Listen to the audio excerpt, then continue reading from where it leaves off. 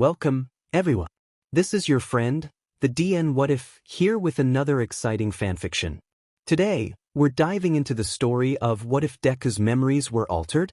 If you enjoy this video, don't forget to hit that like button and subscribe for more fanfiction content just like this. Now, let's get started with the fanfic. The event that took place during the summer training camp had produced results that no one foresaw. 11 injuries, ranging from minor to severe. 13 were injured. 1 had gone missing. The entire city, maybe even world, had taken the event and mucked up a mass media storm. How could a school that was supposed to train future heroes, allow something like this to happen? Of course, the media was only interested in what would rile people up. All they heard was villains and kidnapped, and they went to have their own field day. This time was different than the villain attack class 1A had over at USC. Where they had all been able to escape with minimal injuries, this time they had not. In fact, it was very possible a good amount of students could have died. Not only that, but a student had gone missing, number 14 of class 1A, Izuku Midoriya. While everyone had voiced their concerns, worries and fears, it was the people who had saw him right before the kidnapping that made them think the worst. Izuku Midoriya was in critical condition. His limbs had been torn and bruised from overusing his quirk. The only reason he had gotten as far as he did was because of adrenaline. Now that he was in the clutches of the League of Villain, in such a state no less, would they show mercy on him? Every single one of Class 1A students had those thoughts circling in their minds. Class 1A, minus Toru Hagakure, Kyukajiru, Momo Yaoyorozu and of course Izuku Midoriya, had all gathered inside of Katsuki Bakugu's hospital room. The boy had bandages around his hands, his brows furrowed deeply at them instead of acknowledging his classmates who had come in to wish him recovery. Mineta was holding a bag of bell peppers, as a melon would have been pretty pricey, for Bakugu. "We got you some bell peppers." He spoke up, slicing through the thick silence. No responses. The class could only stare at each other in the awkward air. It wasn't until Ijiro Kirishima walked up to Bakugu's bedside, placing a hand on the railing and a fist forming in the other. This time around, let's save him. The sudden exclamation caused Bakugu to spin his head around and look at his classmate, dead in the eyes. Bakugu's mind began reeling. Thoughts of what had happened began playing back, vividly in front of him. Kachin. He couldn't see anything in that moment. He was trapped in some orb or whatever. But he could clearly hear that brat's annoying voice scream out his dumb nickname. Stupid Deku. What could he do anyways? At a blink of an eye, there was a loud bursting pop noise and Bakugu was back in the forest, stumbling backwards. He could only take in his surroundings for a few seconds, though it seemed like an eternity. People were behind and in front of him. His classmates who, for the love of God, he's never really known by name, were catching both his and Tokoyami's fall as they both were released from their ball imprisonment. The villains in front of him were retreating back into the black, misty portal except in one of their arms was death. The villain had his hand at Deku's throat, keeping a strong grip on his shoulder as well. Bakugu had noticed beforehand that the tentacle guy was carrying Deku around for a while, and the reason was evident. The amount of strain and injuries he received on his body was massive, absolutely destructive. Bakugu knew his quirk's limits, but obviously Deku didn't or he chose to ignore them. Again, an idiot. His brain finally caught up to speed as he watched Deku be taken by the villains in his stead. Bakugu's arm went out, flickers of explosions readying itself desperately as the villains retreated. He screamed out. In that instant, only he saw the lights reflecting in Izuku's eyes. Glimmers of tears accompanied a small, shaky smile. Kachin, I'm so glad. The boy whispered softly, maybe low enough to make sure he didn't heard but he fucking heard it. And with that, the portal closed. The students was left in the forests by themselves, taking in the utter defeat. Anger, frustration, concern, more anger, and also some anger had whirled around in Bakugu's chest. He was never one to express his emotions honestly, and not to strangers even if they were classmates at the very least. He didn't know what he wanted at the moment, everything about the night seemed like a really bad dream. Look, Todoroki and I were here yesterday, and we happened to hear a conversation with Yaoyorozu and Kirishima rubbed the back of his head while Todoroki took the lead to explain. He looked down at Bakugo, meeting fiery eyes with his cool ones. She placed a tracking device on one of those monsters. Yaoyorozu is giving the police one to track them down. He explained softly as the other classmates listened. Tenya Ida, or who Bakugo considered as Fast Four Eyes, had grabbed a hold of both Kirishima and Todoroki's shoulders. We can't. This is a matter we should leave to the professionals. This isn't something we as students should be meddling in. He nearly screamed out, but a chorus of hushing noises helped Ida catch his voice. Kirishima could only grimace and clutch at his chest. Damn it, man, I know that. But I still couldn't do anything. You didn't either. The jab caught Ida stricken. Both students clenched their fists. We heard Bakugo was being targeted, but we couldn't do anything. I didn't do anything about it. And everyone got hurt and Midoriya got dash. He stopped himself, swallowing hard. If I don't do something about it here, then I won't be able to call myself a hero. Everyone around had tried to hush the students until he turned back to Bakugo. Listen, everyone knows you and Midoriya's got some weird beef or whatever, but you've known him the longest, right? He risked his life to save yours, so it's only right that we go and save him. The class went quiet. Bakugo went back to stare at his hands, pondering, aggressively thinking. He too stayed quiet, since he had no idea what to say or what his honest self was telling him. His mind grew dizzy again. The reality of the situation was more than he could ever take in. The class only waited for Bakugo's response, but he had already tuned everyone out. Visions of the past played once again. Kachin, are you hurt? Can you get up? Shut up, Deku. Because I couldn't just stand around and watch you die. Shut up. Kachin, I'm so glad. A roar of anguish filled the room as Bakugo clenched his bandaged fists and banged them down on the bed repeatedly. The entire class jumped in shock. Some even escaped out of the room. He continued to beat his hands down again and again, each time with more vigor fueled by hatred. Every fucking time he goes and pulls some shit like this. I didn't ask for fucking help and he looks at me like I'm some weakling that needs saving. I would have been fine if they took me. So if he's all powerful and great, then he should be able to get himself out of that shit. I ain't gonna help that son of a bitch, he can die for all I care. He screamed out. Bakugo's face was towards the bed, but every single one of the classmates still inside the room had felt the vicious, frontal attack from where they were. The shocked silence was broken by footsteps approaching Bakugo's bed and a hard slap. Uraraka's eyes brimmed with tears, but her eyebrows furrowed in anger and disgust. Whether you wanted it or not, Deku risked everything to save you. That's something a real hero would do, and if you're going to look down on that, then you should quit now. You're not hero material. Tears rolled down her cheeks as she turned and stormed out of the room, followed by a few of the other classmates until only Kirishima stayed there next to Bakugo's side. He didn't move from when Uraraka slapped him. The time to be furious had passed. Deep down, Bakugo knew he didn't mean what he said, at least not the last part. He was always one to talk about killing and death, but never would he choose to take someone's life. Bakugo was being defensive. There were too many people there and he wasn't able to share how he really felt. If Deku did die then... Bakugo, Kirishima whispered softly. He turned his head to look up at him. I know that. You don't mean that. Whether you come or not, me and Todoroki are leaving tonight? His words became softer, Kirishima's eyes looking to the ground as well. Maybe I'm wrong, maybe you don't care about him. But he sure as hell cared about you and he's our classmate and friend. I'm still inviting you because, well, I think you do want to rescue him too. Bakugo turned his face away from the red head. Get out. Kirishima blinked in surprise before sighing, rubbing the back of his neck.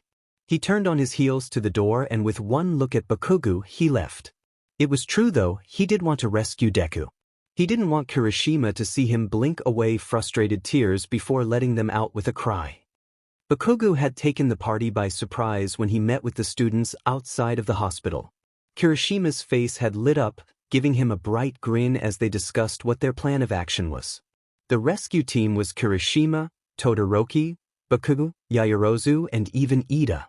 While the class president was there to persuade them to stop what they were doing, he was convinced by the idea of a non-combat rescue mission and a quick chat with Todoroki. No one really heard what they were talking about, out of privacy, but Bakugo was able to hear Todoroki softly say, "You know, if you were the one kidnapped, he'd try to rescue you." Everyone in class knew that Deku's friends were mainly Ida and Uraraka, and even though Bakugo didn't know this, it seemed like the bonds Deku had made were as strong as steel. Bakugo wondered, if it were anyone else, would Ida have agreed to come along despite the potential risks? He answered it with a no. With Yaoyorozu's tracking device, they pinpointed the chip to be located in the Kamino ward. The bullet train ride to the region was awkward, filled with a kind of silence that was only broken up by discussion between Ida and Todoroki. They sat across from each other, and while Todoroki and Kirishima were eating at their store-bought meals, Ida expressed his position as watchman to all of them. "I want all of you to remember what we're doing is extremely dangerous and that we are to avoid combat at all cost." He had directed most of the speeches to Bakugo, who only grunted and sneered in response. "Listen up, Four Eyes. I don't give a shit about what you say, but I'm not going to run in without a plan." Bakugo crossed his arms and glared him down, which only gave Ida more fuel to spout his speeches.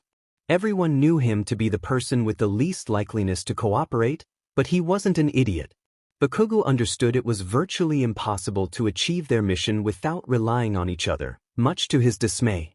They all had ended up with a disguise. Dumb disguises is what Bakugo thought as he tugged on his collar and scratched at the beanie they had him put on. He was ready to tear apart the sunglasses and fake goatee until Kirishima had reassured he looked like a super cool dude.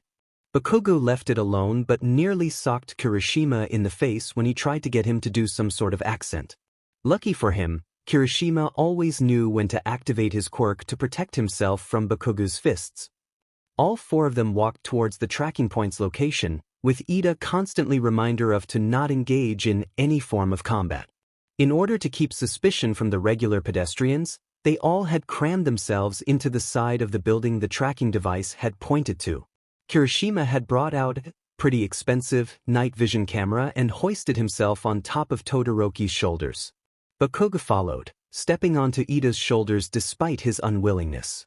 When they saw that only Numis were inside of the facility, everyone's hearts sank. While no one knew what the Numis were, from the many they've fought and seen, everyone understood that they weren't normal. Was it possible that Deku was inside of this facility as well? With the Numis? Everything that occurred next happened in a blink of an eye. Empty Lady had come with other pro-heroes and police enforcement to smash the building down and rescue and retain those that were inside the building. The destruction left the five of them stunned, scrambling up on the ledge to see what was happening. Lady, Gang the Orca, even number 4 hero best genist is there. Kirishima shouted. As the pro-heroes rounded up all the Numis and rescue those who were taken, Ida announced that they should all leave it to them and head back now. He seemed far too happy to leave, but Bakugo stayed put. There was something off. Something in the air was telling Bakugo that it wasn't going to be this easy. Something inside Bakugo's stomach churned, and before he knew it, "If possible, I'd like to ask for you all to stop interfering." The aura around them dropped. It was almost as if they had come face to face with the Reaper themselves. All 5 of them had their backs to the wall. The entire block had been destroyed in 1 second. The sound of slow clapping lingered as the man in the dark praised Best Genist. As expected of the number 4 hero. "I was trying to blast everyone away, but in an instant you controlled everyone's clothes and pulled them out of the way. Your judgment, your technique, you've got nerve of steel. Isn't that so, Izuku?"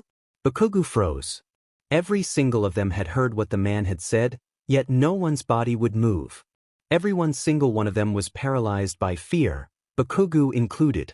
Yaoyorozu had vomited to the side. "That's definitely Best Genist for you. Not only does he have a versatile quirk that can affect anyone who's wearing clothes, he's also known for his swift judgment." The voice was Izuku Midoriya's. Every single one of them recognized it. It was Bakugo who finally turned his head to see Deku standing there, next to the man in the dark suit. His injuries were gone. He was smiling like he was back at school with his friends, but something was off. Deku was in his hero outfit, but wasn't at the same time. It was a darker, black Air's ion of what he wore with modifications. While his face still seemed soft, there was something about his eyes that made him look Tired. Black liquid began forming and spilling out villains, those specifically from the League. The guy with the hands, Bakugo remembered it was something like Shigaraki, landed in front of the man who seemed to be death himself. Tamura. I know your goal was to take the Bakugo boy, but I'd like you to know you did not fail with your replacement. The man placed a hand onto Deku's shoulder. Bakugo was ready to stand up and run over when Ida placed a hand on him, shaking his head as he covered his own mouth. He gritted his teeth, hands balling into fists as he stood there, watching like some sort of bystander. You've actually found us the key to success. With Izuku, we can finally rip apart one for all. Shigaraki Tamura only slouched himself, scratching at his neck. Sensei, I didn't know you had such tremendous power. Before he could say anything else, All Might had appeared and tried to land a hit on the man. The fight ensured. Bakugo couldn't keep an eye on everything that was going on, from the man, to All Might, to Tamura, to Deku. I want you to remember, Tamura. You can still grow so much more. My gift to you is this boy, he will be the key to your success. With his fingers, it zipped over to the unconscious Warp Gate villain, forcing his quirk to activate. Izuku, go with Tamura. But, Sensei Deku looked up at him before All Might came back. No you don't. I'll be rescuing Midoriya. The man fended off All Might, throwing him onto his back. The warp gate grew larger as the suited man used whatever his quirk was to pull the villains into the black warp gate. Before any of them could get in, Bakugo finally sprung up and over the wall. He screamed out, using his explosions to propel himself towards the gate. All Might turned towards Bakugo, shocked before he yelled out. Bakugo! Get back now! Before he knew it, Deku's body jolted forward towards Bakugo despite the magnetism, and punched him square in the face.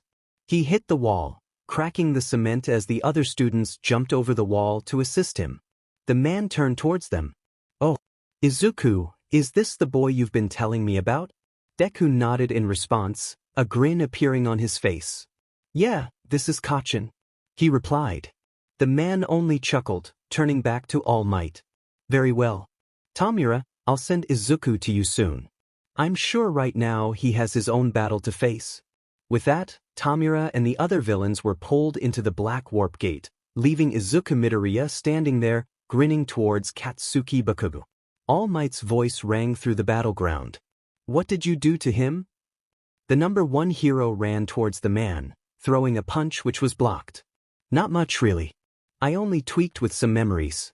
Don't worry though, he still idolizes you. I couldn't get rid of that. The man chuckled and black lines from his fingertip charged at All Might. Izuku, I'll let you have your fight. Thank you, Sensei. Deku's face lit up, almost like a child who was given permission to eat another cookie. It pissed off Bakugo. What the fuck, Deku? What's wrong with you? Brainwashed, huh? Just do the thing you did back at the sports festival and snap out of it. Bakugo screamed out, his personal rage fueling him to act without thinking. Ida and Kirishima had helped him back up, all of them keeping their eyes on Deku. Todoroki called out after him. Midoriya, we're here to rescue you. Whatever's going on, you can pull through. Deku only blinked in confusion as the man laughed while fighting All Might. The destruction from the two's fight was overwhelming, but there was nothing the Ueda students could do unless they wanted to leave behind Deku. Huh, I don't know who you are, but it seems like you know me? I didn't know Kacchan had friends. Deku furrowed his brow, fists clenching. Wow, that's really amazing, huh, Kacchan? It's been only a year since we've seen each other and you're here with friends? While I'm alone. Bakugo's eyes widen. What the fuck was going on? Yaoyorozu placed a hand on his shoulder. He doesn't know us, only you, Bakugo. I think he definitely is brainwashed in some way, but there could be more to this. She explained, biting her lip as she watched her classmates slowly turn his smile into a frown. He still has his personality, talk to him, Midoriya's one to talk. Bakugo didn't want to fucking talk, he wanted to really punch Deku in the face right now. Yaoyorozu was right though, there seemed to have been some kind of brainwash in play. If it was similar to Shinsu's brainwashing then that means there must be some sort of limit or trigger to release the quirk. The others seemed to have realized that too, so the best form of action right now was to keep Midoriya talking, Maybe even taunt him closer. It would be risky and any assurance of the mission being non-combat was out the window. You said a year, huh? I don't even remember the last time we saw each other. You're just that small to me. Bakugo yelled out, grinning as he got his hands ready. That seemed to bring Deku's face back to a soft, nervous look. Ida, on the other hand, was not as pleased. Do you remember back in middle school? We both were applying to you today, and you told me that I couldn't do anything since I was quirkless? Deku looked down and clenched his fists. And then, do you remember what you told me? You said, "Hey, I know a way for you to get a quick. Maybe if you jump off the school roof you can die and be reborn with a quirk." Bakugo's face dropped. His classmates turned to look at him, terrified. Did you say that to him? Todoroki whispered softly. The silence and then the sound of a swallow gave them the answer. Well, I wasn't going to at first, but as I was walking home I got taken by a villain, a sludge monster. All Might came to save me actually, and I asked him, you know, me and you look up to him so much, and he was there in front of me. So I had to ask if it was possible I could still be a hero even without a quirk. All Might had heard every word and tried to call out to him but was silenced by Sensei and the destruction going around. He told me I couldn't. And deep down I knew that too, but for some reason I felt that All Might would have told me that maybe I could have been. So I went back to school, went up to the roof and did exactly what you told me to do. Deku looked up to stare at Bakugo, dead on. I didn't die, but I was reborn. Sensei found me and he told me that I could be a hero. Then he gave me a quirk. So now I can be a hero, and to prove it, I'm going to defeat you, Kachin. Deku clenched his fists and charged towards the students. Kachin, stunned, quickly got into a stance to take him on. For the first time though, he wasn't able to smile. Before either of them could do anything, Todoroki placed up a giant wall of ice to keep Deku from coming. If he doesn't know us, he won't know our quirk, we have to leave now. He explained sternly to his classmates, ushering them up. What? I can beat him. I'll knock him out and then we'll take him back. Bakugo screamed as the ice shattered, a fist coming through it. Todoroki quickly used his flames to melt the shards that were flung by the impact. None of them were in their hero outfits. It was too dangerous to fight, especially with All Might and the man having their destructive battles so close. We need to go now. Todoroki yelled out, pulling them all back. Deku stared at all of them, causing all of them to freeze as their hearts dropped. In that instant, Izuku Midoriya looked like he was ready to kill. I'm not letting you go that easy, Kachin. Another fist came down but was blocked by Kirishima's arm. There was a cracking noise as Kirishima yelled out in pain. He's too strong. The hardening wore off and was replaced with a bruised, bloodied arm. Bakugo looked at it, gritting his teeth. There was no other option. They had to get out of there. It'll be okay, they'll get out, regroup, they'll rescue Deku later. He was alive and that's what was important. Even if the fucking idiot got himself brainwashed. But now, they had to leave in order to give All Might a chance to win. Everyone look away. Bakugo held his hands close, pointing out towards Deku. Everyone turned as he unleashed a concentrated explosion at Deku, who blocked it with his arms. The boy flew back onto the ground as Bakugo grabbed a hold of Ida's shirt. Fucking go! He cried out, Ida nodding in response. They all grabbed onto Ida as he used his quirk to swiftly get out of the area of action. Oh no you don't! Deku gotten up and jumped towards them, a fist ready to land when all of a sudden All Might appeared to block the punch. Get out of here! I'll take care of the rest. All Might grabbed onto Deku's hand and punched him in the face, sending him flying backwards once again. I'm sorry Midoriya, my boy. He turned towards the children who have raced off, away from the action and into the streets. No one knew how long it took them to get away so quickly, but everyone's minds began reeling as they were stuck in a crowd who were being escorted by police officers and other traffic control mediators. No one said a word to one another as they were being funneled into the main streets as helicopters flew in every direction towards the fight. Everyone directed themselves towards the screens up on high buildings as they went from whatever commercial they were playing to the fight at hand. From high above, they were able to see both All Might and Deku. His voice was low, but audible when projected on the loudspeakers. You were my hero. I've always wanted to be like you, All Might, so why? Why didn't you tell me I could be a hero? He screamed out, getting his fists ready. The man in dark suit came over, placing a hand onto Deku's shoulder. All Might grimaced deeply, his fists shaking. No, Midoriya, that's not what happened. He yelled out. How could All for One erase all of the memories from that point? How was he able to implant new ones? Who had that ability and what were the ways to dispel the effects? All Might continued to reach out to Deku. You can be a hero. You are a hero. Izuku Midoriya. I know you. His eyes widen, tears glistening. All Might. You're only saying that now 'cause I'm in front of you, with a quirk, with a power. Why didn't you tell me that before? Deku screamed out. He ran toward him but was quickly stopped by All for One. That's enough for you, Izuku. Go back to Tamura. He placed a warp gate behind them as Izuku reluctantly got in. Sensei, what about you? His voice shook before All for One looked back to All Might. Whatever happens to me, Tamura will succeed me. Help him. Deku nodded his head and went into the gate. No. All Might raced towards the warp gate but was stopped when All for One aimed a destructive blow towards a civilian. At the last second, All Might turned to protect the woman, and then lost his form. Bakugo watched the events unfold. He listened to words like successor and All for One and didn't understand anything that was going on. Even when All Might's true form was revealed, he cried out for him to win. As other heroes came to help and lighten the load, Bakugo heard the man say something but the speakers cut off. Only All Might heard this in the moment. Izuku Midoriya, the boy you passed it to, huh? To be honest, I was going to kill him and make him feel every ounce of regret. But the opportunity presented itself. Isn't it sweeter? To see the boy who was going to be your successor fall into my hands.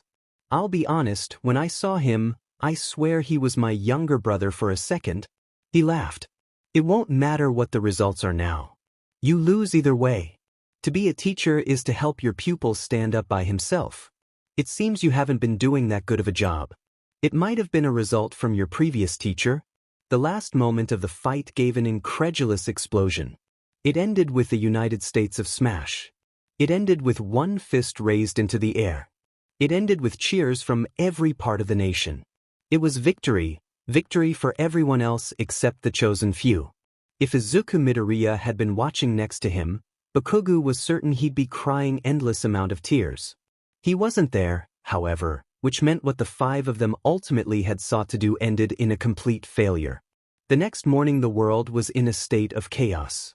Bakugo and the others had all gone their separate ways, quiet, deep in thought, and in mourning.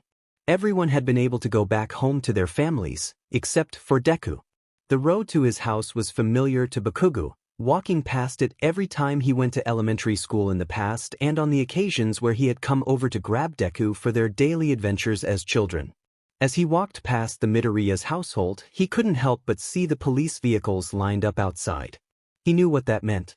He could also hear Deku's mom crying loudly, begging for help from the police who were trying to reassure her the best to their abilities. Bakugo grabbed at his shirt, gripping it tightly as he gritted his teeth. He tried to keep walking but stopped a few feet away from the house. He doubled over, eyes brimming but refusing to let them stream. He held his breath behind pulled back teeth. Bakugo wasn't going to scream.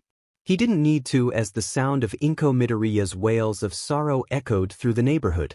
He wasn't strong enough to save Deku. They had to run away like pathetic losers. Bakugo didn't know what was a better scenario. The fact that Deku could be dead versus Deku being brainwashed into a villain. If it was him, he'd rather be dead than turn villain. Of course he'd fight his ways out first, but would rather die trying than anything else. To be forced into being a villain, now that was something that set him off. It was disgusting. Bakugo would have never admitted out loud, but Deku's passion for becoming the best hero rivaled his own. It wasn't the first time Izuku Midoriya sat next to Shigaraki Tamura. So close and so threatening. This time, the boy some people called Deku was sitting in a wooden chair, his hands and legs restraining back as Tamura pulled up a bar chair and sat in front of him. This time was different than the first for obvious reasons, but the main struggle ran through Deku's mind. How do I get out of this situation? There were no civilians that Tamura could threaten Deku with, but there were about 5 other villains that loomed over him, watching every single one of his movements. It wasn't like he could move much anyways. Deku was starting to feel all of the pain that had saved itself for a time. He wasn't running around fueled on a great heaping pile of adrenaline. He was in no condition to fight. Well, this isn't what I wanted. Tamura's head dipped low, a hand moving back to scratch his neck idly. But now that you're here, I'm sure we can figure something out. Deku kept his head low, thinking of a strategy as he waited. There wasn't much for him to do at that moment since there were so many villains surrounding him and he didn't know all of their quirks. He knew for certain that Tamura in front of him could disintegrate once he got all his fingers wrapped around him. Avoid his hands. But the bartender over to the side with the mist floating around him was a tricky one. Warp gates for teleportation means that he'll be able to bring in reinforcements. It was too risky to move even with just him around. As for every other villain inside that room, there was no room for guesses. What Deku didn't know, he didn't know. The possibility of escape was slim. The best course of action would be keeping himself alive long enough till he's rescued. You know, I really want to kill you. Tamura's voice felt like a knife cutting through him. Deku shivered, but kept his face hard, unwilling to cooperate. But I'm thinking that you're going to be great bait now, for all might. He rubbed his neck, leaning over his chair with a hand reached out. Deku winced, moving his head farther back as the fingers approached him. I was thinking, right? That we use Bakugo and get him to join us. His strength, his entire character screams a villain. Tamura explained, laughing. You're wrong. Deku spat out, biting his lip right after. Kaken would never be persuaded to be a villain. He aims for the top, to be the #1 pro hero. Just like All Might. He didn't mention the name, knowing very well from the last time he and Tamura met that the villain absolutely detested him. Bringing him up might be a bad choice of words. Well, it doesn't matter what he wanted. I would have given him the option to join, but if he still refused, we would have made him anyways. I was thinking, and hear me out. He placed 2 fingers on Deku's forehead. Wouldn't it be better for the story if the person that turned villain was the hero? Deku swallowed. What is he saying? Like, how much more fun would that be? Sure, we take the kid that already seems like a villain, turn him into a villain, but you, Mr. #1's fanboy. Imagine if you were the one to turn into a villain. Tamura explained, his teeth showing as a wide grin spread across his face, the same one that left Deku shivers down his spine back at the shopping outlet. You know how much more people would despair? How much All Might would despair? When he said his name, Tamura's voice was lowered and laced with disgust. No, I'm never going to be a villain. No matter what you do. Deku screamed out, his eyes already brimming with tears. He came so far to become a hero, there was no way they can persuade him, no matter what kind of quirk one of them had. If it was a brainwashing quirk again, he'll figure something out. There was a limit too, he just had to exploit it to the best he can. He could do this, his spirit was strong, it's always been strong, Deku just had to. Tamura. The voice came from a screen. Everyone turned to look at the source of the fuzzy voice. Shigaraki Tamura got out of his seat and headed over to the screen. Sensei, I need your help. I think it's time to get little Midoriya on our side. Tamura held his hands out, similar to a child pleading for a toy. A wise decision, Tamura. I'll prepare. In the meantime, break his spirit. The voice on the screen went dead, and Deku's eyes shot up as Tamura straightened his back. He turned and headed over to Deku, eyes widen with madness as he grabbed a hold of Deku's shoulders, one pinky up. You should be lucky, getting a private lesson from Sensei himself. At least before then, I can play around with you for a bit. The pinky went down. All fingers were on Deku's shoulder and his clothes had started tearing away, then his skin. Stop! Deku screamed out, feeling his shoulder be torn apart slowly, crumbling away as the muscles below it blistered and screeched. He had seen Aizawa-sensei's elbow been touched and disintegrated, but the feeling was so much worse than it looked. He gritted his teeth, trying not to scream and give Tamura the satisfaction, but once he placed his other hand on the other shoulder, Deku cried out, tears rolling down his face as both of his shoulders began disintegrating slowly. It was only his shoulders, but it felt like his entire body was being pulled apart, piece by piece. It didn't feel like someone was pulling away a whole piece, but instead someone was grabbing at Deku's skin, pulling it out, and cutting small pieces at a time while keeping their grip. The pain was nearly unbearable. If Deku didn't have a high tolerance for pain, he might have passed out, even considering the wounds and bruises he sustained while fighting Muscular earlier. Deku moved to bit down on his lip, to try and focus on that pain as blood seeped down both his shoulders and now his bottom lip. In his head he screamed, louder and louder. "I'm sorry, Mom. I'm sorry, All Might. I'm sorry, everyone please." Tears continued to roll down his cheek, his shoulders looking nothing like red, bloody splotches before Tamura let go. "I can't wait to meet the changed you. Make sure you thank Sensei for his gift. Consider it the best kind of power-up." Tamura's grin appeared once more as black, gooey liquid came pouring out of Deku's mouth and enveloped him, transporting him away. Tamura looked down at the empty chair, grinning before he turned towards the door. A knock. "Pizza delivery." He only grinned wider. Everything was black. The darkness was heavy and it didn't feel like the usual darkness of the night. He had ended up on the floor somewhere, hard and cold. Concrete probably. Deku's body screamed out in agony, as the waves of nerves splitting from his shoulders transported its way down to his entire nervous system. He nearly choked out a sob before hearing a cold, elderly voice. "Oh dear, that Tamura did quite a job on you, didn't he? Don't mind him, he seemed to be very excited by you being here." Out of the darkness stepped an older man, with a deformed face and a dark suit dressed him well. Deku felt the air turn extremely cold, the atmosphere become dangerously ill. This man screamed of pure evil. Deku tried to move himself away, but screamed out in pain as his body twisted onto itself, both from his shoulder wounds and previous overexertion. "Don't worry now, let me help you." The man leaned down and placed his hand on Deku's face. His eyes widened before he felt his entire body tense up. An almost cooling, calming wave spread across his entire body, fixing his wounds both externally and internally. It wasn't like Recovery Girl's power where it sped up a person's healing process. This quirk was a healing quirk altogether that had no repercussions.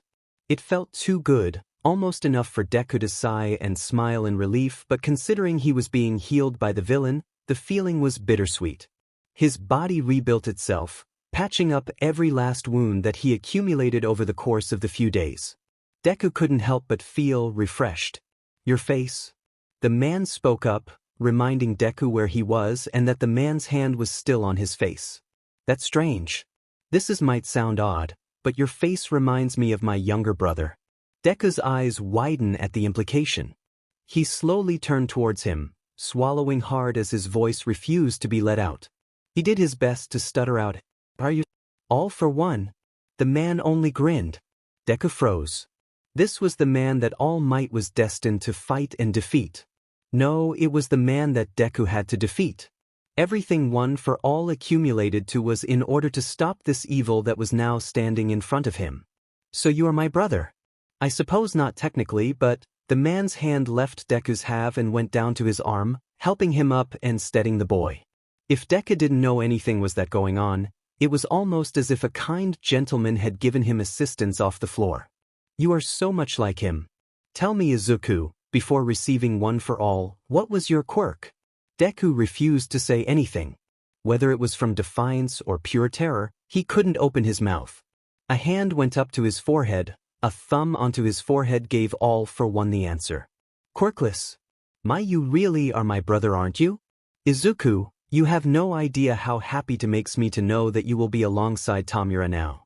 When I was younger, I longed for my brother to be by my side. Finally, I can live through Tamura and you." Before Deku could react, the man wrapped his arms around him in an embrace. Deku didn't know what was happening. He was terrified, frozen with absolute horror as this name, the one that is deemed the purest of evils, was hugging him like they were old friends.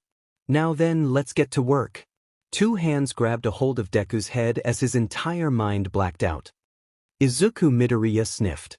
The young boy, only about the age of 5, sat on the ground with bruises and cuts from scraping the ground. Looking up he saw Katsuki Bakugo, his hands cupped as small explosions lit up. A few other of students from their preschool had gathered around to watch him use his quirk. "See Dad? My quirk is so much cooler. I can beat you now, but when you get your quirk, I'll still beat you." He laughed before walking away. When Izuku gets his quirk, he'll be able to become a great hero. He'll rival Bakugo. He'll be just like All Might. Except he never got his quirk. Time flashed forward. The constant teasing from Bakugo became more and more degrading, but Izuku had held onto his All Might action figure and shouted back once. "Just you wait, Kaken. I can still be a hero.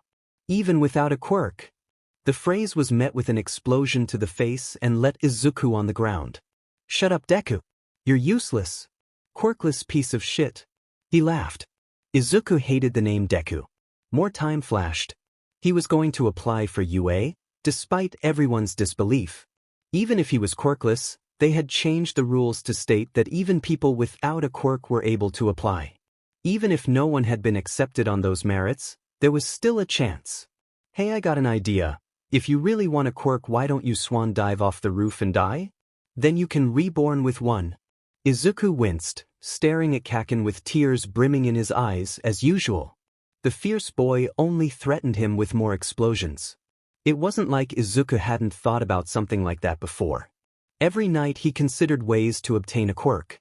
Maybe if he threw himself into a vast of toxic waste? No, it was okay. Because he could become a hero without one, right? Life at home was quiet. Both his parents went across borders to work, but Izuku knew it was because they wanted nothing to do with him. He never knew his father much anyways, but Izuku could tell that his mother felt guilty about not being able to pass down her quirk to him.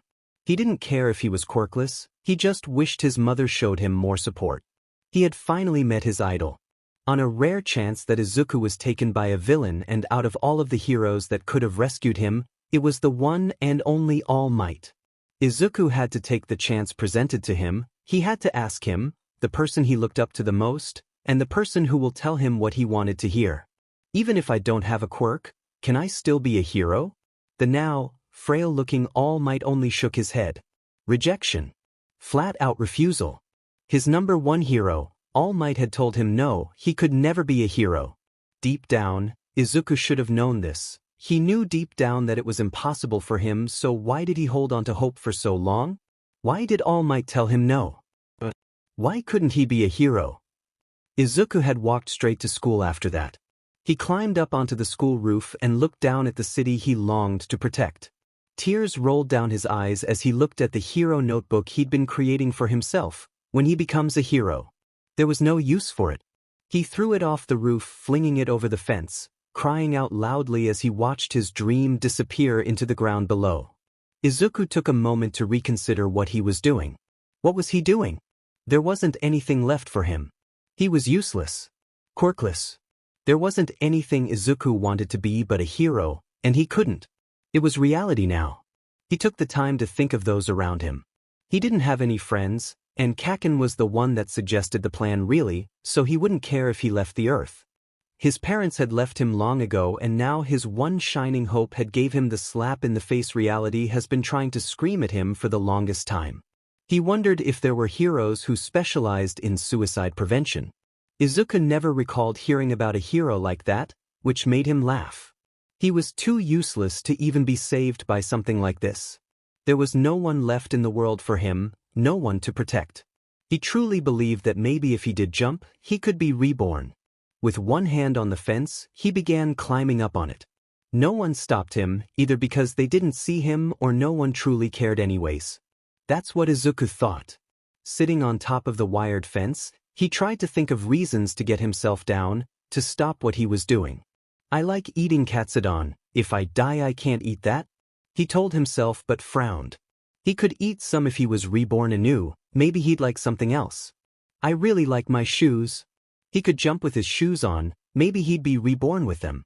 Everything Izuku thought was minimal, absolutely useless, just like him. Even he wasn't able to think of ways to prevent himself from jumping. He couldn't even save himself.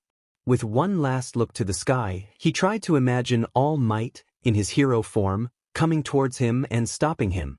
grabbing him and holding him, telling him that he's wanted and he's still someone with passion. You can still be a hero. He wished for that to happen, but once he was plummeting to the ground, he realized that no one was going to rescue him. Maybe he just wasn't worth being saved. At the last second, Izuku closed his eyes, tranquility washing over him. When he opened his eyes, he was on a bed. A man with a scarred face and a black suit sat beside him. Next to him was a young man, older than Izuku, with gray hair and chapped lips. Izuku's hand flew behind him, his instincts kicking in. He tried to find his backpack to offer the young man some Vaseline that he always kept in the front pocket. It was great for cuts and wounds that he got often as a child. "You're awake. Young man, you gave us quite a scare." The man spoke, leaning over to look at him. That's what Izuku had wanted to say, but instead, the first thing that comes out of his mouth is, "I'm sorry." The younger man raised an eyebrow. "You take a jump off a roof and you're apologizing? Geez, how fucking twisted are you?" The older man didn't say anything to that, he kept his face turned to Izuku. "Tell me, dear boy, why did you do it?" Izuku's heart ached as he spilled all of his feelings out to two strangers. Everything from his goal to be a hero, to the constant bullying for being quirkless, to how he came home to no one, to finally meeting All Might and then being told he couldn't be a hero. His life was shattered at that instant, life was no longer meaningless. "All Might, huh? What a joke!" The younger man hissed out, placing his fists on the bed, keeping his fingers away. "Listen, kid, just became that excuse of a hero told you that you couldn't be one, doesn't mean you listen." His voice grew with animosity, something Izuku hadn't heard before when talking about the number one pro hero. "Izuku Midoriya, it seems that we stopped you from death, but what will you do now?" the older man asked. Izuku sat up in the bed, gripping the blanket and biting his lip. Nothing changed really, his resolve to die was still there. He was silent. "Izuku." The man spoke again, using his first name fondly. It almost felt like a father who was giving his son advice. "What if I told you that you can be a hero?" Izuku turned to face the man. "But how?" he asked, tears brimming again. "I don't have a quirk dash. What if I told you I could give you one?" The room went silent. Izuku stared at him, then to the younger man to see if he was bluffing in some sort, if this was all a practical joke. So many questions ran through the young boy's mind. Too many questions. "Why me?" was all Izuku managed to say, clutching at his chest. "Because, from just knowing you now, I know that your passion is true. You have the heart of a hero, and I can't sit idly by and watch you destroy your life. So if you'll agree, join me. I'll make sure that you become a hero that's even better than All Might. One that will look to a child and tell them you can be a hero." A hand extended. With a sniff and a sob, Izuku accepted. "Izuku."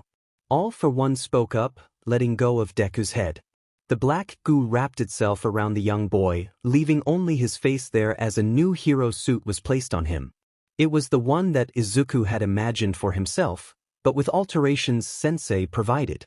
His new implanted memories will adjust soon, and for good measurement, Sensei had given him a hidden quirk that would pair nicely with his new-found, altered mind. "Sensei?" Deku looked up, then from left and right. "Sensei, where are we? What's going on?" "We're at the Numa base. It appears that we have been found by the heroes. You were stunned for a while, do you remember anything?" he asked, not really interested in an actual response before turning towards the front of the building. "They would come soon. I remember being with Tomachan. Did Kurogyri transported me here?" he asked, concern growing as he clenched his fists and got ready for whoever was coming. The building had been brought down by MT Lady. Deku had put himself in front of his sensei to block whatever debris would be flying over there. "Let me handle this, Izuku." All for one spoke before walking out of the dark side of the building they were. Even with beast genus intuition, Deku knew that it was no use for his sensei. The musculoskeletal coiling matched with air propulsion had sent the pro-heroes flying backwards, destroying the neighborhood they were in. Noticing that Best Genist had taken his comrades out of the blast range, Sensei laughed and began clapping. As expected of the number 4 hero. "I was trying to blast everyone away, but in an instant you controlled everyone's clothes and pulled them out of the way. Your judgment, your technique, you've got nerve of steel. Isn't that so, Izuku? The young boy beamed, following his sensei out into the light. That's definitely best genist for you. Not only does he have a versatile quirk that can affect anyone who's wearing clothes, he's also known for his swift judgment. That could never be taken from his knowledge and admiration for heroes. It was one thing Sensei felt needed to stay. From then on, the battle ensured. Tamura had been brought over with the other villains, much to his relief. He was ready to leave though, reluctant knowing he had to assist Tamura in any way he could until All Might came crashing in, saying his name. It made his stomach churn. He didn't need saving and never from him. That time had passed. Now that was a name he hadn't heard in a very long time. Everyone in the base referred to him as Izuku, sometimes Izken, but that name laced with a specific voice, Deku couldn't help but smile. Finally, it was his time to shine. To meet his rival. He jolted towards him and punched him square in the face. Everything after that was fueled by excitement and adrenaline. Kaken was here, he had friends too. It made Deku's stomach churn with both joy and envy. He wasn't ready to confront his childhood friend, but it didn't stop from him making a monologue of his past. Deku was a chatterbox anyhow, so being able to finally give the world his backstory had excited him. It might have been the rush of excitement that stunted Deku's rational strategy. He had forgotten the friends that were with Kaken, so when an ice barricade was built he grew annoyed. Kaken and the others had made their way, and Deku had wearily announced his resentment to his previously favorite hero. He eventually left, watching as his sensei have his last fight with One for All. He landed next to Tamura in an unknown location with the rest of the villains, standing there, staring at him. Deku's first instincts were to go to Tamura. Toma-chan, are you alright? He took a hold of his shoulder. Shigaraki Tamura would have slapped him away, but he remembered what his sensei told him. The boy would be key to their success. He had a suspicion that the boy was now brainwashed, having different memories implanted that showed Tamura as someone to be respected and cared for. Not only a few moments before was Tamura grabbing Deku's shoulder and making him cry in agony, destroying his skin.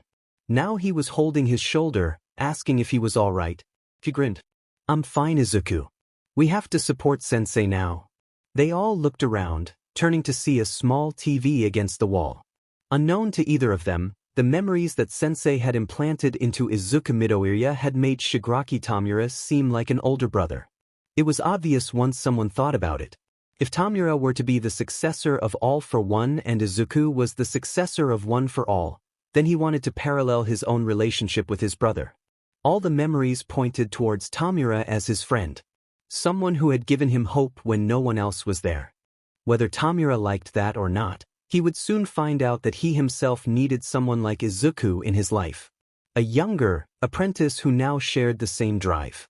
The boy that once looked up to All Might was now their goal the same.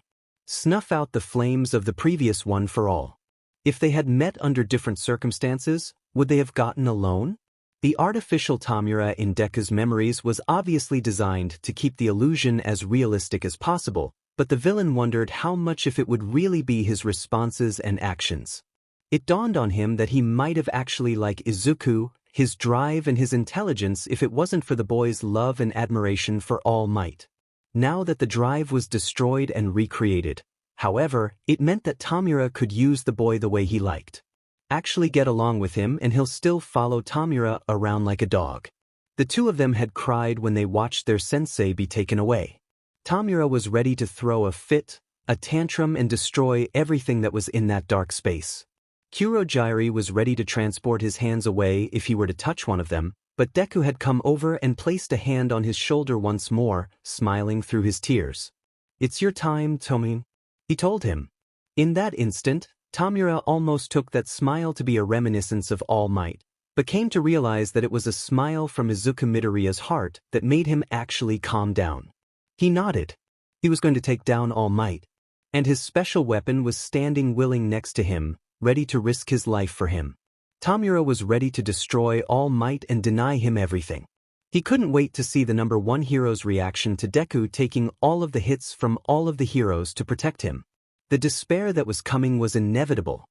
After Kamino Ward, Everyone had gone home with a piece of their hearts missing.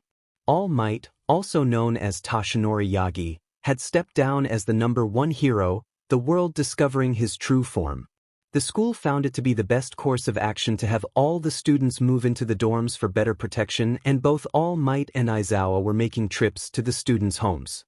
Bakugo sat on the family's sofa next to his father as his mother went up to answer the door. He was quiet, a lot more quiet than usual, but both his parents understood why and didn't press him further. They knew their Katsuki was one to think at times like these, and the best action for them to take was to watch out for him and support him. "Thank you for having us." All Might's noon voice sounded so much different. There wasn't any pep in his words, he sounded tired, groggy and old. Bakugo would have never said that out loud, but still, this man was his idol. Deku's idol as well. He looked up at him as both teachers took a seat. "We've told you ahead of time," Aizawa started gently. "We'd like to hear your answer and give insight on any questions you may have. We understand that these are difficult times and you'd rather prefer to be with your son Dash. It's fine with us." Mitsuki, Bakugo's mother, grinned and slapped the backside of his son. Bakugo's face scrunched up. "Don't hit me, Yui." Another hit to the back of his head. "Respect your mother, you little eh." Both Toshinori and Aizawa blinked, feeling like they understood why Bakugo was the way he is. The bickering went on for a while, Masaru Bakugo trying to step in but with no results. Mitsuki turned back towards the teachers, her face softened. "Considering everything that's happened, there really isn't any reason to not let our Katsuki stay with you. They told us that he was targeted by the villains and was nearly kidnapped. She left out the reason why he wasn't taken. If he's still in danger, well, what can me and my husband do?" It was a truth that lingered over the two parents. "We're not heroes, obviously. But our Katsuki is strong. Mr. Aizawa, I remember what you said about my son during one of his matches during the sports festival. He's not dumb, he's clever, careful and driven." She laughed, placing a hand on her son's head. "Everyone knows about what happened to Izuku in this neighborhood." She brought up the name that left everyone silent, frozen and in pain. "This family still believes in you all, and we trust that you'll take care of our Katsuki and bring back Izuku." Her face was hopeful, a small smile reached them. Bakugo looked away. His mother had been school friends with Inko before she got married and kept their friendship throughout Deku and Katsuki's childhood. It was probably the reason why the two boys were always around each other when they were younger. Mitsuki had once told him that while the boys were going to Inko, Midoriya had voiced her concerns to her and admitted she was scared that her son would continue to be harassed by Katsuki. She had lectured him about that and he begrudgingly had to admit that Izuku Deku Midoriya was no longer someone that could be pushed around. The Bakugas bowed their heads to the teachers, thanking them for their time and care. As All Might and Aizawa headed out, the young fiery boy ran out to stop them both. His heart felt heavy again, a hand gripping his chest as he looked All Might directly. "What is Deku to you?" he asked, recalling the moment he saw on the giant building screen. All throughout school, it seemed like All Might had taken an interest to Deku. On top of that, the sudden resurgence of Deku's quirk was far too suspicious to ever leave Bakugo's mind. He then remembered that Deku had told him that his quirk was gifted to him. Toshinori had stayed quiet. Aizawa took a look at the two of them and walked back into the car to give them privacy. "Bakugo, my boy. Young Midoriya told you that his newfound power was passed down, yes?" The man who was once the #1 pro hero turned towards Bakugo. He could only nod, not sure what to say about it. He could definitely infer some things. "I'm planning to tell everything to Midoriya's mother. If you'd like to come along, you're welcome to hear." Bakugo's eyes widened. The last time Katsuki Bakugo was inside the Midoriya's household was probably before middle school. He used to come inside often, but mostly accompanied by his own mother. He remembered Inko Midoriya bringing out a specific brand of cookies that she knew Bakugo loved. He recalled never saying thank you and being hit by his mother after woofing down 2 at a time. On the coffee table was a plate of those cookies and some tea, but the woman who was once known as Auntie to him wasn't smiling. Her face was red, blotted with tear stains. Inko's hair was a mess, her eyes sunken, swollen and tired. She probably hadn't eaten at all since the police told her what had happened to her son. Probably even before that. Mrs. Midoriya, we understand the amount of worry, sadness and pain you are in. All Might's voice treaded lightly. The woman had begun pulling at the fabric of her skirt. They told me to tell you that we are doing everything in our power to rescue your son, but as the previous #1 hero and Izuku's mentor, I promise you I will rescue him. Bakugo heard the essence of All Might's strength in his tone. Inko's face began to scrunch up, tears streaming down the already beaten-out path. It's your fault. Her voice was soft, but they both heard her clearly. Her eyes, though red and wet with tears, looked malicious. I'm sorry, Wadash. It's your fault. Inko screamed out, standing up abruptly. Both All Might and Bakugo were caught off guard, staying in their seats. Izuku's always looked up to you, he's wanted to be you. To be a hero. When I found out he was quirkless, I was relieved. But then he gets a quirk and all of a sudden he's coming home nearly broken, his hands smashed and bruised and bloody, and it's all because of you. She spat harshly at All Might. Bakugo's eyes widened, feeling a hint of fear? Guilt? All Might only watched, face saddened. While Bakugo felt the verbal lashings to be out of hand, Toshinori Yagi understood that Inko was only attacking him because she was a mother. She needed something to blame. He knew this would happen and readied himself for every single punch to the gut. If only he didn't get his quirk, but I know even then he would have still tried to become a hero no matter what, but with the quirk he has now he became so destructive and now he's dash. Toshinori got up and bowed his head. I'm the one that gave him his quirk. Inko and Bakugo's eyes widened, staring at him. The room had gone silent once again. Inko's sobbing had subsided. Her full attention was on the man. What? Bakugo didn't know how much time had passed. He didn't really understand what one for all, but what really probed him in the back of his mind was the question, why Deku? His turmoil had to be set aside. If he were to get angry about Deku being the chosen one, then it was possible he would say more things he would regret. He might have said that Deku wasn't deserving, also something along the lines of how he should die. Not something he'd want to say in front of his worrying mother. He didn't know who would slap him first, All Might or Inko. Once everything was explained, another air of quietness had plagued the room. The amount of tension that built up during the last hour or so had thickened. Further, the silence broke with more sobbing. My son. Izuku, he's my world, he's my hero. I know that he's got the heart of a hero, but if he just didn't have a quirk he would have never been in this situation. Her voice rose again, tears and snot falling from her face. I know he wants to be a hero. I know that he wanted your gift, but as his mother I just can't stand this anymore. My heart can't take this, and now my boy is gone. Her wails struck chords into the two of them. Bakugo finally decided to speak up. Mrs. Midoriya Bakugo was ready to reassure her, ready to convince her that Deku would be brought back to her safely. She cut him off, slicing his words with her own sharp retort. And you've always bullied him. You made him life a hell as a kid. Don't think I didn't know. Every day he came back with bruises and burn marks. You didn't think I knew? You were awful to him. And yet he saved you. Her voice wavered, the anger building. The frustration and utter hatred shone through the tears in her eyes, and Bakugo's chest ached. I'm not my son, so I can't understand why he would risk his entire life for someone like you. He truly is a hero, but I can't help think that it should have been you taken. Inko's words were bitter, malicious, and unapologetic. A mother's love treaded across any danger. Her love for her son shone the brightest in that moment. Toshinori opened his mouth to say something, anything to buffer the poison spewing from the mother's mouth, but Bakugo had stood up from his seat, storming over to Inko's side. The older man's heart jumped. His mind immediately went to the worse. If Aizawa hadn't chosen to stay in the car for this meeting, then he was sure the young boy would be wrapped in bandages and pulled back. Bakugo don't dash. The boy fell to his knees, placed his hands in front of him, and bowed his head to the ground in front of her. I'm sorry. Silence again. I know I'm a fucking asshole and I know what I did to Deku was wrong, but I swear to you I'm going to save him, and it's not because I'm aiming to be a hero, but it's because I owe it to your goddamn son. He couldn't stop himself from cursing in front of the mother. His nose was to the floor, No one could see the tears rolling down his nose alongside the clenched teeth holding back his cries. "I swear I'll get him back for you," he screamed into the carpet. Tashinori stood there for a moment, dumbstruck by the usually prideful boy's actions. He got to his knees, bowing in front of the woman himself.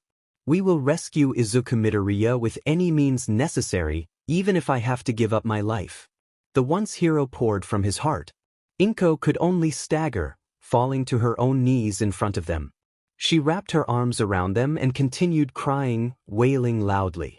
Bakugo heard her muttered apologizes, begging them both for forgiveness and to bring her son home to her. He also heard her whisper, "Please, all of you come back alive." They both nodded their heads. The move to the dorms was difficult for everyone. Many of them would have been excited if it wasn't for the fact there was someone missing. What was worse that this so-called missing student was not actually missing. He was with the villains now. The very idea of Izuku Midoriya as a villain upset his classmates, and the terror and hurt they felt rivaled the outcome of him being dead instead. If Deku knew what was happening to him right now, how would he take to that? Once they got him back, they would ask him that. They all waited for the day they could laugh about this. But a few of them refused to just wait. The class had organized a room judging competition that a few of them didn't participate in. Bakugo wasn't going to give them the pleasure of breaking into his room, tearing through his armor and finding his inner feelings. It was just a room, but it was his room that was his haven. He avoided participating in the competition by feigning fatigue, pretending to be asleep in his room. The competition was something to distract everyone from the worry and gloomy atmosphere. It was too obvious. Everyone's laughter and smiles were bittersweet, but it was the best they can do during these hard times. Once night fell and everyone went to their rooms, Bakugo went out of his room and began exploring his new living quarters.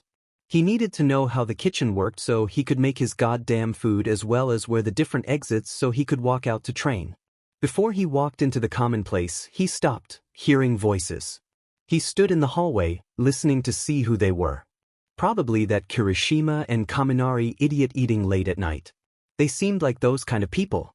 He didn't recognize us. Do you think they erased those memories permanently? Shit. That was Ida. If it's a quirk, I doubt that it is permanent. We just need to learn what kind of memory-altering quirk it is and what possible ways that can stop its effect. The calm voice was Todoroki's. Right as always, Todoroki. The optimism in his voice wasn't as it used to be. "I just can't believe this. Our Midoriya, a villain. I know. It goes against everything he is." A sigh followed. "Todoroki, did you know about his past? When he was shouting at Bakugo, he never told me anything about his relationship with him. I always assumed they were strained friends thrown into competitive rivalry." Bakugo winced at his name being mentioned. "Oh. Considering everything I told him about my life, I didn't know anything about him other than what he made public to the whole class." Bakugo couldn't see, but he felt Ida nodding his head. The silence in the air was calm. There was a cricket chirping outside the kitchen's window. Ida spoke up again, gently with caution. "I knew Bakugo was vicious, but I never thought he'd tell someone to, you know." A nod from Todoroki was a reply, but nothing more. Ida continued. "Midoriya is truly a hero. He said he was alone before, with no friends and only Bakugo telling him to kill himself. But even so, he saved him."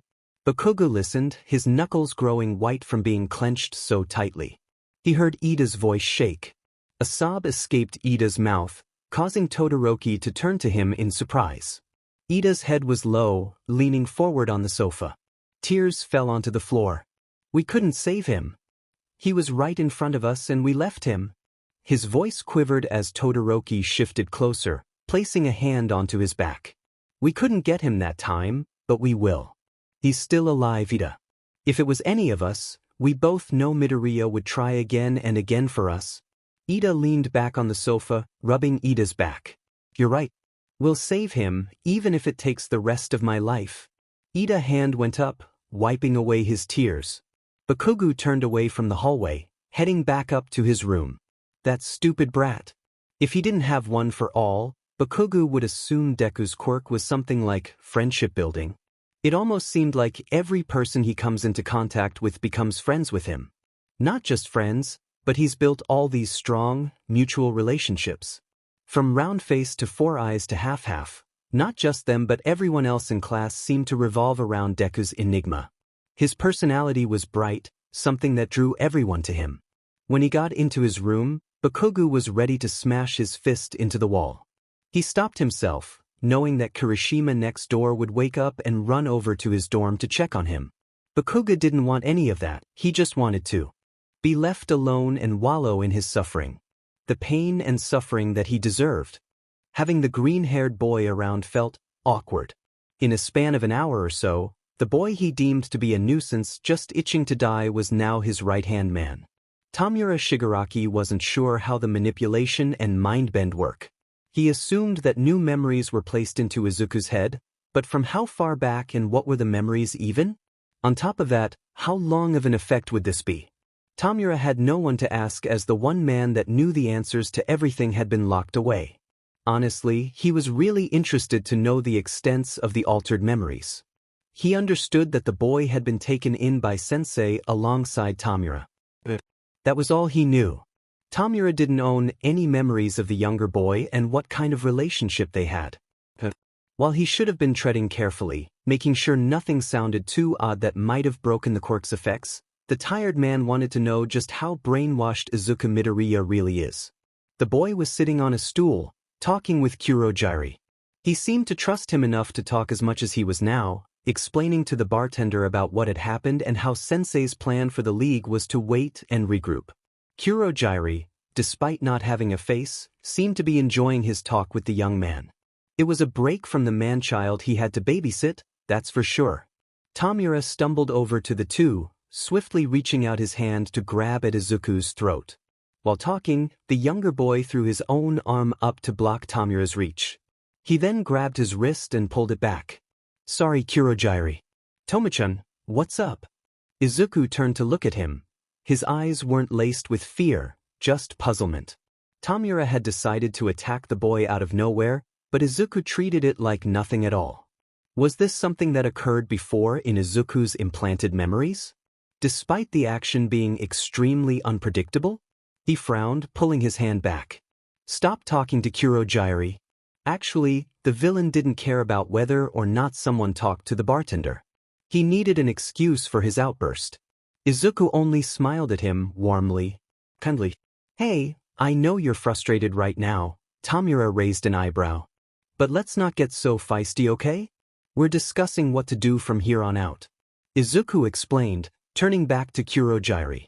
The bartender chuckled, causing Tamura to huff in annoyance and send the man a glare. So, like I was saying, the best course of action is to rally up more villains into the league. Doesn't matter if they're small or large.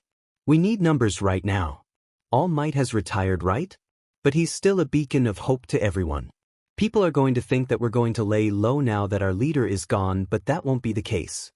Izuku turned towards Tamura. You're going to be leading us now, so what do you think? It caught Tamura off guard. His hands began moving towards his neck to scratch in annoyance but was stopped by Izuku. He took a hold of his hands before he began tearing at his neck. He looked at him, concerned. You gotta stop doing that. We don't have Sensei around to heal you if it gets really bad. He explained. Shit. Izuku was right about that. Sometimes when it got too bad, the wounds stung and irritated Tamura even more. They'd have to get Sensei's help. Already, Izuku was acting like a picture-perfect advisor. He knew Tamura enough to stop him from self-destructing but still respected him enough as his leader to ask his opinion. How the fuck was this the same hero brat from before? Listen, mophead, the best insult he could think of at the moment. I don't want to bring in some stupid criminals who don't know our greater goal. Plus, they'll think that they're better than us and it'll piss me off. His fingers twitched, wanting to really touch something now. Izuku only nodded. You're right about that. Low criminals will be a hassle to control, but at the moment we only have a few members. He nudged his head at the door that led to the common room. Izuku didn't know any of their names and referred to them as the others. Tamura assumed that the only people he actually knew was him and Kurogyari. But don't think of them as actual members, think of them as stepping stones. Disposable. Izuku grinned. His face was twisted, something that even Tamura felt weird to see on the boy. We'll just gather a bunch for an assault and let them die. I think we should target you, eh? Tamura raised an eyebrow, looking from him to Kurogyari. Izuku, why you? We know it'll be heavily guarded now. Kurogyari spoke up, placing some of the cups he was polishing down. Even if they weren't in a bar, it was a habit he couldn't break. Well, if you think of it, it might be the easiest way to go to destroy the hope for the future. Those students are still kids. They're not pros yet, even if they have some experience under their belts. If we get rid of them, there won't be any future heroes raised in time to worry about. Then we get rid of the actual pro heroes. I'm sure they'd feel an amount of despair not being able to protect some kids, don't you think? The logic was there. The plan was, of course, risky and had to be thought out better, but the outline Izuku had sketched out began sinking in both Tamura's and Kurogyari's mind. Listen, Tomachan. It's your decision, but when you're fighting a stage in the video game, do you go right to the boss? Or get rid of all the underlings first? Shit. He even knew to make game references. It became clear that whatever Sensei did to the boy's mind, it was phenomenal. Well, think about it, Tamura replied, frowning still. Kurogyari looked to Izuku. I believe it's an excellent strategy. Before then, I'd advise you to go meet the newest members of the league and familiarize yourself with their quirks and personality. We'll make a strategy. This made the boy beam brightly. Izuku hopped off the stool he was sitting on and headed towards the door. Thanks, Kurogyari. And while we're on the subject, I think it's fair to say I'm suggesting this plan on you, because... Izuku's face began to flush with embarrassment as he rubbed the back of his head. There's someone I really want to kill there. He almost laughed it out before heading through the door to meet the other villains. Kurogyari turned to Tamura, placing his hands down on the table. He makes a good point.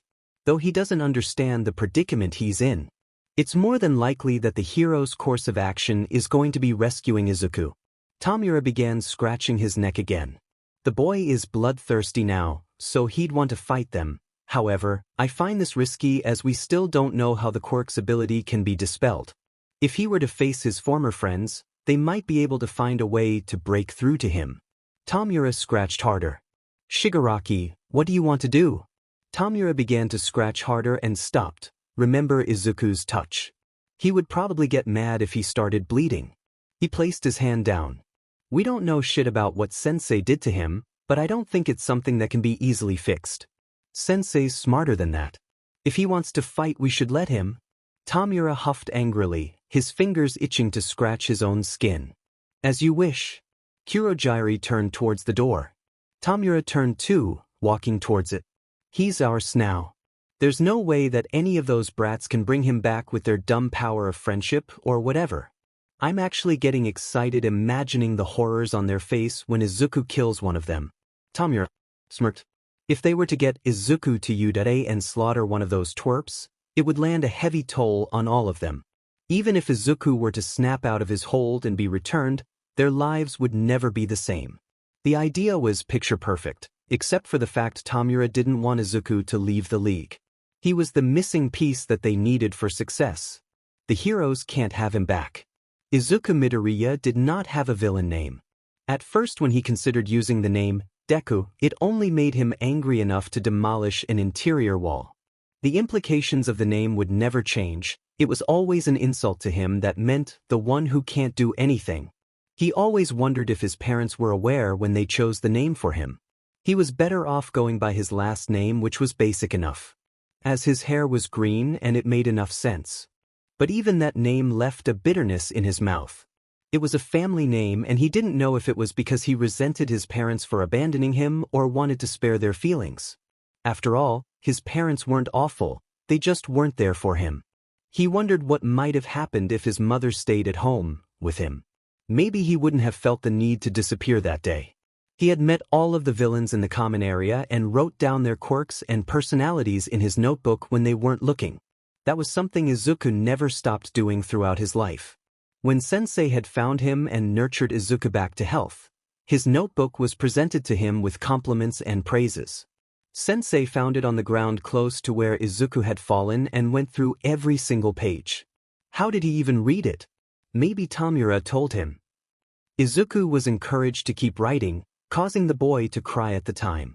All of the quirks he learned just now had given him an idea for a strategy, but he would need to write them down in a separate notebook and run some simulations. There was data missing, the hero course's quirks. For some reason, Izuku felt like he had written every student's quirks and abilities down beforehand. It was confusing since he didn't know anything about the class except that Kaken had been enrolled and placed in that specific class. Maybe it was because he saw the sports festival? That should be it. He needed to see some reruns of the Udata Sport Festival to compile a new notebook for a new strategy against the Udata kids. Izuku. Himiko Toga began pulling at his sleeve, a hand to her face. She was blushing madly. Her wild smile was a comfort to Izuku actually. The other villains looked at her, ready to stop her from saying anything that could give away some important information. Yes, Toga-chan? Izuku flashed a small smile to her. She nearly squealed. I think you're so cool. You seem to be thinking really hard? What are you thinking of? A strategy? She started rambling as Dabi walked over, frowning. Leave him alone, we need to get ready for what he's planning. He interrupted, making Toga pout in response. Dabi turned to stare at the boy, his face full of admiration and respect. Both Toga and him were taken by the boy, thought the latter wouldn't admit it as openly as the girl. Izuku laughed as the door opened. Both Tamura and Kurogiri walked into the room as the villains watched. Ah, Toma-chan, what did you decide? Izuku asked, pulling out his notebook and a ballpoint pen. Tamura licked his chapped lips, moving a hand into his pocket to retrieve his father, placing it onto his face. We're going with your plan, Izuku. Congrats. The last part felt like friendly sarcasm, at least to Izuku. Great. If I can, I want to get more information on the hero course students at UA. They may still be children but they know their strengths and are still heroes in training regardless. I was thinking I could watch some reruns of the school sports festival. A few fingers twitched from Tamura before Kurogiri walked over. Izuku, I don't believe that's wise. A hand was placed on the boy's shoulder. Why is that? I know some of the students' quirks, especially the ones that are from well-renowned families, but if I checked the footage from the sports festival I can write up an entire spreadsheet. Izuku explained, opening up his notebook.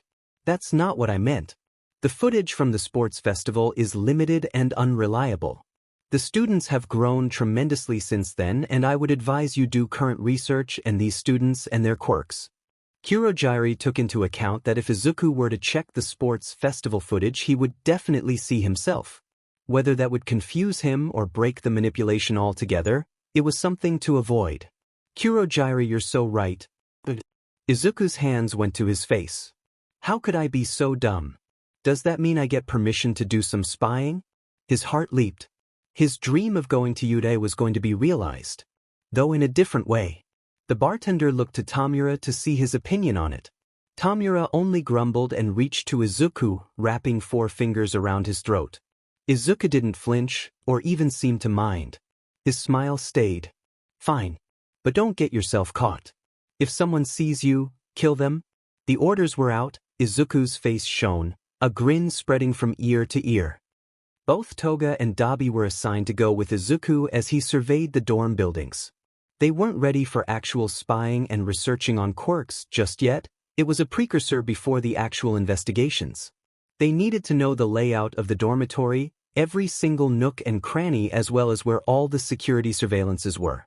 Izuku wouldn't know, but the 2 other villains were there to keep Izuku in check. If something were to happen that jeopardized his brainwash, they would take him back immediately. Izuku, on the other hand, felt that Toga was there as a precaution. If they were to be caught, Toga would use the blood she had gotten from Izuku, willingly, to transform into him. It would throw the heroes off and the real Izuku would make his escape. Dabi was insurance. His quirk could destroy the entire building really, as well as the forest surrounding them. While Izuku wasn't too happy to be playing babysitter at the moment, it was still true that 3 heads were better than 1. We're only on a survey mission, so really study this layout, okay? Find as many cameras as you can, mark and note them. We'll split up and meet back here in 10, got it? He gave the orders out to the 2 of them before they dispersed. Toga had used her quirk to transform into a civilian whose blood she took earlier in the day. She would circle the perimeter on foot to see how close they could be without hitting any red zones. Dabi would stay close to the meet-up point, watching the dorms from the front. If Izuku gave him the signal, he would spread his dark fire at the opening of the dorms to prevent anyone from leaving as they made their escape. That was only if they needed to get away if the mission had gone haywire. Izuku himself was too happy about the mission. Even though it was just the dormitories and not the actual school, Izuku felt like he could cry in happiness to be on campus one way or another. This could have been his at one point. What caught Izuku's eyes was the track field and battleground they had added close to the dorms. Of course, there was the actual field near the classrooms, but they must have thought it would be rewarding to have some of the outdoor training facilities near the dormitories. The school could really spend some money. He took note of the size and how far away it was from the dorms versus the entrance. He watched on top of a tree branch, using his fingers to mark distances between buildings. He made notes, both mentally and physically, about the area. It seemed like it would be a good place to lure the students, as the outdoor field was on the side of the dormitories. They could block the way to the front and back entrances, leaving them on the field facing a forest. Out of the corner of Izuku's eye, he watched as a student walked across the field and sat down in the middle, legs crossed. Squinting, Izuku couldn't help but wonder what idiot kid would want to wander into the cold night when there was danger amiss. The whole point of the dorms was so that the kids could be rounded up and watched over. Here was someone willingly leaving that protection. It almost made Izuku want to kill whoever it was. A flash of white and red finally settled in Izuku's vision. He grinned. Shudo Todoroki was out by himself, middle of the night, doing what? Meditating? What a loser. He only knew about the boy through his father. Endeavor, now the #1 pro hero. Shudo himself had acquired part of his father's quirk as well as an ice quirk. He remembered that much when Izuku saw him for the first time at Kamino Ward. With a dual quirk like that, it seemed that he would be the biggest threat to the league. Izuku's hand twitched, moving towards his belt to grab a knife. He wanted to know more about the boy, his quirk, and his background. There was something intriguing about the boy. Maybe it was the scar that blotted itself onto his face. Maybe it was the fact that both his eyes were closed, his chest rising and falling as he breathed in the air.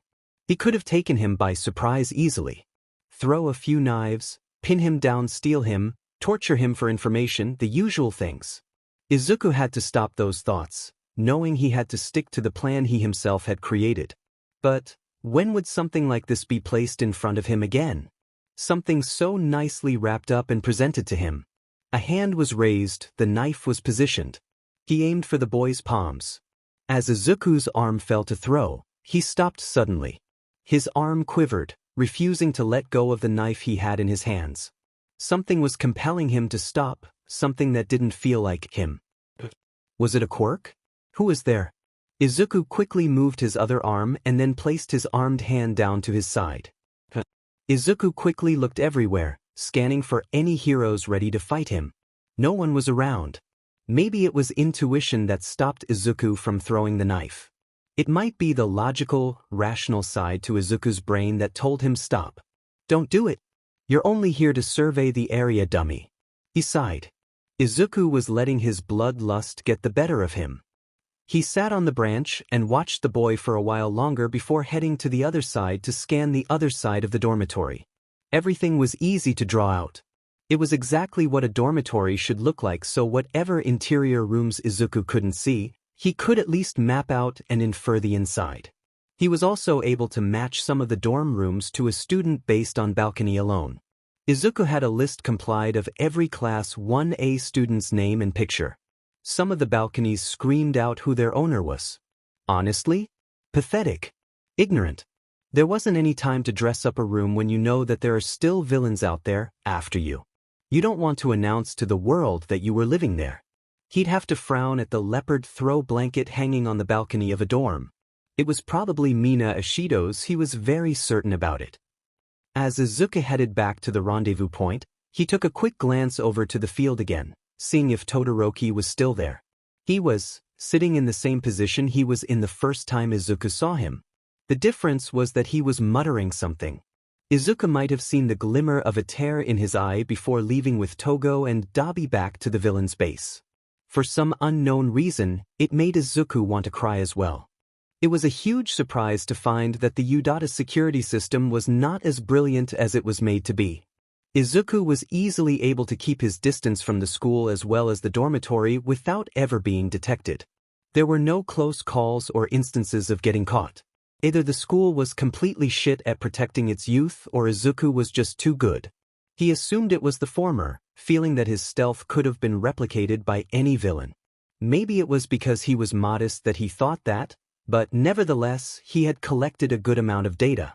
Kurogyari had given him some prior knowledge about the students of UA in the form of a piece of printed paper. It was a well-organized spreadsheet of the student roster, their quirks and weaknesses. It was a quick reference for Izuku to check when writing up his hero analysis sheets. Not only did he get the data of Class 1A, but he also achieved to find out the roster for other classes, from the hero department all the way to support, then even to general studies. He noticed everyone's routine, or so he thought. Sometimes kids would be in his blind spot as he wasn't likely to be in front of the dormitory's entrance when spying. On top of that, he was never able to look into the building no matter what angle he pushed himself in. His binoculars never cut it either, so it gave Izuku a feeling of unrest and anger.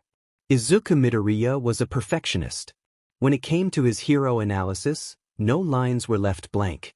He needed to make sure that every single basis was touched to find strengths, weaknesses, and possibilities. Tamura and Kurogyari let Izuku take his time, knowing that the boy would only get antsy if he didn't receive all the data he wanted. Even in just a few days, the villains had felt like they knew the boy for longer, maybe even years.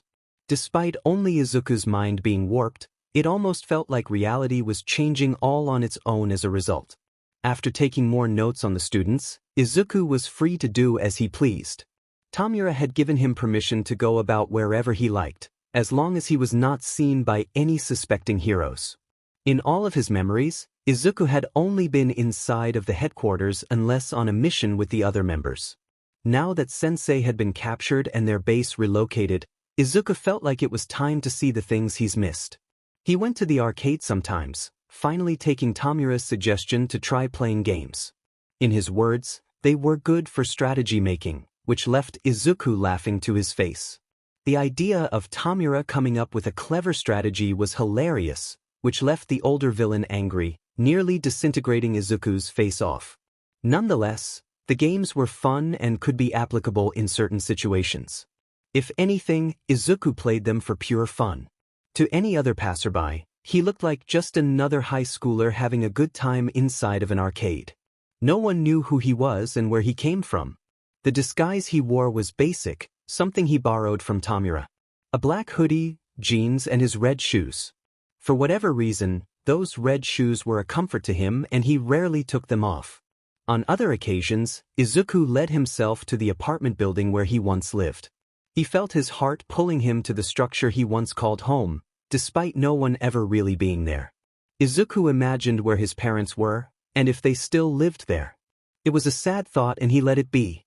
On this day while walking, Izuku stopped near the Dagoba Municipal Beach Park. Maybe he stopped because the sun was starting to set, and the light glistening on the water had given him some sort of beacon of hope? No, it wasn't hope, maybe it was a sense of longing. He remembered the time when he was younger and the beach had been covered in garbage and debris. Izuku couldn't help but wonder who had cleaned up the mess and their reasoning to why someone would go to such an extent for a mere beach park. Izuku couldn't help but shed a tear and he didn't know why. Bakugo was known to sneak out of the dormitory at odd times. His reasoning? To find Deku. Everyone in the class knew that was the reason despite his protests and vicious declarations of insults. His classmates would wonder who was taking Deku's disappearance and villainy the hardest, but the consensus was always Katsuki Bakugo. Even as he roared in disagreement and denial, everyone just knew. Half of the class understood that Bakugo wasn't ready to reveal his deepest regrets and pain, so they let him be. No one stopped him from trying to look for Deku. Kirishima had offered to go along but was given an explosion to the face as he attempted to follow the hot-headed boy. The pride swelling inside of Bakugo was still too great to accept help from his classmates. On top of that, he didn't want Kirishima to follow him when he went to the Midoriya household. Ever since he declared to Inko Midoriya that he will rescue her son, Bakugo had isolated himself from his classmates. Even if they all were friends with the green-haired brat, it was his burden alone to take on. His responsibility. His debt. Only a few choice classmates had tried to offer their help, those being people he were acquaintances with such as Ijiro Kirishima and Denki Kaminari. Other offered, like Shudo Todoroki, Tenya Ida, and Ochako Uraraka. However, those were all close to Deku and felt like pebbles to him. None of them could help him, it was something Bakugo had to face by himself. He didn't need any of them. He could save Deku by himself. Bakugo had left the Midoriya residence once the sun started to set. He had continued to visit her knowing that she would be lonely and refused to leave her in a pit of despair. Despite his own mother going to her place every day or so, Bakugo still felt the need to be there for her. Every time he came over she would bring out the cookies he liked as a young child. Even while in pain, she was still thinking of others. It was no argument where Deku had gotten his kindness. The way back to the station would have been easier if he had chosen not to take the scenic walk. Truth be told, he just didn't want to go back to the dorms. Going back meant being defeated, it meant that he didn't find Deku. There was something about looking out at the beach park as the sun descended that gave Bakugo a sense of uneasiness. To him it meant the day was ending, another day of failure. He wondered who had cleaned up the beach a while back, thinking that they must have been paid a good lot of money to even attempt something like that. What was strong was that the park had been cleaned all in a night's work. That was the true mystery. With his hands in his pocket, he stopped to look out towards the ocean. The sea breeze had blown his hair back gently. Bakugo couldn't help but frown. He turned to continue walking until he saw someone else in the distance, on the beach, staring out into the ocean. As the wind blew, the hood that rested on the person's head had fallen down, revealing a mass of green hair. His eyes widened, he continued to stare. Bakugo's body froze as the wind continued to blow. Could it really be him? Or was this some sort of illusion? Maybe something of his own creation where he desperately wanted to see Deku. When the boy turned his head, Bakugo saw a tear roll down his cheek. He knew. Deku. The name channeled itself down the beach, the waves following in its path as Bakugo used his explosions behind him to propel himself forwards. The amount of adrenaline that burst through him was unimaginable, the most he's ever had. One of his hands stopped, throwing itself up as he readied himself to land a punch on the boy. Izuku, on the other hand, recovered from his shock and reacted. A fist slammed into the sand below. Izuku used the force of the punch to throw the sand up in a smokescreen-like manner. Bakugo fell into a wall of sand and rolled onto his back, standing up quickly and gained his footing. In front of him stood Izuku Midoriya, readying his fists with a small smile on his face. Wow, Kaken, I really didn't expect to see you. The boy's eyes darkened. He would have went on to say something about not seeing Kaken leave the building, but he refrained from doing so. He couldn't give away the fact he was spying on the campus. Deku, you piece of shit, where have you been? Do you know how much trouble you've caused me? Bakugo's hands twitched, explosions readying as he panted heavily. Izuku could only ready himself. Oh, I'm sorry, I didn't know that I was your problem. A coy smirk set Bakugo off. He threw himself at the other boy, using his right hand to land a blow. Izuku blocked it with a kick upwards, Bakugo's momentum being thrown off. It's been years, but I remember that you always start with a right hook. I think you're underestimating me, Kaken. Deku leaned in to deliver his own right hook punch, smashing his fist into Bakugo's face as he flew feet across the sand. He turned his body around to land on his feet on the sand, using his fingers to hook into the sand to stop him from moving. Shit. Bakugo's rage was getting the better of him. He should have known that even brainwashed Deku would remember about his goddamn right hook. Habits don't die without leaving a fight. He screamed out, charging right back at him. Snap the fuck out of it, you stupid brat. Bakugo used his explosions to propel himself over Deku, then using his left hand he changed the moment of the fall to land a kick on the boy's back. Izuku fell forward and quickly regained his balance, a smile still plastered on his face. Bakugo himself could not smile throughout the entirety so far. His focus was on the boy in front of him. Knock him out. Take him back. That was the plan, but easier said than done. Why been brainwashed? Bakugo screamed out. The anger and disgust in his voice was evident. If he could get Deku to realize his situation, he might be able to pull himself out of it. He remembered the sport festival and the match he had with Shinso. No one was able to break out of his hold by themselves, but fucking Deku did it, so he should fucking do it now. You're not a dirty-ass villain, so stop acting like one, you fuckface. Izuku could only stare at Bakugo, a face that screamed disappointment. Honestly, what the hell are you even talking about? If you're trying to get me off guard, it's not going to work. Izuku charged back at Bakugo, his fists surging with power as he threw a punch in the air, sending waves of wind and sand hurling towards Bakugo. The other quickly used his quirk to create an explosion to counter it, but once the sand and smoke subsided, Izuku was there in front of him, a first thrown up to catch Bakugo right under the chin. That fucker. Bakugo winced in pain as he fell backwards. Before he could get up, two knives plunged themselves into both of his palms. A scream was released as he tried to use his explosions, the sweat slipping into the wound the knives had made and began tearing apart the skin. His explosions were failing him. His explosions were hurting him. The knives bore into his now charged palms, deep enough to exit out of his hand and into the sand below him. Izuku walked over to him, a frown appearing on his face. Kaken, why do I feel like you were holding back? Or maybe it's the fact that I might be. Izuku's eyes lit up as he leaned down. Stronger than you? His lips moved to turn into a twisted smile, the same one that Bakugo and the others had seen during Kamino Ward. The look of a villain ready to kill. Honestly, I really wanted a match with you that wasn't this disappointing, but I was told that if I were to get caught I should kill whoever catches me. You're not really an exception, Kaken. The boy sighed, standing up as he pulled out another knife from his belt. The blade shone against the sunset. The sun seemed to be falling faster as Bakugo felt his life's clock ticking. Bakugo gritted his teeth, his eyes filled with hatred and terror and remorse and guilt. Everything swirled into his vision as he felt his eyes sting. It wasn't supposed to be like this. His voice was barely audible. What? Izuku frowned again. It wasn't supposed to be like this. I was supposed to be kidnapped, not you. You fucking saved me when I didn't fucking ask you to, and now you're like this and it's my fault. His breath hitched, his lungs continued to pump out verbal spews. This isn't the fucking loser who never quits. This isn't you, and for once in your life let me save you. In that moment, Bakugo thought he saw a flicker of Izuku's old self in his eyes. It quickly diminished as it was replaced with a seething smile barred behind gritted teeth. His eyes went back to craving death. What the hell are you saying, Kaken? You trying to save me? All you've done was destroy me. So now I'm going to destroy you. Bakugo's face fell flat. His view wasn't the knife that was being thrusted down, nor was it the sun in the background finally fading away.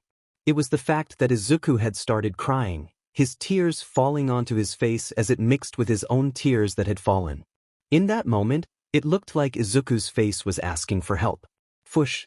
A stream of fire had been blasted from the side, causing Izuku to jump back from his spot to dodge the attack. He turned to see two boys charging towards him. Both of them were the boys Izuku had saw at Kamino Ward. Now he knew their names, Ijiro Kirishima and Shuto Todoroki. Izuku scowled, switching his knife's hold from bottom to top as he charged towards the two of them. Todoroki had sent another flame blast towards the boy, which Izuku dodged by jumping in the air. A wall of ice had created itself from the floor up to make a ceiling. Using his legs, Izuku quickly kicked down the ice barrier and landed onto the sand, his knife aiming to the nearest student. His blade clanked onto Kirishima's hardened arm, Izuku gritting his teeth as he tried another strike to the boy's head. Another arm was raised to block the attack, but Izuku was ready with his other hand himself, throwing a punch towards the boy's middle. Again, more hardening, but he felt the blow of his powered-up punch get through to the boy. Shit, Midoriya. You can really throw a punch? Kirishima smiled, wincing as he grabbed a hold of Izuku's wrist. Izuku quickly whipped back his blade to stab at the hand that was holding him. The boy let go and they both furthered distance from each other.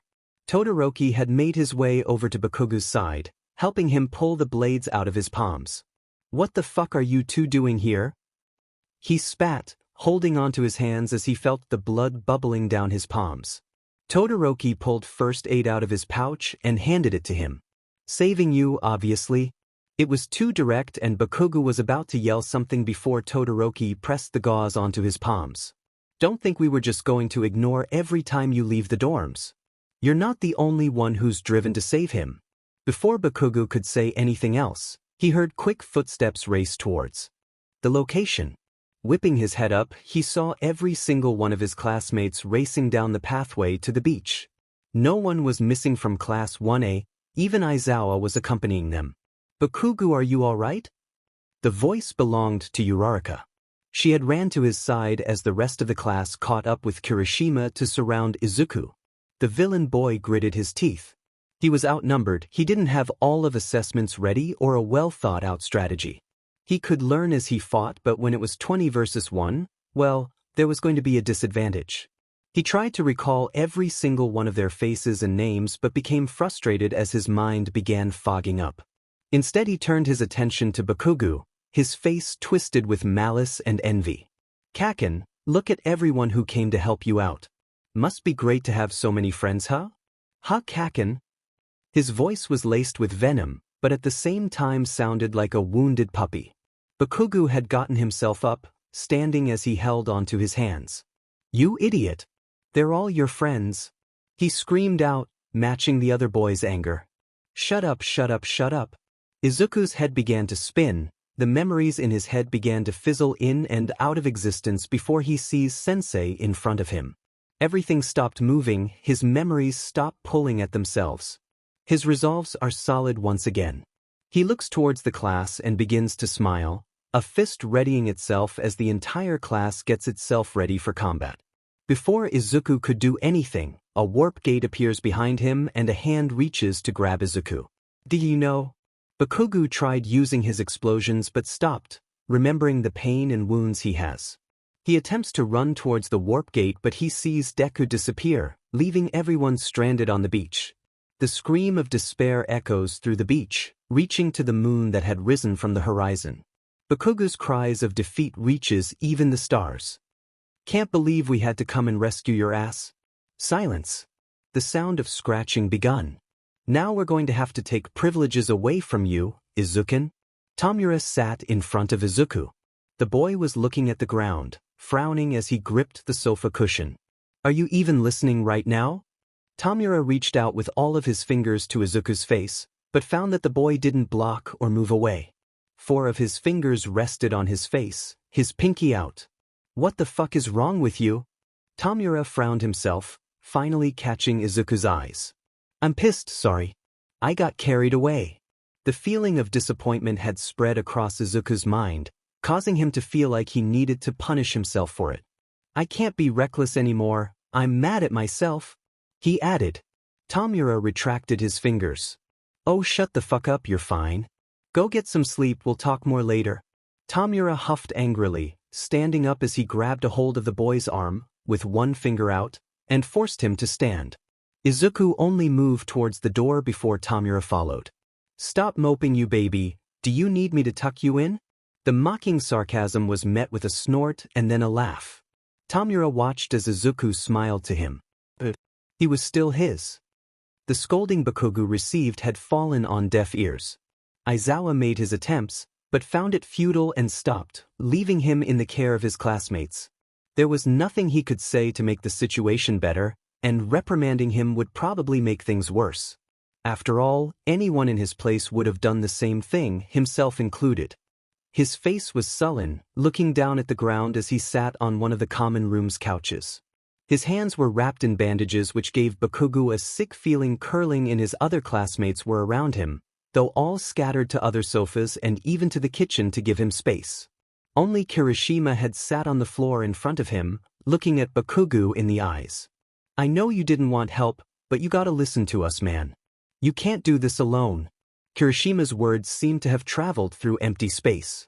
Everyone's worrying faces watched Bakugu and any reactions he would give. I know how it feels to seek vengeance and become fueled by your own personal agenda. That was Ida's voice. His hand was placed onto Bakugu's shoulder. He didn't move to shrug it off.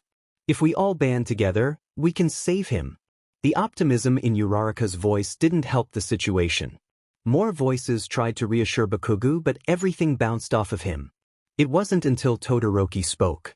Did you see his eyes? Bakugu looked up at the other boy, finally giving some sort of reaction. I saw tears. Before Kirishima and I had gotten there, he must have been crying. What did you see? All eyes went back to Bakugu. Truth be told, the boy felt anxious having everyone waiting for his response. It was different than when he declared his victories over speakers or when he threatened his classmates. The words lumped up in Bakugu's throat. He looked like he was calling for help. A gasp from Uraraka pierced through the room. That means he's still in there. He's calling out for help. Bakugu! She moved closer to him, her fists balled up. He's not gone. Bakugu remained silent. Even so, what the fuck could he do? He was stuck to the ground, unable to do anything. Even with pleading eyes, Bakugu still wasn't able to save him. He was a failure. A weakling that couldn't do anything even if it was presented right in front of him.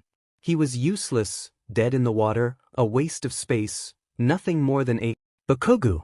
Todoroki's voice chilled the air. Do you think Midoriya had made it this far all by himself? Everyone turned to look at him. He didn't just rely on his own strength, but he had help along the way and cherished the bonds he created. If it wasn't for him reaching out to me, I would have never been able to forgive myself. Bakugu recalled the moment in between the cavalry battle and the final tournament during the sports festival. He remembered hearing about Todoroki's past. He reached out to me and helped me, so I'll do the same to you. Todoroki held out his hand. You want to save him, but so do we. You put all this burden on yourself when you didn't have to. You think that this is a path only you can take, but that's not true. Let us walk with you. Let's save him. Bakugu stared at Todoroki, seeing the resolve in his eyes. That fucking idiot, always going around and saving people when they weren't asking for it. He took a hold of the boy's hand, nodding his head gently. Their grip strengthened. He had to let go of his guilt and fill it with something else. Something better, some kind of fuel that would drive every single one of them. The entire class gaped and cheered, moving closer to Bakugu as he kept his sights on Todoroki's. He returned the boy's smile with one of his own. To Kurogiri, it almost seemed like Tamura was postponing all of their plans to destroy the heroes. Reason? Well, it was obvious to anyone that the young man wanted to keep the new addition under his control.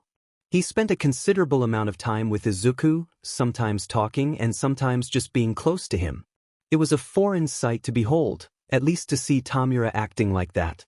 The man was usually playing a game by himself, growing frustrated by the second until he disintegrated something nearby. Now Tamura seemed to have mellowed out, using Izuku as a catharsis for his pent-up anger and childish tantrums. Izuku, on the other hand, seemed to be fine being used as a vehicle for the older boy's desires. What their sensei had done to him was pure craftsmanship, truly something to behold. So I was thinking we can work on making a pathway towards the school, maybe underground. We could be right below them and they'll never notice. But then I guess we would have to worry about certain quirks like Mezashujis and Kyokujirus that could possibly hear us, huh? Izuku had been rambling out different tactic and strategies to Tamura, who lied down on the dirted sofa, legs up on the armrest. He had father's hand on his face, his own hands folding on top of his stomach. To anyone passing by, Tamura looked like he was asleep. In actuality, he was very intent on listening to Izuku's voice. The best course of action might be spreading them all out in locations that don't accustom their quirks, but even then I feel they're well adapted to changes in environment. Izuku rubbed his face, scratching out something on his notebook before realizing he could have easily erased the writing instead. He took the pink eraser and began furiously erasing the work. Maybe it would be better to lure all of them away and take them all at once. It would save time, and I'm sure we can do it if we brought them to our terrain. He continued to mumble, now mostly to himself as he scribbled in his notebook. Tamura reached up and took a hold of Izuku's wrist, one index finger off the skin. Enough. You're overthinking. Tamura let go of Izuku's wrist, causing the boy to sigh in annoyance rather than relief. Izuku turned towards Tamura, looking down at him. Do you have any ideas? Did you even hear anything I said? He asked, a small smirk spreading on his face. It was met with a pat to the head from Tamura. Of course I did. I think right now you need some new perspectives. Tamura hoisted himself up to a sitting position, scratching the back of his head lightly, not enough to break skin. I think you've been frying your brain out being locked up in here, probably our fault for making you stay put. His hand went up to scratch his neck but stopped himself, remembering that Izuku was there. Izuku hummed thoughtfully, leaning back and stretching his arms back. He rolled his head to stretch out his neck and pulled up his notebook, reading it over. His eyebrows furrowed, rereading what he wrote in the rushed chicken scratch on the paper. What do you mean? Can I go out then? His face beamed at the thought. Tamura sighed, nodding his head. Yeah, I think you should go out, but I'm going with you this time.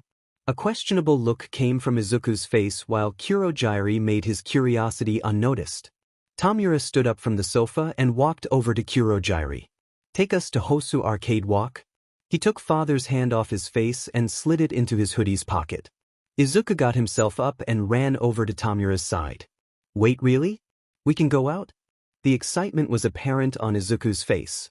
He almost looked like a child that was given an all-sugar buffet. Tamura nearly snorted at the sight but headed towards the bartender. Kurojairi, we're going out. We'll be back whenever. It was a command. The bartender only nodded in acknowledgement as Izuku ran towards the two, nearly jumping up and down. The warp portal was out in front of them, Tamura rubbing his neck gently as to not scratch it. Izuku thanked Kurojairi and walked through the portal. Before the older boy could go in, Kurojairi placed down the glass loudly on the table. Make sure you keep him in check. We don't want another incident to happen. Are you sure this is okay? Tamura only nodded his head, placing his hoodie over his head. Yeah, it'll be fine. I'll look after the brat. The word almost sounded endearing. Kurojairi nodded once more as Tamura entered through the warp gate. The boardwalk was lively, despite it being the evening. There was a wooden walkway towards different carnival stands as well as entrances to arcades. On top of that, there were multiple carnival rides that operated by locals either using mechanics and even the quirks of those operators. It was a nice boardwalk where people went to enjoy themselves. The only reason Tamura knew the place is because they had a certain vintage game in the back of one of the arcades that he liked to play. He filled up the high score rankings rather easily. Izuku stood next to him, dressed like any other teenager who was going out for a night of fun with friends. A plain hoodie and t-shirt, for some reason had the kanji that said t-shirt, and jeans. No one knew that the two of them were villains, people who sought to end the age of heroes. The green-haired boy beamed at everything, taken by all of the lights and different kind of games there were. We're seriously here? Going to play games? He nearly laughed at the fact. Tamura raised an eyebrow, stuffing his hands into his hoodie pockets. Yeah. You're paying though. Tamura looked down at the boy whose face dropped. Wait. I didn't bring my wallet. Actually, I don't think I even had a wallet to begin with either. I actually don't know what I've been doing. I mean, sometimes Kurojairi gives me money, but he didn't give me any now, so I don't have anything on me. Oh man, I'm sorry Toma-chan, we came all this way and now we can't dash. Izuku was interrupted by loud laughter. Tamura covered his face with his own hand, a pinky up, but began snorting into his sleeve. Shut the fuck up, you idiot, I was joking. Come on. He took a hold of Izuku's arm with his other hand and dragged him to one of the carnival stalls despite his protests of betrayal. The game was a simple one. It was throwing the ball to hit one of the cartoon paper monsters on top of tables. The stall had a sign that read "No quirk cheating," to which Izuku found rather amusing. He quickly scanned at the prizes that were decorating the exterior of the stall. Some All Might plushes, no thanks, but there was some cute animal ones that Izuku noticed instead. A certain stuffed animal caught Izuku's eyes. It was a cow with a mad face on it. Its eyes were low and its body looked like it was slumping. For some reason, it reminded him of Toma-chan. Let me do this one. Izuku grinned, looking at Tamura. Fine, whatever. Tamura took out a small pouch, handing the stall operator the money. The operator gave Izuku 3 balls, all of them worn out and soft. He took a hold of one of them and threw it up in the air to catch. Izuku wanted to test the ball and what material it was made out of. Izuku was about to mumble once more, holding the ball in his hand and his other hand on his chin. Alright, so I only have 3 shots, and to win a prize I have to hit everything down with no mistakes. That seems fine. I don't need my quirk to hit something with precision. But there's got to be some trick to this. Obviously these games are rigged for everyone, so I just need to figure out what the trick is going to be, but I don't have a test throw to figure it out, so dash. A fist tapped the top of Izuku's green mop of hair. Tamura stared at him with dull, tired eyes. Fucking just throw the ball? Izuku flushed with embarrassment and nodded his head. Okay. Izuku stood in front of the stall, taking a deep breath before he aimed the ball, tossing it with his regular strength. He hit the first monster. Okay, cool, next ball. Izuku shifted to the left and aimed, tossing the ball and wapow. Another direct hit. Now it was the last ball, final chance. Izuku took another deep breath, focusing on the target before him. He threw the ball, it was on the course to hit the final target. Izuku didn't notice the stall operator's grin, especially when the ball hit the back of the stall. Oh, too bad, kid, here's a consolation prize. The stall operator handed him a lollipop. There was a yellow smiley face printed onto the wrapper. Izuku took it and frowned, looking at the stall and what had happened. Surely it was the operator's quirk that affected the ball in some way, but it happened too quickly for Izuku to see. He couldn't really prove that the stall operator had anything to do with it. Tamura, however, had caught wind of what was going on. He was watching Izuku the entire time, and the ball had somehow gone off course from its intended path. Move. Tamura stepped up, pushing Izuku back. He handed more money to the stall operator, taking the balls with a few fingers. Izuku was rather perplexed. How would he throw the ball with only a few fingers? He never really saw Tamura do anything like that, so he was rather interested in how he would go about the game. Tamura took a hold of the ball with all of his fingers. It disintegrated and fell into pieces of ash. Hey! The operator looked at what was once his ball. Sorry, my bad. He took a hold of the other ball and tossed it really hard towards the monsters, the ball disintegrating before it could reach anything. The stall operator was getting angrier, stepping directly in front of the game. Listen, kid, give me that ball, get the hell out of here, dash. Before he finished, Tamura tossed the ball at his face with only a few of his fingers. Whoops. Before Tamura could grin and challenge the stall operator, Izuku took a hold of his arm and dragged him away, turning the corner. Tamura was about to argue but saw Izuku holding the large stuffed cow in his arms. His brows furrowed, puzzled for a second as Izuku continued to peek over the corner to see if the stall operator was looking for them. Did you steal that? Tamura asked, staring in the eyes of the sullen cow. Yeah. The booth was rigged anyways. Izuku grinned, handing him the stuffed animal. Here, I wanted to get it for you. It totally reminded me of you. He laughed, Tamura taking the plush cow with his wrists. He stared at it, frown mirroring the animals. Fuck you. Tamura pressed his face into the cow's head, feeling the softness while hiding the smile that crept onto his pale face. The two had chosen not to do any of the stall games, seeing as they all were rigged one way or another. One stuffed animal was good enough, plus what the two of them really enjoyed was the arcade games. The fighting games were familiar, easy to play and good when it comes to 2 players. While Izuku was great at tactics, he couldn't beat Tamura when it came to anything virtual. Toma-chan, I don't think this is fair at all, you always win. Izuku pouted, watching as the screen blacked out with the phrase, Player 2 wins, crawling from left to right. Tamura only shrugged. Fucking get better. That left Izuku with an even deeper pout. When was the last time we played an arcade game together? Izuku tapped his chin, thinking back in his memory bank. Tamura stiffened up, knowing that he wouldn't have an answer to that since it's never happened before. Shut up, stop being a sore loser, let's play something else. Tamura reached up to scratch his neck before Izuku slapped his hand down. Wanna play Dance Dance Revolution? Izuku pointed, his face beaming. No.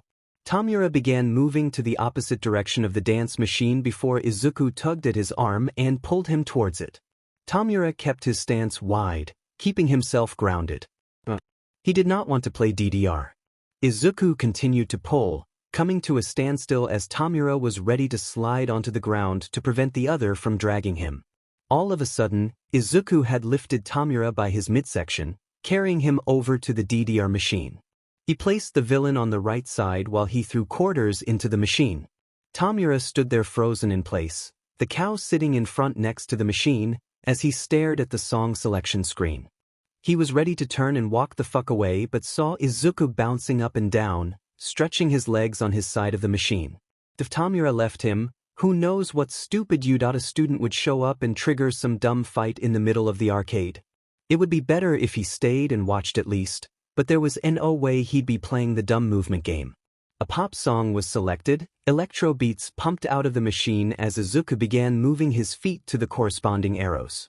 He looked to be on a higher difficulty with the amount of arrows flying up and down the screen. Tamura, on his side, only had a few arrows moving from the bottom of the screen, all displaying miss whenever it passed the top gauge. It's been forever since I've played this. Izuku laughed, his face breaking out into a grin as he held onto the red bar behind him to hit all of the fast arrows. Tamura couldn't help but notice how much of an idiot the kid looked, but why was he smiling himself? Tamura stared at the screen and slowly tapped a foot on the arrow when it was close to the top arrows. His good and almost weren't as impressive as Izuku's perfect and marvelous. Tamura stopped moving his own feet to just watch Izuku move on the steel platform. He couldn't tell if the boy was using his quirk to power his legs up to catch the speed of the game, but either way it was something impressive. A few other arcade passers-by had made their way over to watch the performance, leaving Tamura with a sense of anxiety on his stomach. Though they weren't looking at him, they were all staring at Izuku. The younger boy was taking the limelight, not what anyone had intended with the new dynamic. Sensei had given Izuku to him as a gift, an apprentice, a sidekick even, so why was he shining above him? The anxiety in his stomach had churned into frustration and then detest. Why was everyone's eyes on him? He was nothing but a brainwashed kid who got himself kidnapped. He was pathetic, an idiot, something to be disposed. Tamura reached over to grab a hold of Izuku's arm with the full intent of using all his fingers. Right when he was about to wrap his fingers around the forearm, Izuku quickly stopped moving and took a hold of the man's wrist, keeping it off him. "Are you okay, Tomo-chan?" Izuku had stopped everything he was doing, letting the game continue until it ends after too many misses.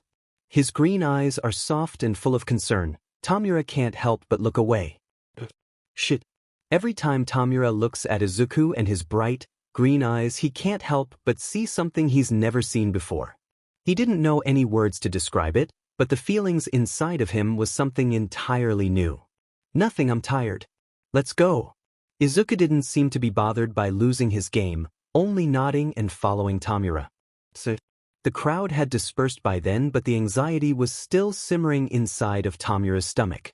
He headed out the arcade before realizing what he had left inside. "Wait, fuck, I left the dumb cow." Before Izuku could say anything, Tamura made a U-turn straight back into the arcade. He headed directly towards the DDR machine to come face to face with a small boy who had picked up the cow, looking victorious. Izuku followed behind and leaned down to the child. "Hey there, we left our cow here, thanks for giving it back." Izuku grinned, holding his hands out, but the kid only grinned back and stuck out his tongue. "No way. Finders keeper." The kid looked back at his other friends, all of them looking to be around the age of 6. "But it's ours, and if we could have it back now dash. Get out of here, stink face." Izuku blinked, looking at this young child who had such a potty mouth. He couldn't help but be reminded of a certain someone he detested with all his being. His fists began to ball, teeth baring as they were pulled tightly. "Listen, kid." Before Izuku could continue his thought, the child held up a hand and popping noises crackled at Izuku's face. "Go away or I'll use my cool quirk on you." The other boys behind the kid cheered him on, but something had snapped in Izuku. He quickly took a hold of the boy's wrist, pushing it down. The child let go of the stuffed cow and began to cry out.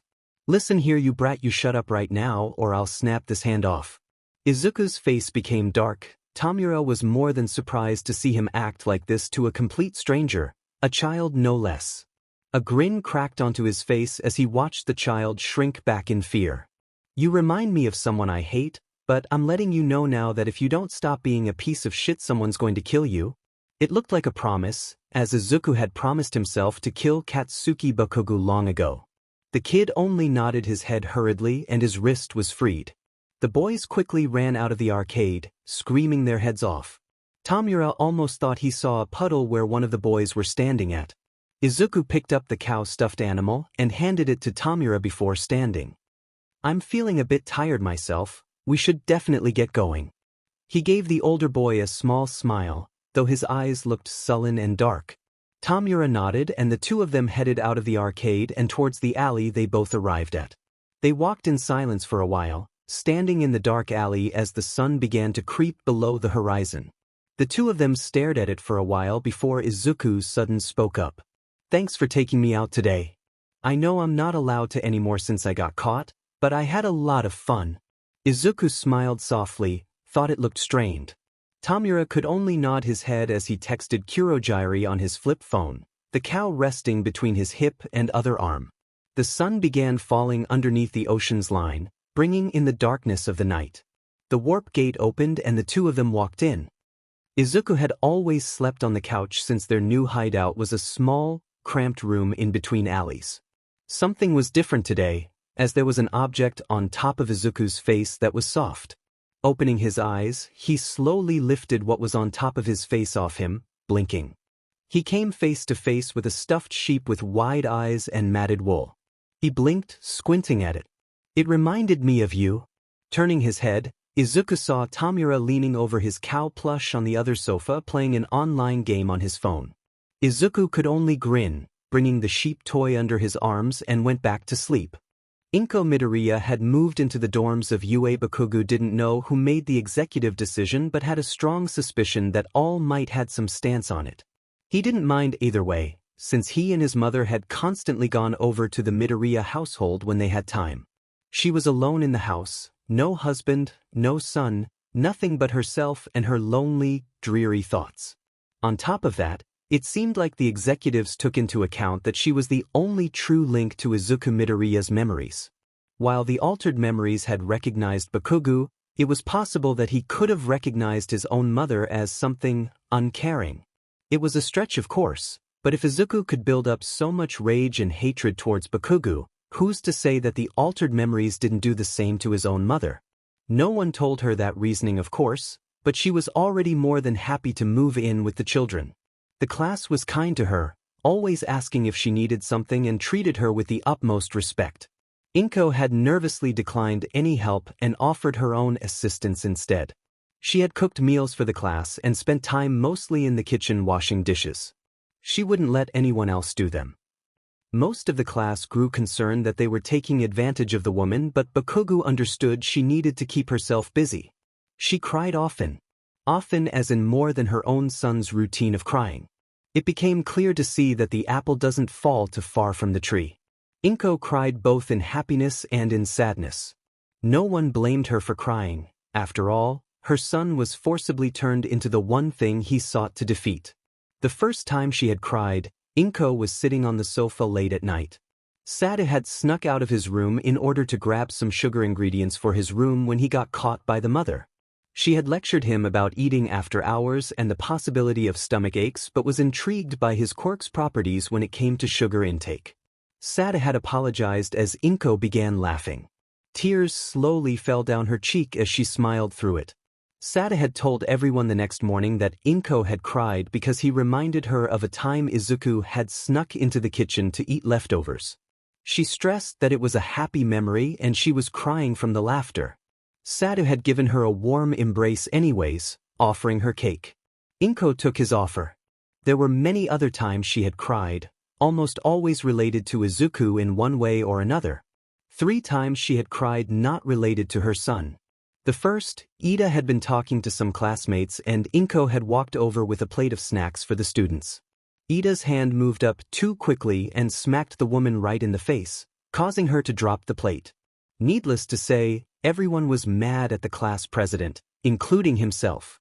Inko had reassured him that she was fine, her eyes just wells up easily. Ida was ready to jump off the balcony despite the mother trying to let him know that it was only an accident. The second time she had burst into tears without the topic of her son was when Yaoyorozu made her a music box to decorate her guest room.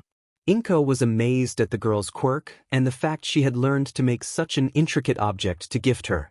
This also caused an uproar in the class, finding it unfair that Yaoyorozu could create such a great present. After that, Inko's guest room was decorated with various trinkets and home decor the other students either bought or made for her. She cherished each and every one of the gifts she received from the students, making her cry again. The third was a time only Bakugo saw and didn't say a word of it. It was past curfew and everyone had gone to bed.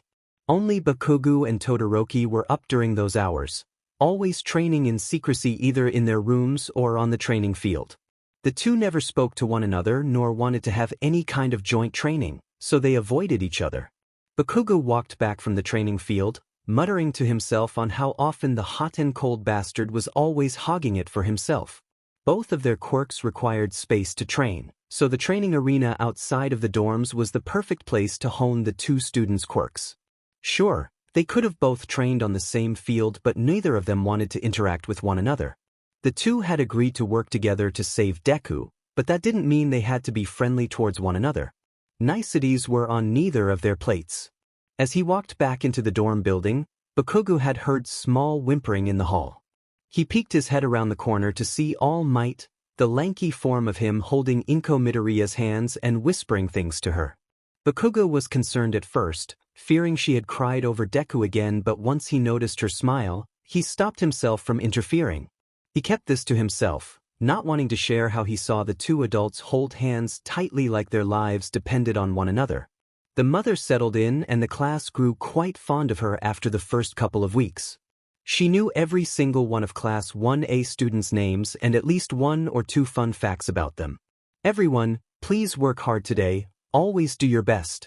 Inko had nervously stuttered out as the students headed out the dorms, towards the main school building. She was always given hugs and promises in return, but Bakugo always felt bad whenever they had to leave her alone at the dormitory. She didn't have anyone to occupy her thoughts with, so that was probably the time when she thought about her son. Usually Bakugo went straight back to the dorms after all classes were over, but today he had to meet someone. It took him a while to figure out where the damn nerd was after classes, but today he would finally be able to ask the questions he needs. What do you want, hero course? The tired eyes gave a harsh edge that Bakugo countered with a glare of his own. Shut the fuck up and listen to me. This ain't about me, okay? I wanted to talk about your damn quirk. He frowned deeply. The other boy, Hitoshi Shinso, raised an eyebrow curiously. Why would you want to know about my quirk? Seems like you have better things to do than talk to us general department kids. The boy sighed, reaching up to rub the back of his neck. Back in the sports festival, Bakugo grimaced. Izuku Midoriya, the guy you were fighting in the tournament. How'd he overcome your quirk? His voice grew low, Shinso's eyes widened. Is this about his disappearance?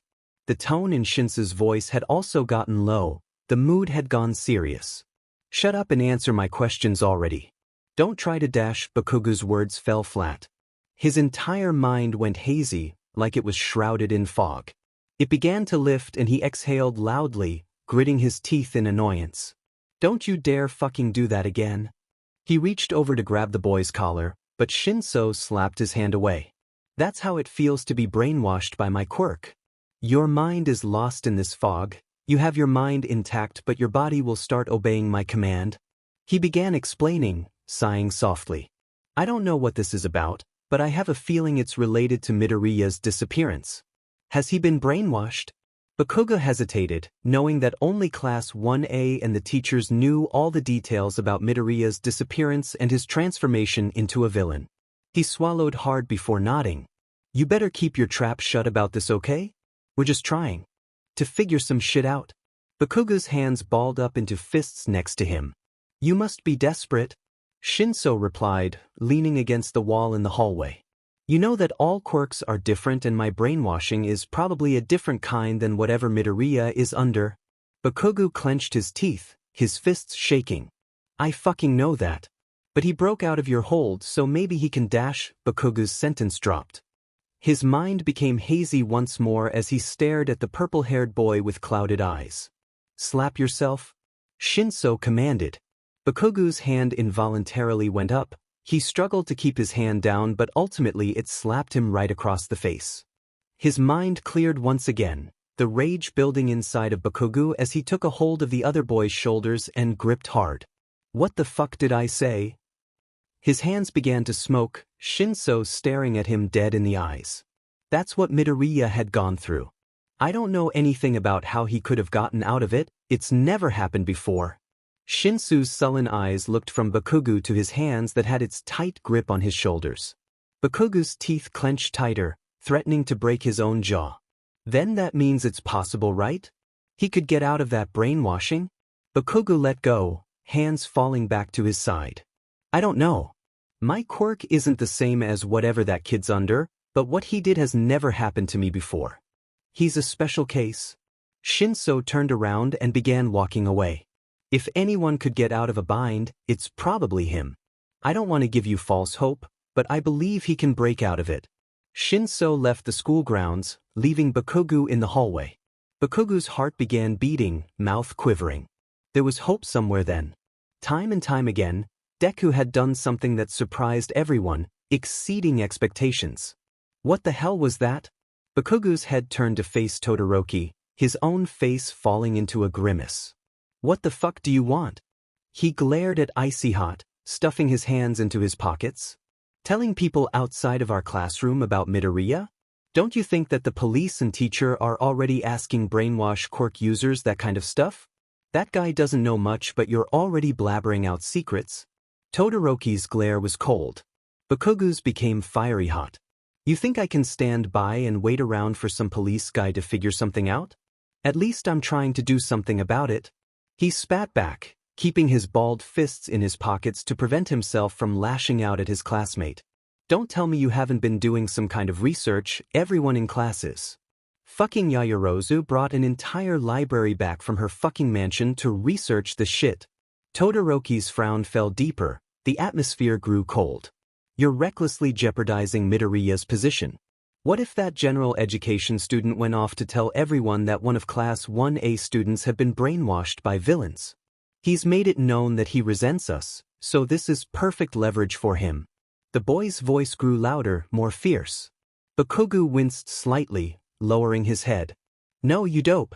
I know for a fact that shitty purple-haired loser isn't going to tell anyone." Bakugu glared back at Todoroki before turning around, heading out the building. "And how do you know that?" Todoroki called out, following him. "Because when I talked to him, he got those fucking eyes when I mentioned Deku. Like, shit, I don't fucking know how to describe it." Bakugu turned back to him. "It's the same eyes you fucking got, the kind that means Deku helped you out in some fucking way?" Todoroki stopped, eyes wide. Bakugu sneered, "That must have shut him up. By the way, I'm taking the training field tonight. Don't show up, bastard." Bakugu screamed out before walking out of the school. Just like he expected, Todoroki did not show up to the training field that night. Perfect. Bakugu walked out into the field and took deep breaths, aiming his hands out. There was plenty of things he needed to work on. Maneuvering with his explosions to be as accurate and quick as he can, also he needed to work on condensing the trajectory of his blows in order to create a single, powerful shot. It was a special move he had been working hard on, and now he was able to work upon it in the training field. Focus. Put all the power on the tip of my fingers, don't activate the palm. Focus. Before he could release the explosive energy stored up, Bakugu heard footsteps approach. He swung his hands towards the invader with threatening reflexes, only to come face to face with Inko. It's just me." The mother squealed out, tears welling up in her eyes. Bakugu quickly put his hands down. "Shit, I'm sorry, I mean fuck, wait, shit, sorry, you shouldn't have snuck up on me." He tried to apologize for nearly blowing the woman's head off, and then for the cursing, but ended up yelling at her instead. "I'm sorry, Katsuki. I should have said something, but then again you really shouldn't be out here past curfew." Her face turned stern, her tears drying. Bakugu was sure the woman would have burst into tears, but he misjudged the motherly instincts that overrides fear. "I'm just training, you don't have to worry about me.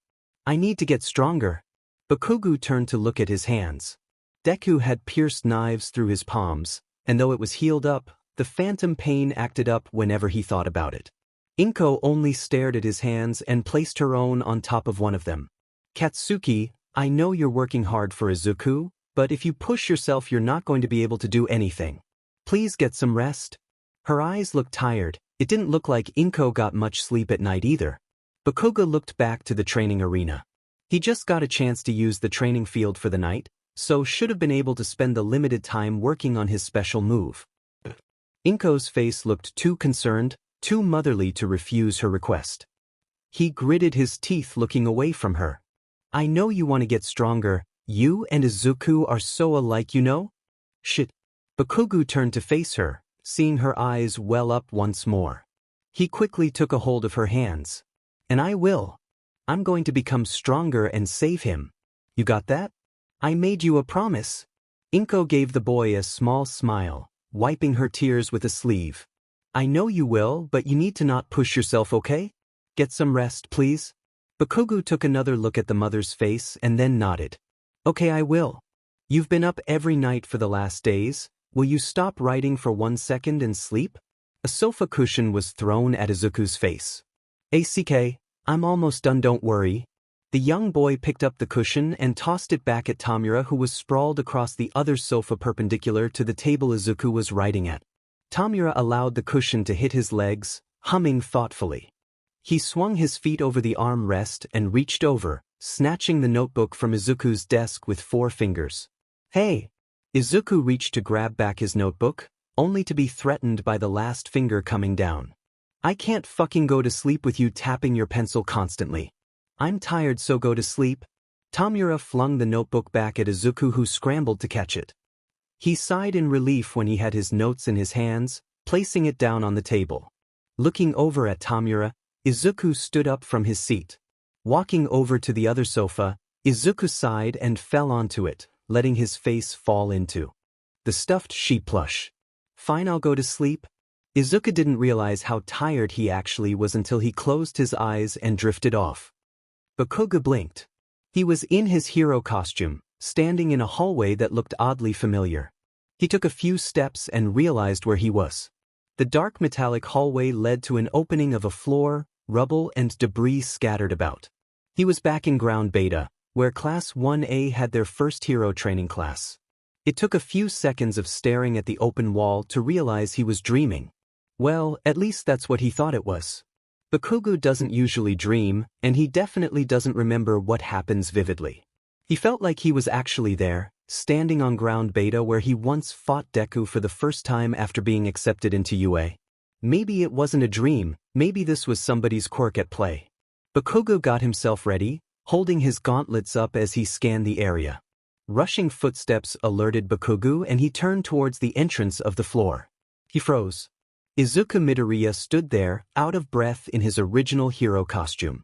Kaken Dash! He cried out, breaking out into a watery smile as he took a step closer to him. Bakugo quickly held an arm up, readying his gauntlet. Sweat rolled down his face as he screamed out. Stay there, Even if it was just a one-on-one, Bakugo would be able to defeat Deku and take him back to UA. He had to be clever, on the top of his game for a fight like this. Wait, Kakenai Dash! In a split second, Bakugo was using his other hand to propel himself towards the boy. He quickly used the momentum to spin his leg up, crashing it down on Deku's shoulder. He fell down onto the ground, gasping out as Bakugo grabbed his jumpsuit. With one hand on Deku's back, the other holding his jumpsuit, Bakugo took in deep breaths, shaking ever so slightly. The boy underneath him struggled. Seriously, get off me? I'm not trying to fight you. I don't even think this is real, Deku yelled out. Bakugo hesitated. It was strange, that was certain. There was no way they could have made it to ground beta without realizing something beforehand. The last thing I remember is going to sleep. I remember everything. What? Bakugo got off him, keeping his grip on Deku's jumpsuit as he slowly got himself up. Deku coughed and started stretching his shoulders, rubbing it with a gloved hand. Bakugo stared at him, looking to see if there was any indication of whether or not this was an imposter before him. His brows furrowed, grip tightening. What the fuck is this, Deku? He growled, shaking the boy ever so slightly. Hey, quit it, let go. Deku pulled himself away from Bakugo and huffed, staring at him. His large eyes didn't seem as clouded or tired as the times he faced him after the villains had forced him into their league. His eyes were confused, yet determined. Better start giving me some explanations before I blow your goddamn head off. Bakugo hissed. I don't know what this is. I just know that I was asleep before this, so I think this might be a dream. Deku rubbed his head, then pinching his arm. I just went to sleep too, and I know I'm here, so I'm probably the one dreaming and you're just my goddamn imagination. Bakugo hissed, turning away. I should have stayed away and trained. At least that would have been more useful than just dreaming about your sorry ass. Deku walked towards him, grabbing his arm. No, I don't think just one of us is dreaming, I think we're both dreaming. Together? Izuku rubbed his chin, lost in thought. I think we're both here through a shared memory. We're back in ground beta, right? That's where we first fought officially as classmates. Deku turned to look at the debris. Shared memory? What the fuck are you talking about? Bakugo turned back to glare down the smaller boy. I wasn't brainwashed. My memories were altered. Deku explained, his voice soft. Bakugo stared at him, walking back towards the boy. I remember what happened, so I think my actual self is buried underneath all the false implants. It's just a theory, but I think that we're both here through a shared memory, and in some weird way we got connected. Deku looked back up to Bakugo, whose eyes were wide open. That's the dumbest thing I ever heard, but I don't think I could ever make up such a lame explanation. So I guess you're not just a dream version I whipped up? Bakugo's voice was low as well, his darkened stare lifted. I don't know if that's right, but it's just a theory. If my memories were altered, I wouldn't be able to remember this place. But I'm here now, which means that I'm trying to reach them. Could it be, maybe it's? Deku turned around to look at the surroundings, Bakugo followed his gaze. In the entranceway was shadows, 8 sets of eyes loomed inside of corridor. It's just like during the sports festival? Deku muttered. Bakugo turned back and pointed at the entrance, reading his hands. What the fuck is that shit? He moved onto offense. You can see them too? Deku scrambled to move Bakugo's hand down. The shadow stayed still at the entrance, not moving. Is that your one-for-all shit? With all the people or something? Bakugo frowned. What kind of almighty quirk is it if they can't help out their current wielder? What? You know about one-for-all? Deku gasped, fear appearing on his face. Yeah, All Might told me and your mom. He glared at the shadows in the hallway and turned back to Deku, whose face went white. My mom? Oh my god, my mom, is she okay? Deku's eyes began to well, Bakugo felt something tug at his heartstrings. She's fine. She moved into the dorms with us, so we're all taking care of her. Or I guess she's taking care of us. Bakugo explained, stretching out his arms as he turned back to stare at the glowing eyes. Deku sighed in relief. I'm so glad. Thank you, Kaken, for looking after her. He sniffed softly, rubbing his face. Bakugo definitely couldn't be dreaming. He began to realize at this point, this Deku was nothing he could have imagined up for himself. This was the real deal. So what you're saying is that we happened to fall asleep around the same time and we got transported to here? Bakugo frowned, not liking his explanation at all. It sounded fake, something that only happens in the comics or movies. Yeah. I think it's because One for All is trying to help me, and the only way they could was through my old memories. Deku shook his head. Listen, Kaken, if this is a dream or a vision or whatever, then I have to tell you something. Bakugo's mouth twitched. He still wasn't happy at all about what was transpiring, but if this was the real Deku asking for help, it was something he had to listen to. They've altered my memories, but right now I remember everything, even what's happening with me and the villains. I'm making a strategy, but I'm not finished. I just know that the villains, Deku gulped, and me, are going to try and take all of Class 1 down. Deku's eyes watered while Bakugo's widened. Do you know when? Or how? Tears began rolling down Deku's cheeks, his hands clenched into fists, pulling at his jumpsuit. I don't know when, but I know that it's going to involve Nomus and using all your quirks' weaknesses, maybe even pitting all of you against each other. Similar to how final exam was, we're going to try to spread everyone out and pair people with the least compatibility. He shook his head. Deku began to tremble. I'm so sorry. I was weak, I couldn't snap out of their hold and now I'm helping them hurt all of you. Tears fell from his face. The pain in his chest grew as Deku fell to his knees in front of Bakugo. If I had known they would use me against all of you, I would have tried to let them kill me first. Bakugo took a hold of the jumpsuit once more, bringing Deku up to force him to look. Shut up. You're not weak, you got that?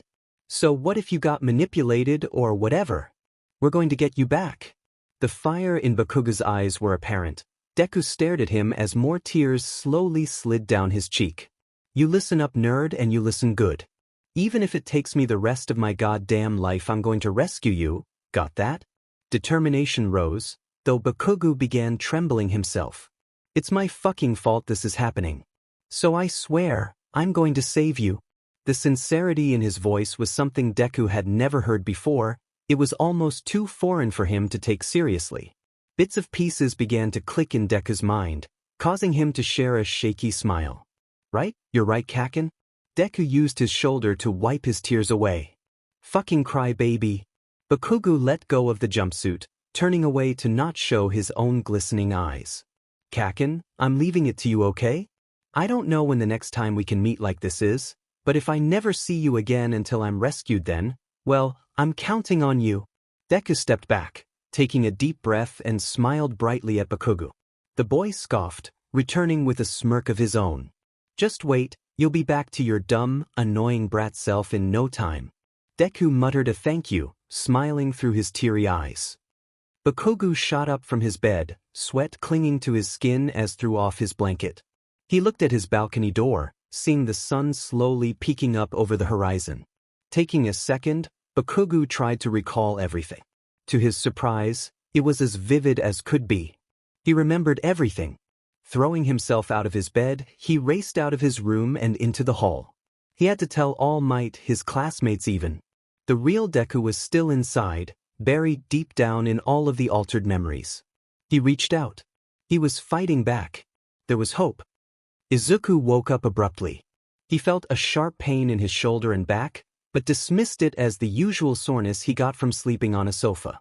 It was another dreamless night, or at least nothing he remembered. Sitting up in his makeshift couch bed, he yawned. Reaching up to rub his eyes, he was surprised to find that there were tears in them. The first person Bakugo told about the dream was All Might. It was only fitting, since he might have more insight on what had transpired and if One for All was playing any part in keeping Izuku from losing himself. He caught the man in the hallway on the way to the teacher's lawn. It was still early, too early for any student to be out and about. On top of that, Bakugo's face had looked too serious and almost desperate for All Might to give any second thoughts. The previous number 1 hero sat Bakugo down in the teacher's long sofa and made him some green tea. All Might sat down in front of him, listening to the boy's explanation on what had occurred during the night. During the dream. My boy, are you certain it was young Midoriya? All Might's face looked too serious, almost grim. I swear to you it was. There's no way I could have imagined up a dumb explanation like that. On top of that, I think I saw the other users of One for All. Bakugo added, gripping the cup of tea in his hands. There was 8 people hidden in the hallway. I could see their eyes but not their bodies. One of them, I think, looked like you. All Might leaned back on his chair, hands folded on his lap. He took a deep breath. There's no doubt about it then, that was One for All. You described it almost exactly the same way young Midoriya had before. The retired hero leaned in, looking directly in Bakugo's eyes. Young Bakugo, you found out something incredibly important. Not only do we know Midoriya is still inside his trapped memories, but we know a bit of their plan and can prepare accordingly. Hearing it from All Might made Bakugo's lip quiver. The sense of relief he was feeling in that moment was unimaginable, not something you could measure or describe with words. In the back of his mind, Bakugo was afraid that his dream was nothing more than just that, not a vision or a plea for help. Now that he's explained it to All Might, the burden was slowly falling off his shoulders. We should tell Aizawa-sensei and everyone else. Bakugo got up from his seat, nearly dropping his cup of green tea. All Might nodded his head, getting up as well and checking the time of the wall clock. It's nearly time for everyone to get up anyways. We can wake them up early and have a class meeting. Let's go, young Bakugu. All Might held an arm out for Bakugu, patting his back as he walked over. The boy felt a tremendous amount of emotion wave past him, forming into tears in his eyes. He quickly took an arm and rubbed them away. That fucking Deku was getting to him. All Might and Aizawa had presented the situation to everyone in the common area. The entire class had gathered, either sitting on the sofas or standing.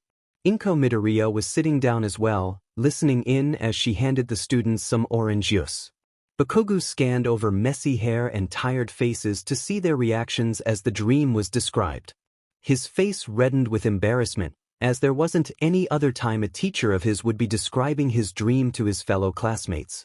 In theory it sounded like a dumb prank, but the severity of the situation was not meant with any laughter or mockery. Those tired eyes amongst the students brightened, fueled by hope. So Deku can be saved, he's not forever brainwashed? Uraraka cried out, her own eyes welling up. He wasn't brainwashed, Midoriya described it as memory alteration. Perhaps an illusion-type quirk. Yaoyorozu had interjected while tying up her hair. To be trapped inside one's own mind, watching your body act on motives that are not your own, how awful. Tokoyami crossed his arms and furrowed, closing his eyes. The chattering among students began to peak, irritating their sensei. He only allowed it for a while longer, before raising his voice. Listen. With this new information we've also discovered that the villains are planning on taking you all down. This won't be the same as the USJ attack, nor the attack during summer training. We're all being targeted. The villains know all of our quirks, and even weaknesses at this point. On top of that, they technically have one of our own as hostage. Even if they plan to use him against us, there's no telling when they'll dispose of Midoriya. The class grew silent. It's not easy to say this, but if push comes to shove they'll probably kill Midoriya if they find themselves back in a corner. Aizawa frowned deeply, his hands balling into fists beside him. The atmosphere amongst the students became deadly, fearful. That's why we're going to have to train the hardest we've ever had to. I was planning on making you all take the hero license exam so each one of you would be able to use your quirks outside of school, but considering our circumstances it might be too risky to pursue that right now. Once we finish this meeting, we'll have to talk to Principal Nedzu and the police force. It's more than likely that they'll have more guards surrounding us and a tighter schedule. They might even try to convince us to not get involved. A few words of frustration had sprung. However, I as your class homeroom teacher give you all permission to use your quirks outside of class. I will take full responsibility, even if it costs me my teacher job or hero license. But Sensei Ashido had started but was met with Aizawa raising a hand. In my heart, I believe it is all of you that will rescue Midoriya. The bonds in this class are strong. I have never seen another group of first years that shows so much vigor and determination than all of you. Aizawa had closed his eyes, the class stunned. With that being said, you all need to put forth more than just your best. Go beyond plus ultra. The class erupted. Even Inko had held a fist up to the sky with determination in her eyes. Aizawa scoffed, smirking gently. Right, now you can all return back to Aizawa was suddenly attacked by a few of his students, all pulling him and All Might into a hug. Sensei, that was so sweet of you. Hagakure cried out. Other students had piled into the group hug until only Bakugu remained. Even Todoroki had been pulled in by Ida, though it didn't seem like he wanted to pull away at the moment. Bakugu frowned deeply, unsure on how to handle all of this until Shiro and Kirishima looked at him. Come here, Bakugu. Shiro yelled out, using his tape to pull the boy into the group hug. Kirishima wrangled Bakugu's shoulders with his arm, pulling him into the entire class hug. He grumbled loudly, muttering curses but finally gave him. He held his arms out, placing them on Shiro and Kirishima's back as he kept his head low, listening to Aizawa's yells of complaints and All Might's laughter. Bakugu had tried sleeping at the same time as the night before in order to meet up with Deku, at least just once more. Maybe he'd have more information about the possible attack, but every time he tried to go to sleep it never came to another meeting. He tried falling asleep at different times but still led to no other meetings. He started to believe that the next time he'd see Deku was during the attack. The class had been given orders to always stay together, at least in groups of 2 or 3 to be safe. Each student had formed their own little buddy systems and began training with each other either during hero practice and even in their own free time. With the warning that the attack was going to try to separate everyone by quirk and weaknesses, the students of Class 1A had all worked on picking up their endurance as well as figuring out possible counters to any outcome. It was interesting to see different pairings form as a result. Bakugo saw Azui talking with Todoroki about how she fared in fire and asked for his help creating a simulation where she would figure out how to work in flames. Aoyama and Uraraka had planned a competition amongst each other to work on their quirk limits. Whoever would get a stomachache/nauseous first would have to make the other person dinner for the day. Students all went to Ojiro for martial arts training, and others went to Yaoyorozu to get her to create some training dummies as well. Even Kaminari had gone to the support class and asked for some tech that could help him regulate the direction of his electricity.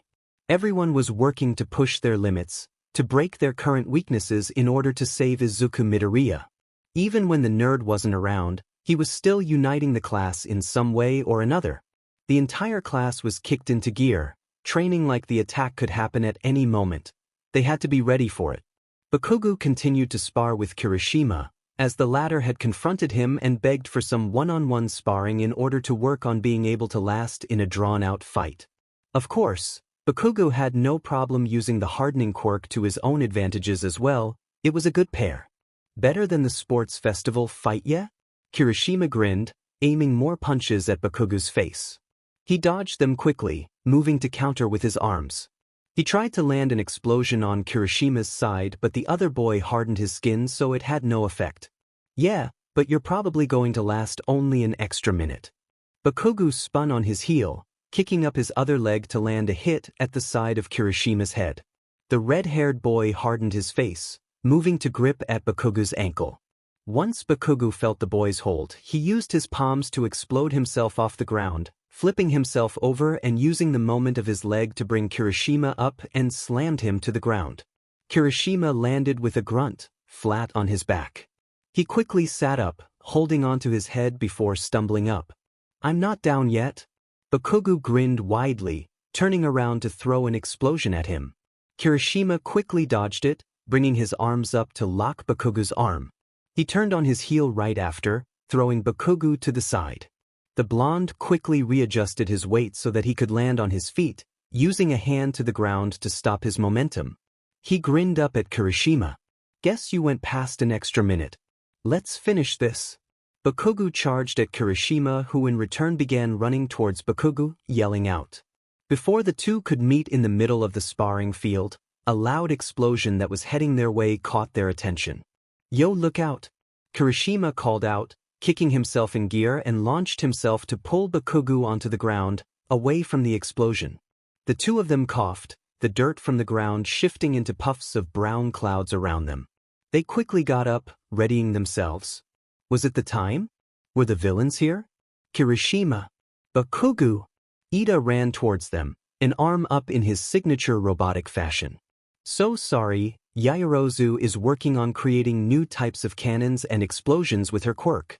We've also been learning to dodge the speed and I accidentally kicked one of the explosions over here. Is anyone hurt?"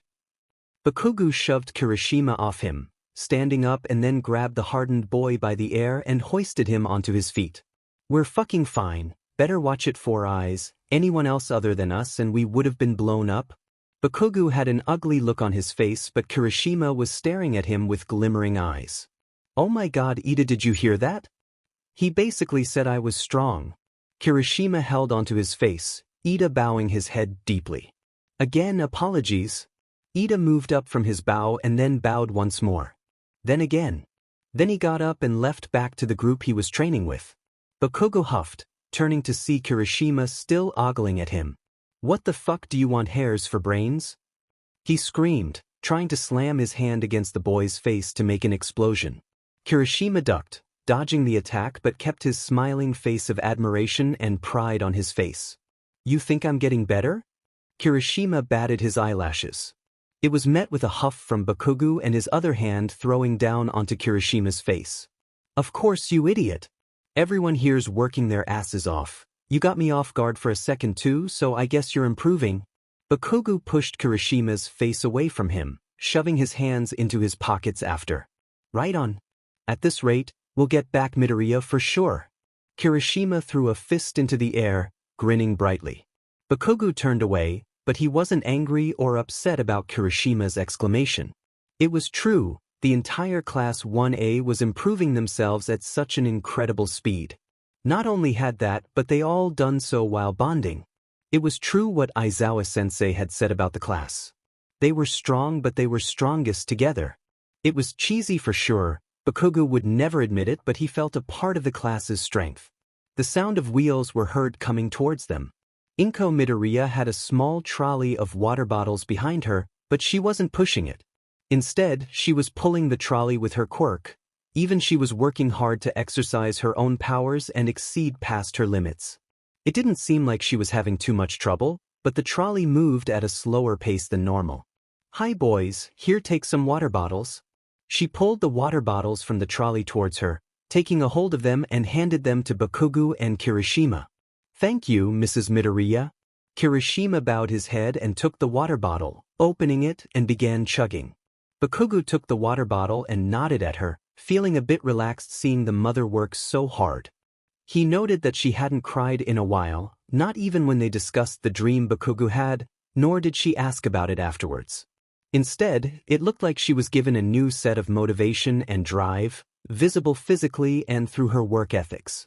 Inko didn't want to stand aside anymore, not wanting to worry or fret like she had done before.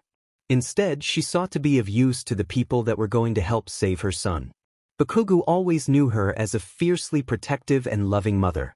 Whenever he was over at the Midoriyas as a child, she loved to pick up her son and fly him around, showering him with kisses. A mother's love could reach even the stars and was more powerful than any quirk, at least that's what it seemed to Bakugo in that moment. It only strengthened his desire to fulfill the promise he made to her. Toshinori Yagi walked into the high-tech prison hallway with 2 guards behind him. He had wanted to come sooner, but with the situation happening with Izuku Midoriya and Class 1A, it was nearly impossible to make time or set aside the emotions that were still reeling inside him. After confiding in Gran Torino, Toshinori felt like he was resolved enough to confront All for One.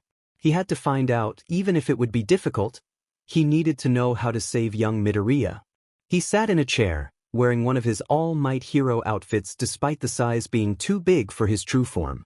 In front of him was a glass wall and beyond that was All for One, strapped against a chair. Next to the chair was tubes and bars that kept him alive. Bright lights illuminated the room, but it felt a lot darker of an atmosphere.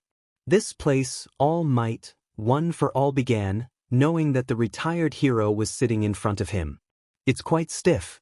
Let's say I have an itch on my back, if I were to move to scratch it, the guns will point at me. My vitals, my brain waves, all monitored at all times. If you so much as think about activating your quirk, their hands will already be gripped around your throat. Toshinori didn't budge, he didn't care for small talk at the moment. They modeled it after a Greek legend, they call it Tartarus. It is the name of the god of hell.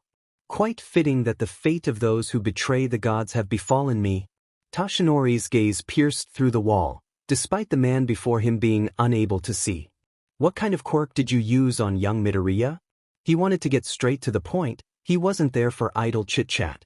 Of course you'd be here to ask me that, but what about young Tamura? After all, he is the blood relative of your dear master. My successor and yours, working in tandem. Quite troubling, is it not? I could only imagine how you must be feeling. Toshinori kept his composure, even if the villain was the grandson of his master, none of that mattered. What was more important was Izuku Midoriya. You plan to have your successor kill both the boy and I, Toshinori started, recalling what Gran Torino told him. You are no longer capable of seeing him as a villain. You would be at a complete loss. No matter what his lineage is, at the end of the day he's still a criminal. It was true, he was almost blinded by the fact that he could be harming his master's kin, but everything changed once young Midoriya became involved. Tamura Shigaraki might have been his master's grandson, but he himself had become a mentor to Midoriya and he was first priority. If that's the case, then I hope you enjoy rotting in here for the rest of your life. I will not die. Now I'll ask you again, I came here for the sole purpose of saving young Midoriya. What did you do to him? All for one chuckled. He almost looked like he was grinning behind the bandages. You've lost all might. Even if you survive, that boy will never be the same. I haven't had a proper conversation in years, so I might just indulge you on some hints. Toshinori frowned. We know that you've used a memory-altering quirk. Just what did you alter? He asked, taking a deep breath to keep his composure.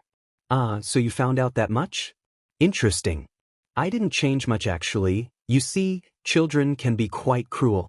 All for one chuckled again. I saw his memories, so I know about how you two met. Did you know, right before then, a certain classmate of his had said some rather harsh things? If it wasn't for that boy, honestly it would have taken me more work to piece together a new path. Toshinori felt his chest tightened. Was he talking about young Bakugo? I'll keep it simple, that young boy with the explosions had told our little Midoriya to kill himself. I went from there. You already told him that he couldn't be a hero, so I just made it so he did jump. Brilliant, isn't it? Toshinori swallowed hard. He knew that Midoriya and Bakugo had a long rivalry, but to hear exactly what Midoriya had gone through was too much to bear. Children were awful, but Katsuki Bakugo had grown tremendously. He knew that the boy regretted his actions and was working past his limits to save Midoriya. It's a simple memory-altering quirk I've stolen a long time ago, but that's not the only quirk I used on him. All for one used the information like bait on a string. Toshinori could only listen, wondering if what the villain was saying was false, just a way to get him on the edge of his seat. What is it? Toshinori gritted his teeth. What? No please? At that, Toshinori got up, moving to leave. I don't have time for this, you're bluffing regardless. Have fun rotting in here forever. Before Toshinori could step away, All for One quickly interjected. Wait. I have more to say. The villain wanted to get his plan out. He wanted to hear Toshinori's shock. I'll tell you what it is. Toshinori turned back around, readying himself. About half the class were sitting in the common rooms, either playing card games or just talking. The other half of the students were in the kitchen grabbing snacks and choosing movies. They all had made a consensus to have a night off of training and have something similar to a movie/game night.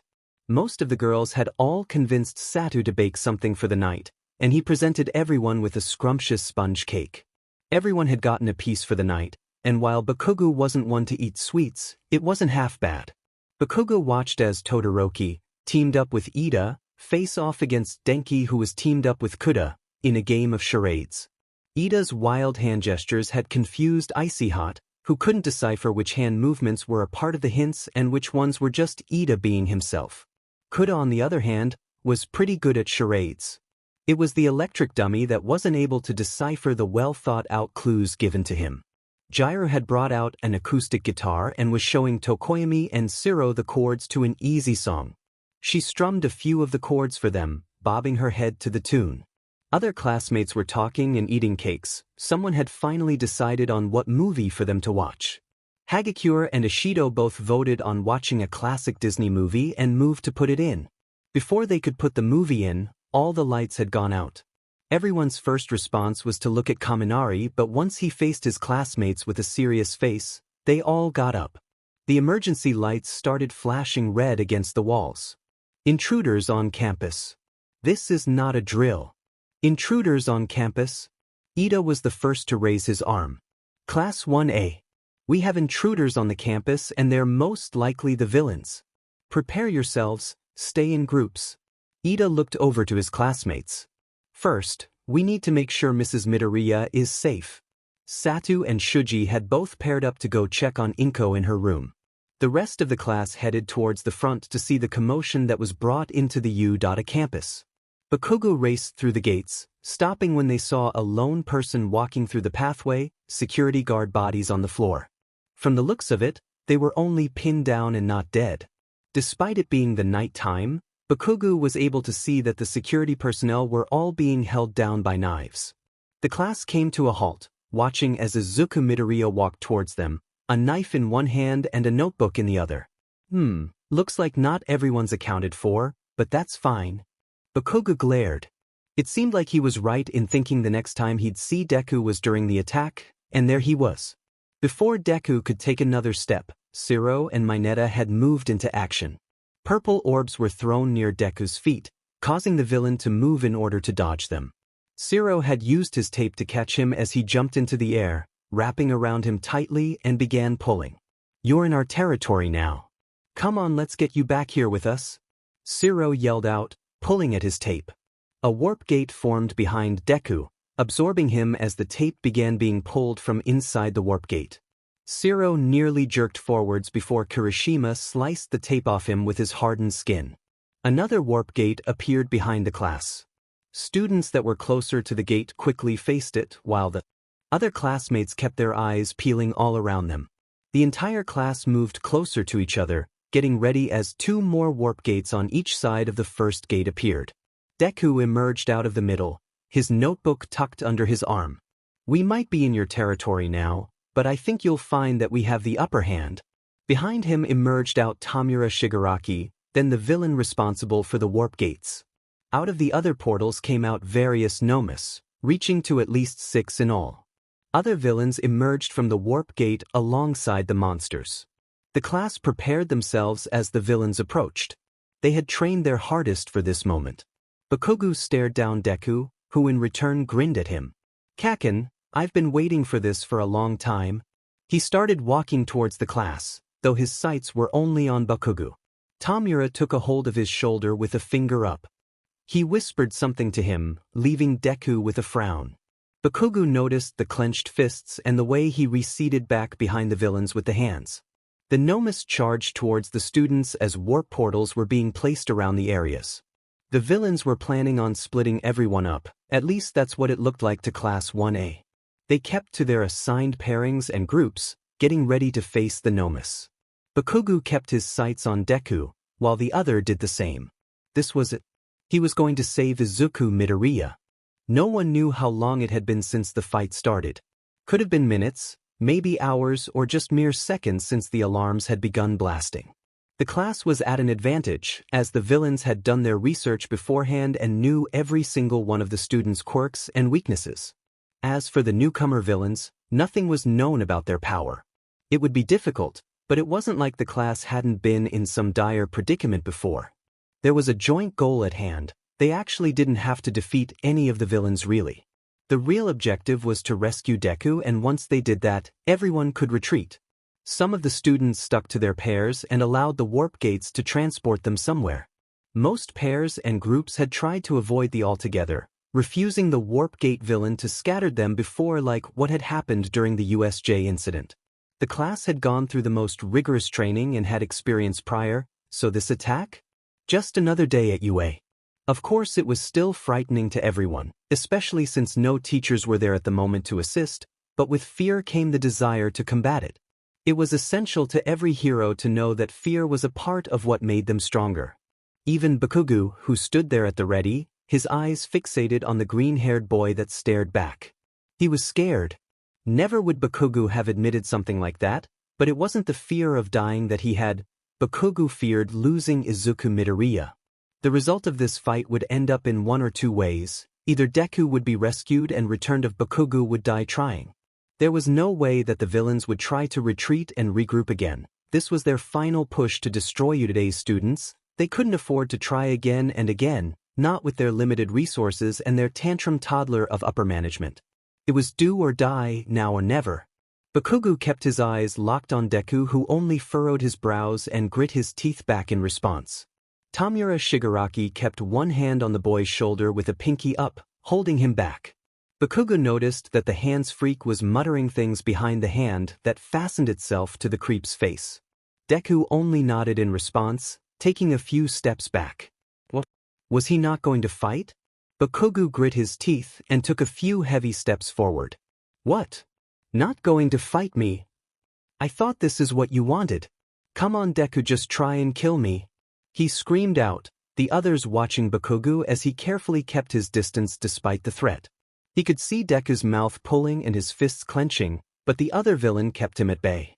Before Bakugo could send another round of taunting insults, a Nomu began racing towards them with such speed it was almost a miracle that Bakugo saw it in his peripheral. He jumped back, dodging the Nomu's charge while keeping his eyes back onto Deku and the villains surrounding him. There was no way he was going to let him escape, not again. Kirishima moved forward to throw a hardened punch at the Nomu, keeping himself close to Bakugo.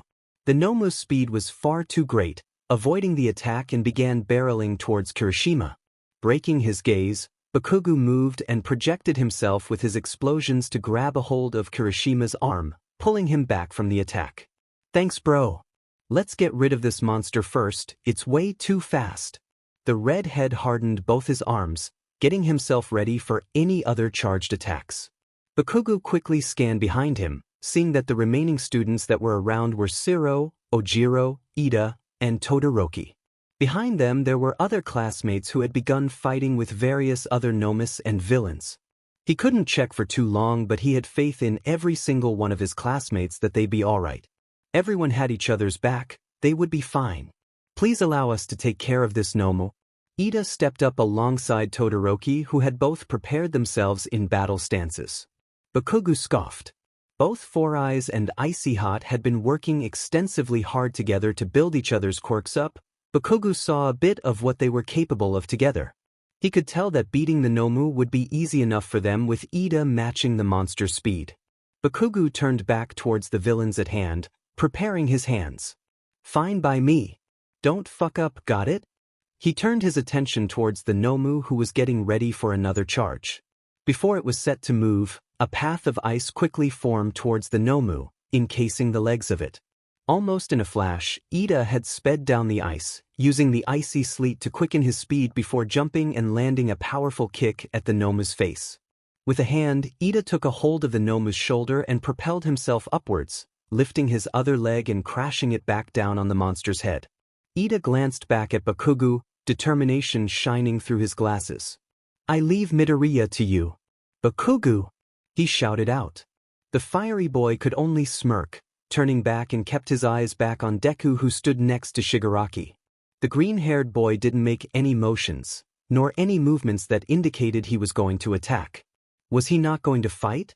The first few times he and Deku saw each other, the latter was more than willing to jump at the chance. It seemed like the head honcho was keeping him back, probably because he knew that the class would try to take him back. If that was the case, then the easiest way to go about this was to taunt Deku into fighting. That would be easy enough, but the actual fighting part wouldn't be. If there was something that never changed in Bakugo over the last few months, was his over-tenacious desire to win, and he will. Toshinori frowned, his patience was growing thin. He had listened to all for one ramble on and on about his ideals, but the reason he was able to muster through was the secrets he kept about young Midoriya State. The combination of quirks, it's quite an interesting topic to think about, don't you think? Of course, with heroes they are only able to place trust into one another, which can lead to horrible outcomes. When you place multiple quirks into one person, however, some combinations can lead to the perfect blend. I've been making these Nomus to create the perfect synergy of warriors, but I was quite surprised when that young boy was able to take a quirk as well. The villain began chuckling, his shoulders moving up and down lightly with what his restraints could allow. The once number 1 pro hero felt his heart leap in his chest. His hands clenched in his lap, working hard not to show any signs of concern or worry. "You gave him a quirk?"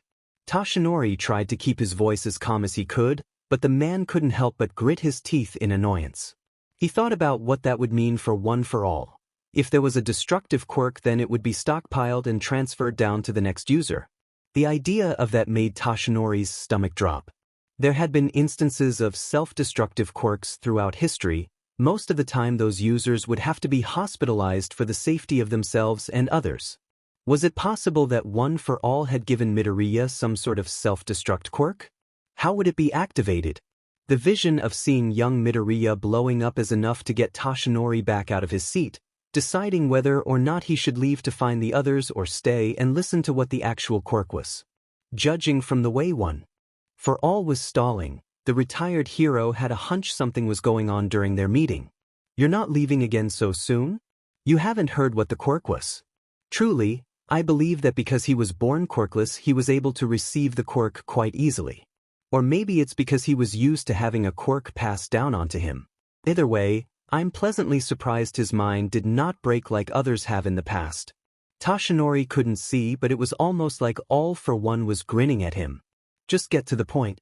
You either tell me what the quirk is or I won't waste any more time here and let you rot. His brave, bold bravado wasn't shaking All for One. Come now, All Might.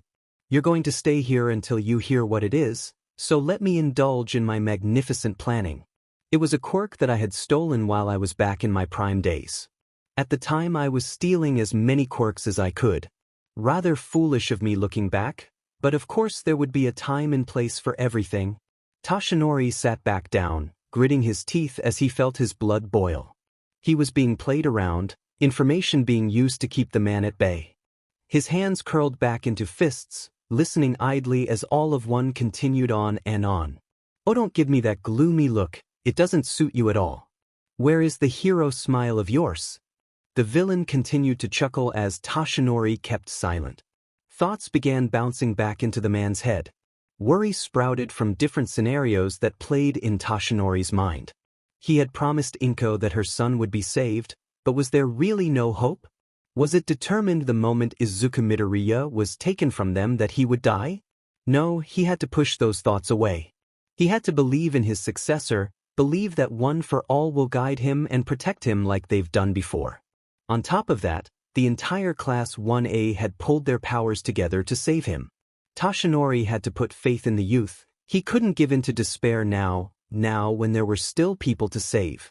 Even without the power of One for All coursing through his veins, the best he could do was continue to give the new generations of hero the light that shone on him once. He got up from his chair, keeping his gaze on the glass in front of him. Whatever the quirk is, Izuku Midoriya is a strong young man who can endure anything. With the help of his classmates, those memories that are trapped inside will break through, I know of that. He felt some surge through his chest, something that he came to know as hope. Toshinori smiled softly. It wasn't the smile he used as All Might that combated the fear he felt inside of himself, but it was a smile that had complete faith in his students. There came a point in time where you just have to leave it to the young ones. They'll come through not only because they were strong, but because they had to. All for One stayed still, pausing for a second before muttering something under his breath. He began chuckling lowly, then the volume went up. Foolish. You think that this is some story that comes with a happy ending? Whatever the outcome is, Izuku Midoriya will no longer be the same. I'm sure you'll be happy to know that I didn't plant a bomb in him, nothing that could destroy and kill him. Toshinori let out a sigh of relief. There are some things worse than death, and I enjoy hearing your cries when you find Izuku's body without a mind, lost in his own void. The voice was threatening, looming over the room. Toshinori kept his gaze hardened, scoffing. And what do you mean by that? Once those memories break through, the emotional turmoil is going to set off the quirk I gave him. Every single memory he owns will slowly break apart, leaving him nothing but a hollow shell of what once was. He won't remember you, his classmates, not even his own name. The boy you once knew will be gone. Explosions went off, clanging of metal was heard. The entire class had continuously kept their stance against the Nomus and villains. Things were not without issues. A lot of the pairings had received copious amount of injuries as a result but kept pursuing their goal. The Nomus were all strong, but once the students figured out the different quirks that were stored on top of one another, strategies came to play. Black and purple flames had surrounded the dormitory, creating an arena that trapped the students. The warp gates had transferred some of the students outside of that ring, meeting with other villains that appeared from the woods. Everyone had their hand at fending off the villains. Even those who had seemed to cower in fear were actively fighting, utilizing their quirks with their fellow classmates. Uraraka and Tsuyu had stayed together, fighting off both the Nomu and the villainous girl that had appeared to them during the courage test back in the summer training. She had disguised herself as Uraraka for the attack, but the ruse was easily distinguished by Tsuyu, who knew the girl too well. After Todoroki and Ida had finished off the Nomu, they were confronted by the villain that had created the wall of fire. He wanted to match his flames against Todoroki's, finding it interesting to see how he could handle the heat. Other villains that the students recognized from the summer training were there as well, alongside new villains that they didn't know the quirks of. Despite knowing that these villains had faced off against the Pussycats on equal footing, that didn't stop the students from acting upon their heroic instincts. Bakugo had just pinned down one of the lowly villains, a hand on their back to keep them from getting up. Kirishima came down with his hardened arm to incapacitate them with a hit to the back of their head. The two got up and stood with backs facing each other, ready for the next wave of villains that charged at them. Bakugo! I got it! The fiery teen grabbed the other's arm, swinging him around. Kirishima hardened his legs and crashed them into the villains that got too close, knocking them out with the strength that coupled with the momentum of the swing. Kirishima noticed Shiro and Ojiro working off to fight some of the other villains, using Shiro's tape to round them up. "Hey Shiro!" he shouted out, picking up one of the villains that was knocked out. "Tape me!" Shiro grinned, throwing his elbow towards them as tape came over to stick onto the villain that was being held out. Kirishima looked to Bakugo, who had moved to the other side, letting the villains get closer. "Now Kirishima!" he roared out, getting his palms ready, facing the ground. Kirishima took the villain in his hands and spun around once, using the moment to hurl that villain to the side, the tape following the trajectory. Bakugo sent explosions onto the ground, hurling himself up towards the sky to avoid the line of tape that started attaching itself to the villains. Using his left palm, Bakugo moved himself to the left, heading towards the first villain that was knocked out and taped up. Landing behind him, he grabbed a hold of the villain and tossed him towards the middle of the tape, crashing into the other villains that had got themselves stuck. Shiro cut his tape off and attacked the end to a rock. Ojiro used his tail to throw the rock over towards the crowd of villains, letting the tape wrap around them. Once they were detained, Bakugo looked back to Deku, who was standing back, grinning from ear to ear. "Look at that. They used one of the lowly villain as a capture point. They had Shiro use his tape and used the momentum of the villain's weight to capture the other villains. That teamwork is amazing."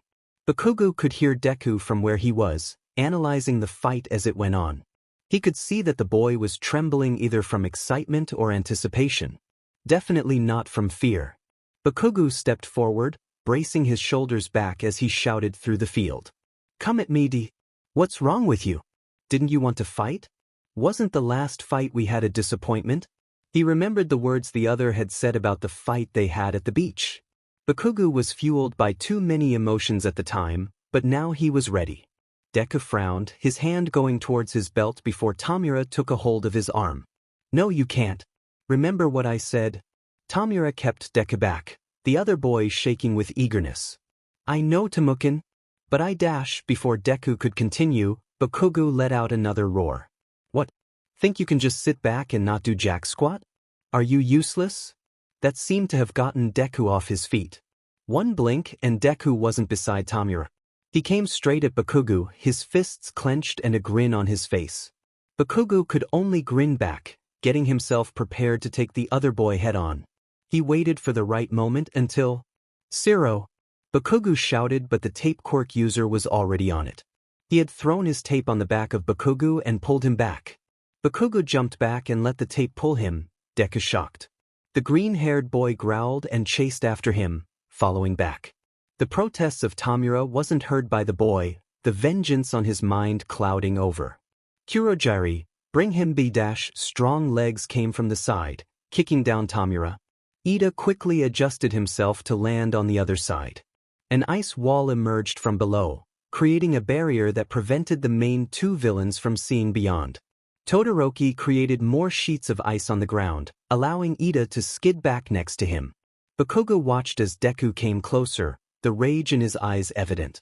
Using his palms, Bakugo created explosions to propel himself further away, towards the courtyard closer to the entrance of the school. Shiro already released the tape and watched the two classmates pass them. "Get back here, Kakin! Trying to run away?" Deku screamed out, keeping his vicious eyes on the blonde. Bakugo knew that the others could handle the rest of the villains, but Deku? It was true that only strength and numbers could knock down Deku, but deep down Bakugo wanted his goddamn rematch. He wanted to face Deku himself, despite the other classmates all agreeing that they would help him out any way possible. Still, he kept the mentality that he was the one that had to repay the debt he owed the boy. "I ain't running away. Come at me, nerd." Bakugo screamed back, finally stopping near the entrance of the dormitory. Surrounding them was different fights amongst other students. Everyone seemed to have been preoccupied getting their Nomus and villains situated. In the corner of his eyes, Bakugo saw some of his classmates on the floor, struggling. Others had visible wounds, some gashes and others with blood. The blonde gritted his teeth. He had to finish this up as quickly as possible. He had to fight to win. "Come at me, he taunted, getting his arms ready. Deku's mouth pulled into a strained smile, his teeth baring. He pulled out a few knives from his belt and moved to prepare himself. "Stop calling me that," he shouted back, charging at the source of all his turmoil. With the blade raised, he moved to strike down at Bakugo's shoulder, who dodged. With his right arm he threw a punch only for it to stop near Deku's chest. Deku held onto the hand, grinning. "Right hook still?" The question was met with Bakugo's smirk. "You fucking bet." Bakugo took a hold of Deku's hand that was holding his and gripped tightly. Bakugo reeled his head back and crashed it against Deku's forehead, sending the boy off his balance, stumbling backwards. "Kakin, what the fuck?" Deku held onto his head, groaning. Bakugo winced, rubbing his forehead as he moved to charge at the other. It was an improvised move, but he learned that maybe if he did things that were unexpected, it would throw Deku off his game. It definitely was enough for Bakugo to reel back his arm and send a hard punch to the other's cheek, knocking him onto the ground. Deku got up, holding his face, and glared down the other. Glowing stripes appeared on Deku's face, the power of one for all surging through him. Bakugo knew that he wasn't a match for All Might during the final exams, but he knew Deku was still learning how to handle this quirk. He'd been witnessing it this entire time, and by comparing himself to someone who started from nothing, Bakugo had grown more and more frustrating seeing the other's progress and improvement. Looking back, he shouldn't have been so riled up. He was blessed with amazing powers from the day he was born. Deku started with nothing. It wasn't fair to compare the progress of someone who was level 50 to someone who started at level 1. In a flash, Deku was already back in the air, throwing a punch at Bakugo once again. The blonde knew he couldn't block it as the strength of the punch could still puncture through, so instead he jumped to the side. Deku seemed to have noticed this and moved to swipe his leg down, tripping Bakugo. Using his palm towards the ground, he created explosions to propel himself back up and gathered his balance. Though before he was able to look up, Deku had landed a strong punch to the boy's chest, sending him back towards the dormitory building. "That's all you got? Some punches?" Bakugo wiped his mouth as blood began to drip. He clenched at his stomach and got up, seeing 2 projectiles fly at him. He quickly stepped out of the way, but a knife had sliced through his shirt and nicked his shoulder. "Well, I have some knives too." Deku grinned as he tossed another knife at Bakugo, who jumped to the left. "You think some knives are going to help you out? Seems like a cheat to me." Bakugo taunted, holding his hands up. Deku only smiled brightly, throwing his arms to the left. In the corner of his eye, Bakugo saw a glimmer of a string and quickly turned to face the knife that had followed Deku's arm. It swung at Bakugo, who ducked, and went back to the owner's hand. "I think weapons are just fine as long as you know how to properly use it. Same thing as costumes, right? Support gear?" Deku hummed thoughtfully, flipping the knife in his hand to hold it with the blade facing down. Bakugo only grinned back. "Whatever, nerd, I'll beat you with or without knives." Bakugo propelled himself forward with his quirk, one arm moving up to reach out to Deku. The green-haired boy held the knife up, moving to swipe at the hand that was outstretched. At the last minute, Bakugo moved the palm up and blasted an explosion, moving himself lower on the ground and slid below Deku's legs. He quickly straightened himself up and landed a kick to the boy's back, causing him to stumble forward. Deku growled and returned and flipped himself to land a punch at the ground where Bakugo was.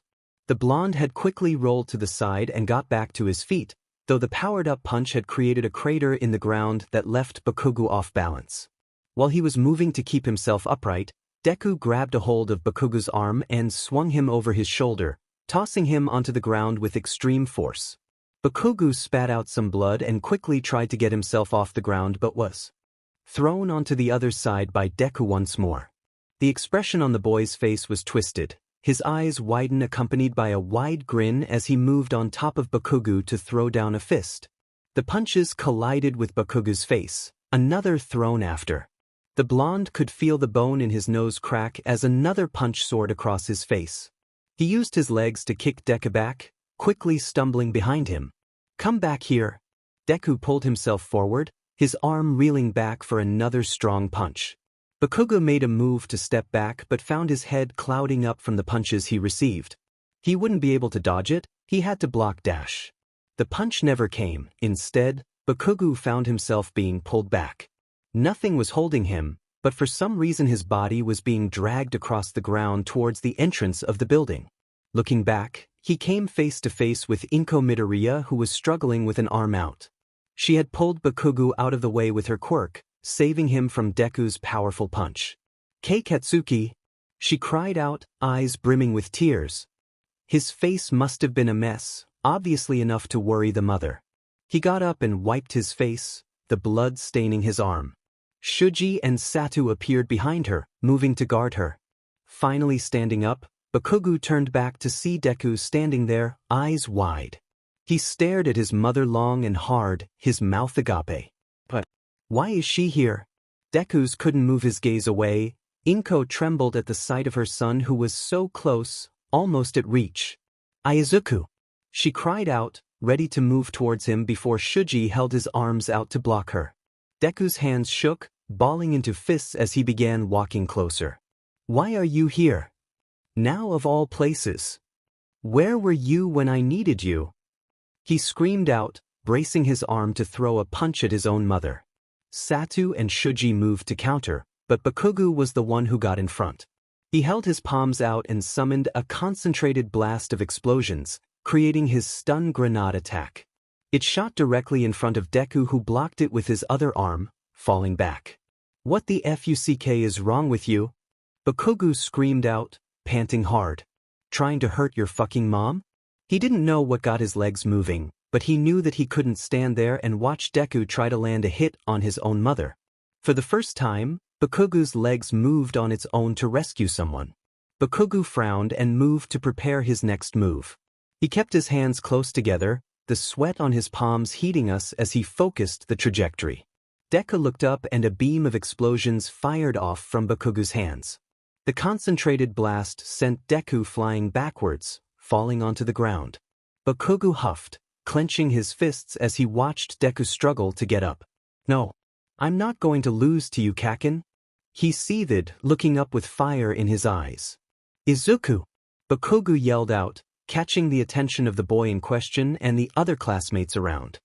"Listen to me. You're a hero." He couldn't stop to think what he wanted to say. He had to get him to listen. He had to say what was in his heart. "You're stronger than this. So snap out of it. Come back to you." Bakugo screamed. The sincerity in his voice caused his words to crack. Deku stared, his eyes wide. Bakugo caught a glimmer of something in the green orbs, something reminiscent. "Deku. You're the Deku that never gives up. The Deku that does his best." Uraraka screamed out, her eyes watering as Deku turned to stare at her. "You're Midoriya of Class 1A. You're our friend. If it wasn't for you I wouldn't be here." Ida shouted next from behind. The entire class had begun shouting at the green-haired boy, all throwing their emotions into their words. "You've saved me from myself, you've shown me what it meant to be a hero." Todoroki called out next, the entire class moving in closer. "You're strong, Midoriya. If anyone could do this it's you, Ribbit. You're the manliest guy I know. So hurry and shake it off. You've always been so strong. So let's get this done and over with. Come back." Bakugo watched as more of his classmates called out, his heart stirring. Deku stared at everyone who called out, from Tsuyu, to Kirishima, to Mina. He began to tremble, clutching at his head. "Through the heaviest of darkness will you see the brightest of lights. Find the guide back to where you truly belong. With your strength, you can break through." Deku turned his head to see Tokoyami and Shuji standing over some uprooted cement. "You beat Shinsu's brainwashing, you can pull through anything. You're our fellow classmate Midoriya, We won't rest till we have you back safe and sound. Listen to everyone. Can't you hear how much they care? Yeah. We all need you back, Midoriya. Seriously. Come on back. He clutched at his head, turning to see Ojiro, Yaoyorozu, Jiru and Kaminari all staring at him. Something in his heart began pulling, threatening to burst as his eyes welled up. Yeah, Midoriya. Where's that super strong spirit of yours? Bring it out and let's go. You can do it, we believe in you. You're too cool to be a villain, Midoriya. You sparkle the brightest amongst us, Mon Ami. Man, we're really trying to help you out here, so give us a break. You can do it. Just have to give it your all. The boy started hyperventilating, looking to the other students that had called out to him. They all had a look of determination on their face. Something about it seemed so familiar to him. Izuku, please come home. Deku turned to face his mother, tears falling down his cheek as his heart continued to pounce and his mind began to drum. He held onto his head, falling to his knees while writhing in pain.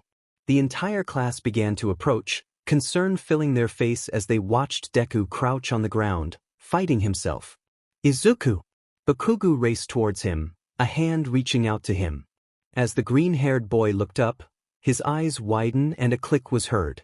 Once Bakugo got close enough to touch Midoriya, a strong shock wave emitted from the boy's body, throwing the surrounding debris back and blasted Bakugo back onto the ground. Midoriya fainted, as did Bakugo. The first thing Bakugo noticed was the pain he felt on his face. It stung. Like someone had punched it repeatedly. Oh, that's right. He blinked away the blurriness in his vision before sitting up, looking at his surroundings with aching muscles. There was debris everywhere, but not the same he saw earlier. No, he wasn't in the courtyard, but the location was familiar. He was inside a building, cement blocks littered the ground around him. Ground beta. Bakugo got up quickly and noticed that he was back wearing his hero costume, the realization hitting him like a punch straight from All Might himself. He quickly scanned the room, looking for the person he knew would be there with him. Across the room was a hunched-up body in a green bodysuit, holding on to himself.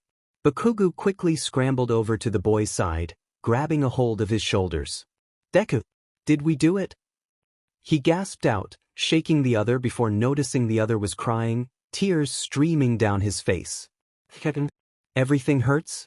Midoriya confessed, turning towards him, one hand on his head. What's wrong? Bakugo's eye twitched. They've done it right?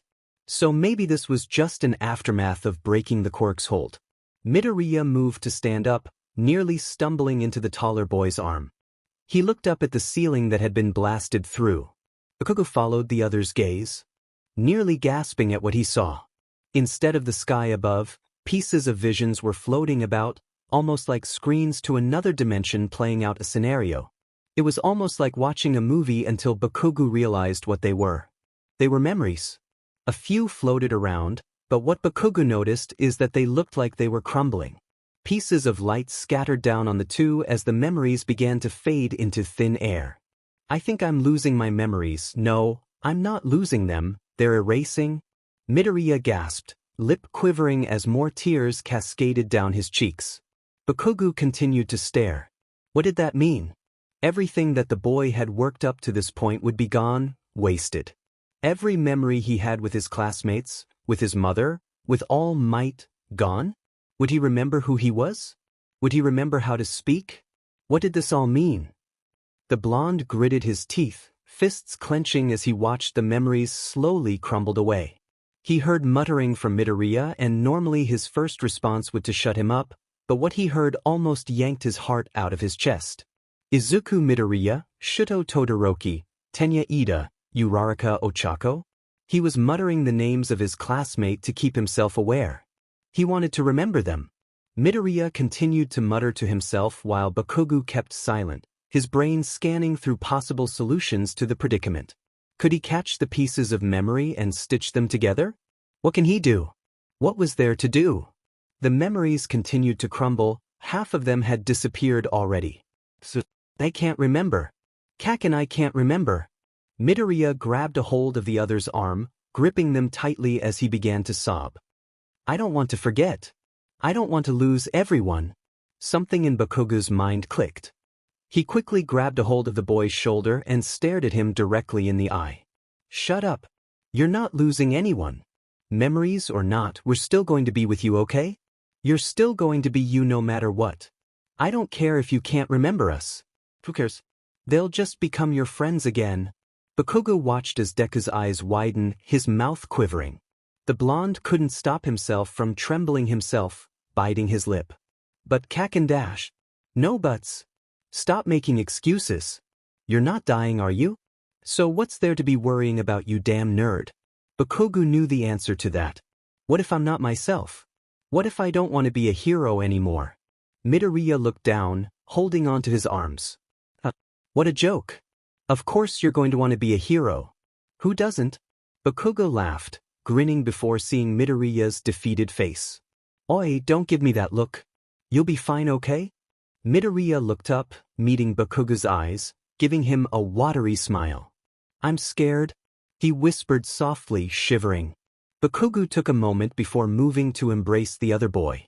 He held onto him tightly, pouring all of his emotions into the hug. I'm sorry, Izuku, for being an ass.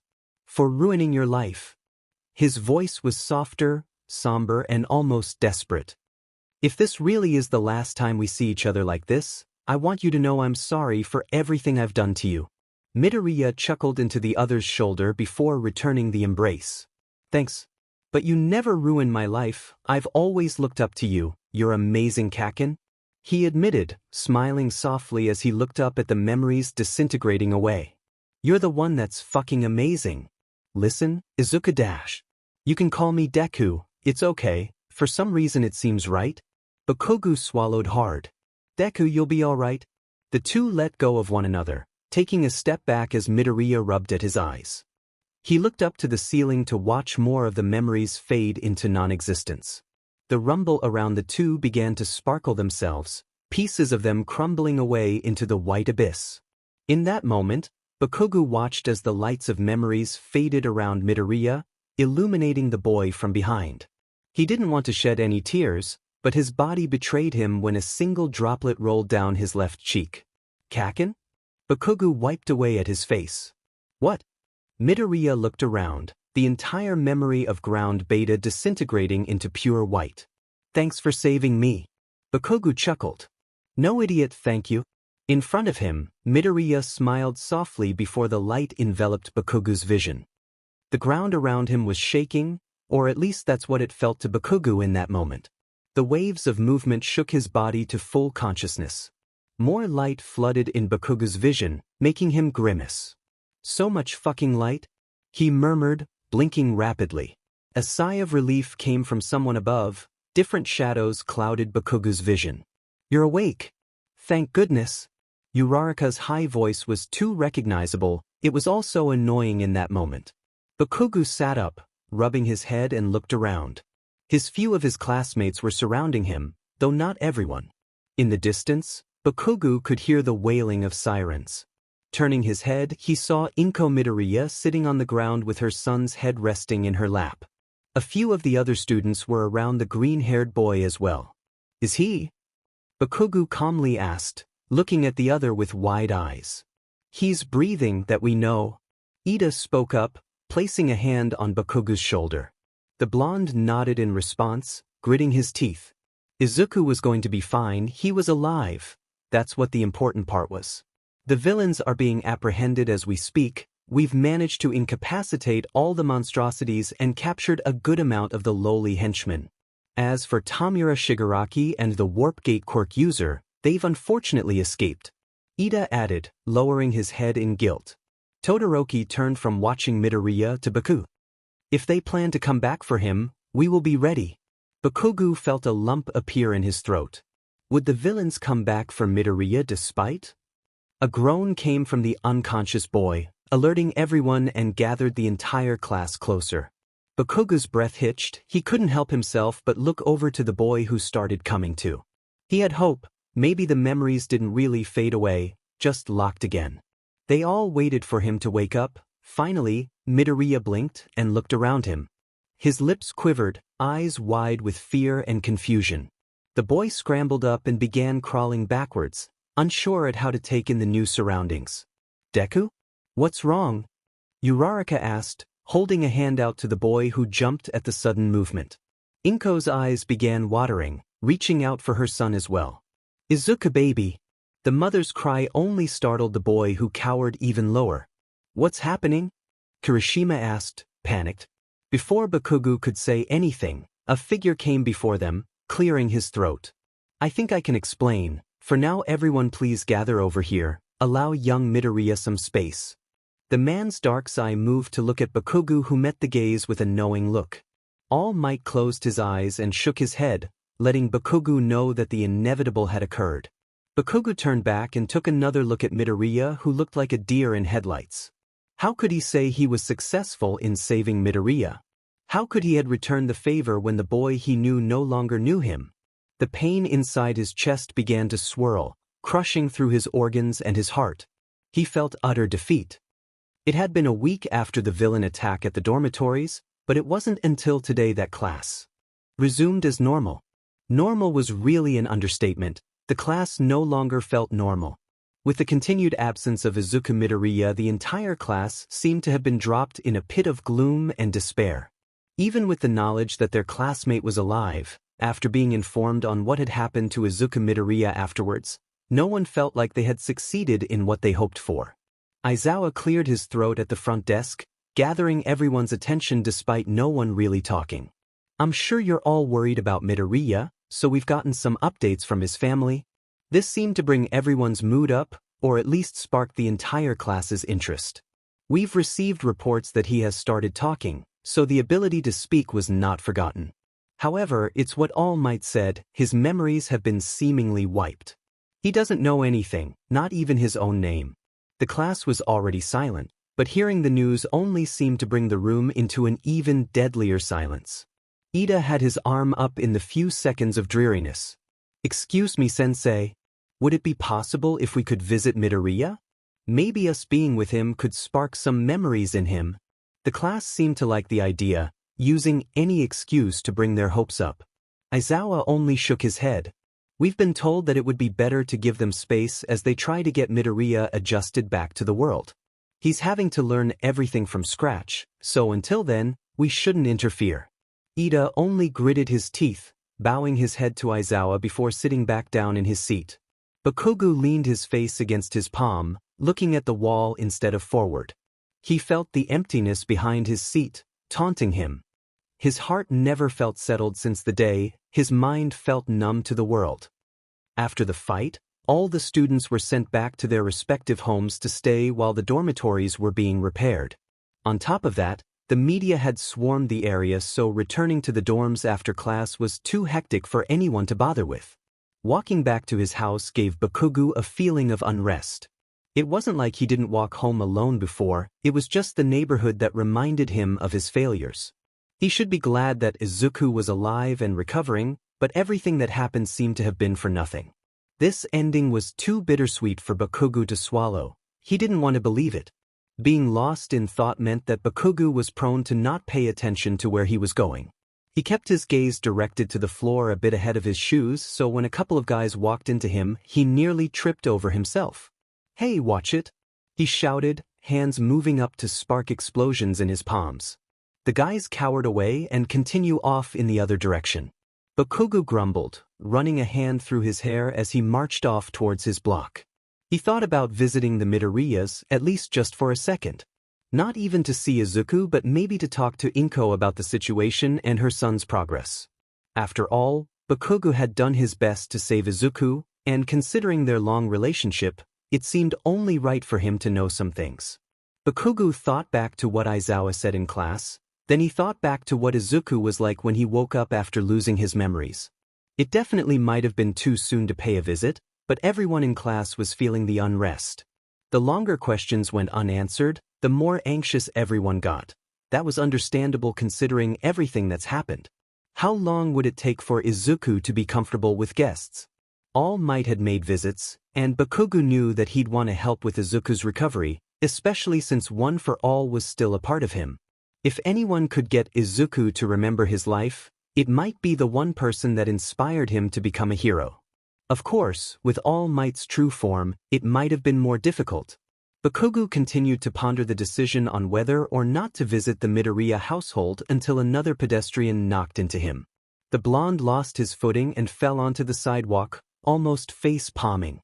He slammed his hand on the cement and looked behind him, roaring out, "What the fuck is wrong with you?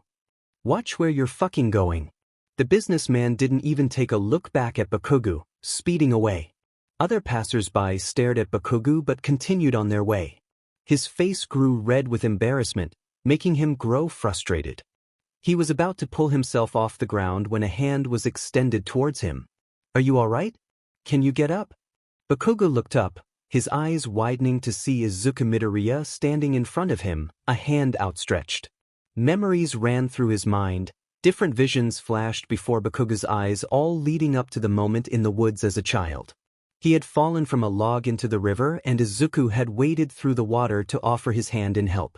Maybe a few months back, Bakugo would have found the eyes that looked down on him to be irritating, infuriating, disgusting. Those were the eyes that pitied him, but Bakugo knew better now. The eyes were filled with concern, the hand was meant as an offering for help. There was no pity, no looking down on him other than in a technical manner. He took the outstretched hand and hoisted himself up, keeping his eyes on Izuku. "I'm fine." Bakugo didn't know what else to say in that moment. The boy before him gave a nervous smile, letting go of his hand. "I'm glad, The boy nervously looked around, catching the sight of his mother. He beamed, turning back to Bakugo. "My mom's waiting for me, so have a good day." He began heading towards his mother, Bakugo catching her eyes. She gave him a friendly, though worried smile and a small wave. "Hey," Bakugo called out, causing the boy to turn around. "Yeah." The blonde swallowed hard, unsure on what he wanted to say. He stopped the other on a whim. Bakugo realized that there was a lot more he wanted to say to the other, but knew that there was no way he could explain himself without scaring Izuku off. So instead he went with the first thing he should have said. "Thanks." Izuku's face beamed, a wide smile crossing his face. Bakugo couldn't help but return the smile, though not as large. The green-haired boy waved and left to meet up with his mother. Watching the other boy leave with his mother made Bakugo realize that maybe everything they did was worth something. That something was telling him in that moment that everything was going to be okay, and that Izuku would be fine. The hero inside him was still evident, the boy he once knew was still there. Even if things didn't turn out exactly as how everyone planned, Bakugo finally came to realize that he had saved Izuku Midoriya. To him, his debt wasn't repaid just yet, but the smile that he saw had given him the hope to keep going, to become the best hero that could both win and rescue. Bakugo could see only one person that could rival him for the top spot, but for now he'd just have to wait for him to catch up again. After every single surprise attack and tireless training sessions that had happened to them, Class 1A didn't seem to have much of a reaction when they became second years. The entire year had given them valuable experience of what it meant to be a hero in the real world. They faced evil at its core. What other student from UTA could say that? Not even the third years had gained the knowledge they've received, though it came with heartache. High school was supposed to be a time for creating happy new memories with friends. Being on the path of a hero, however, high school meant something very different.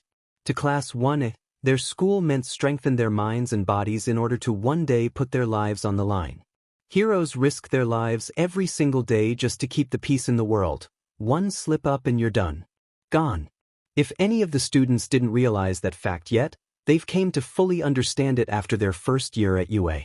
Though they've all matured as a result, there wasn't a way to truly take away their adolescent personalities.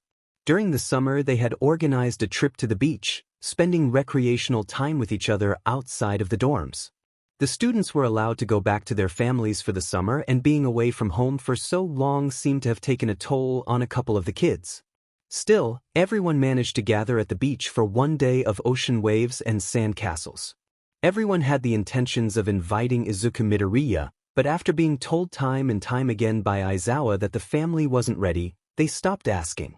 Even Katsuki Bakugo hadn't gone to the Midoriya household during the summer break.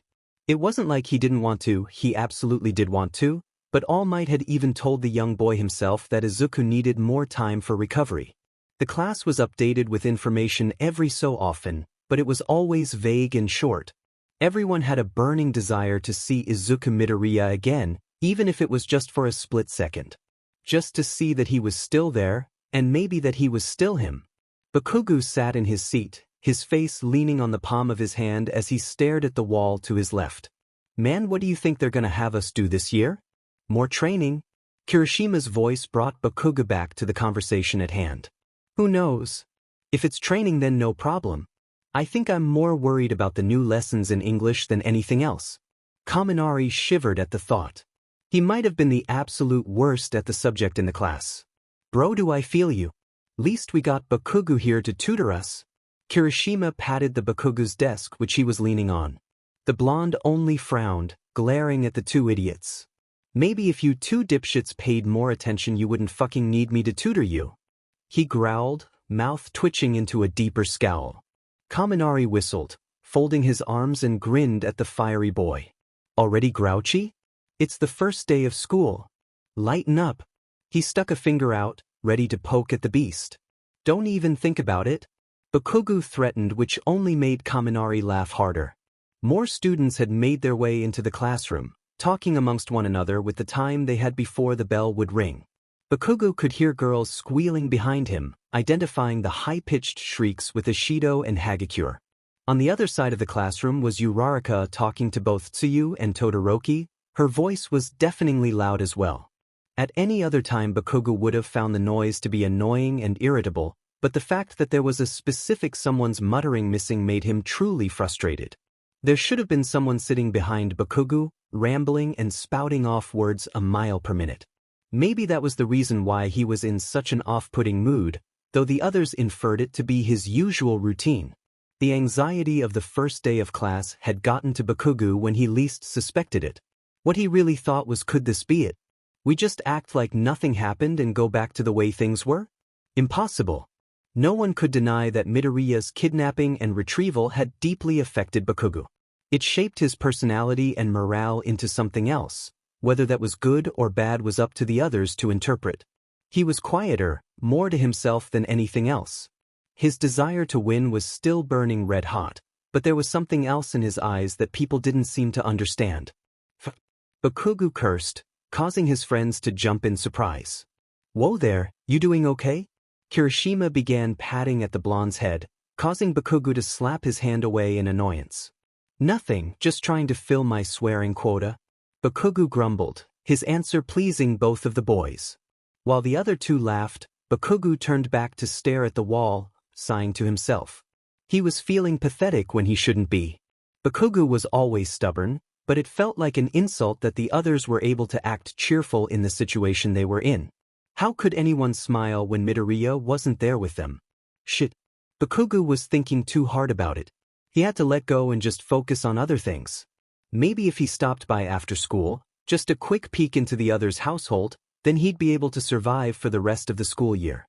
It probably would have been unfair to the other classmates, but considering his strong relationship with Midoriya, well, it wouldn't hurt if they didn't know. Class. Please take your seats and get yourself ready for class. Ida's voice boomed from the front, his hands gesturing wildly in the air. A few groans came from some of the students as everyone began moving back to their original seats. Ida trotted himself back to his own desk as Aizawa came through the doors to behind the desk. He was carrying his yellow sleeping bag, so at least that meant the day would be an easy one. Good morning, class. The monotonous tone was one that gave everyone a sense of familiarity, the class replying back. I was going to have you all do another quirk assessment test and compare it with the ones we did the first time, but there's been a change of plan. The class began whispering to each other, filling the room with tiny conversations amongst peers. You think it's a different kind of test? Maybe they're gonna throw us into another summer camp situation. More practical training perhaps? Or a pop quiz? I don't remember anything. Aizawa cleared his throat, eyebrows furrowing at the students. The chatter had subsided once they took a look at their teacher's irritable eyes. Maybe if you all kept quiet, I could explain what we're doing. Honestly, how many times do we have to do this? He rubbed the bridge of his nose before taking a deep breath. We have a new student joining us from now on. All attention went forward, surprising everyone. Bakugo only furrowed, frowning deeply at the thought. Why introduce a new person into the class now of all time? It didn't seem like something Yuta would do, especially when they had just gone through the prospects and conspiracies of there being a traitor amongst the staff and students. You already know him, so please help him adjust, Izawa added, this leaving the class absolutely deadly silent. Someone they already knew? They didn't mean? Bakugo's heart began pounding as the door opened. It almost seemed like the entire class had held their breath all at the same time. Footsteps approached. Walking through the door was Hitoshi Shinso. Bakugo's heart dropped, frustrating him. Of course it wasn't Izuku, why would it be? The entire class seemed to have hoped the same thing, though it wasn't a bad thing that Shinso was now in their class. After all, he had a very powerful quirk. It was something to celebrate, knowing that Shinso had come from the General Studies department of the school and was now enrolled into the hero course. Shinso stood at the front of the class, bowing his head gently. I'm Hitoshi Shinso. I know a good amount of you already, but I hope to get along with everyone in this class. The formality seemed a bit off, but once he looked up and met eye to eye with Bakugo, the blonde quickly shot daggers. The purple-haired boy only frowned in response, heading down the aisle to take a seat. Bakugo's eyes widened, realizing that he was coming closer to the seat behind him, Izuku's seat. Don't even think about it. Bakugo's chair almost fell over when he stood up abruptly, meeting eye to eye with Shinso. Think about what? Though his tired expression showed confusion, there was a hint of smugness. Sitting here. It's not your fucking seat, got it? Bakugo growled, placing a hand on the desk behind him, his fingers twitching. Uraraka got up from her seat, concern filling her eyes. Bakugo, calm down. No. He spat back, turning towards the girl. You should understand, right? You all should. I'm not just going to play around and forget he even existed. This is Izuku's seat. He roared back, the entire class growing somber with each passing second. Shinso only sighed, moving a hand to comb through his purple hair. Listen, Bakugo, the blonde refused to listen.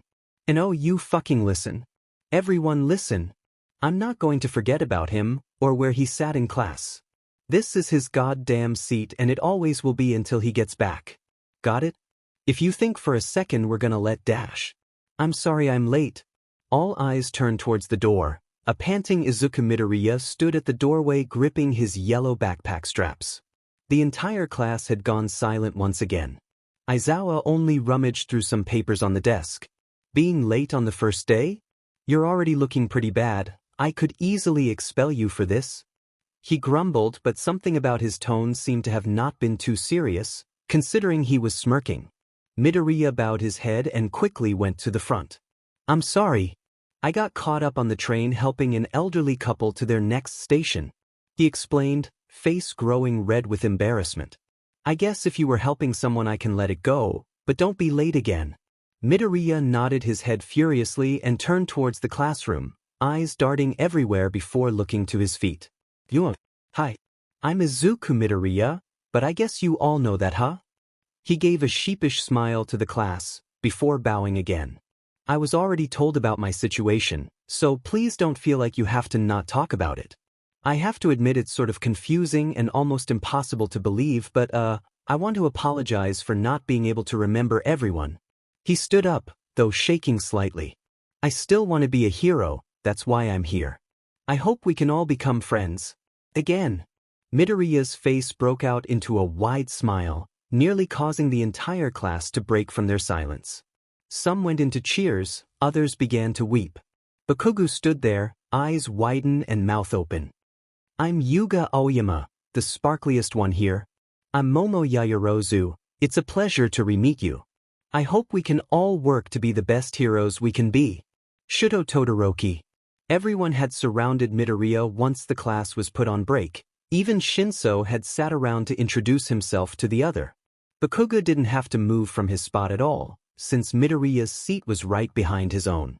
He was sitting on his chair sideways, looking from the entire class to the expression Midoriya had on his face every time someone introduced themselves.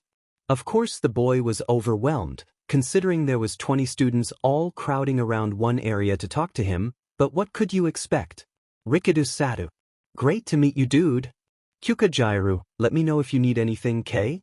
Tsuyu Azui, but please call me Tsu. Ribbit? Midoriya politely replied to everyone, frantically looking around as more people chimed in.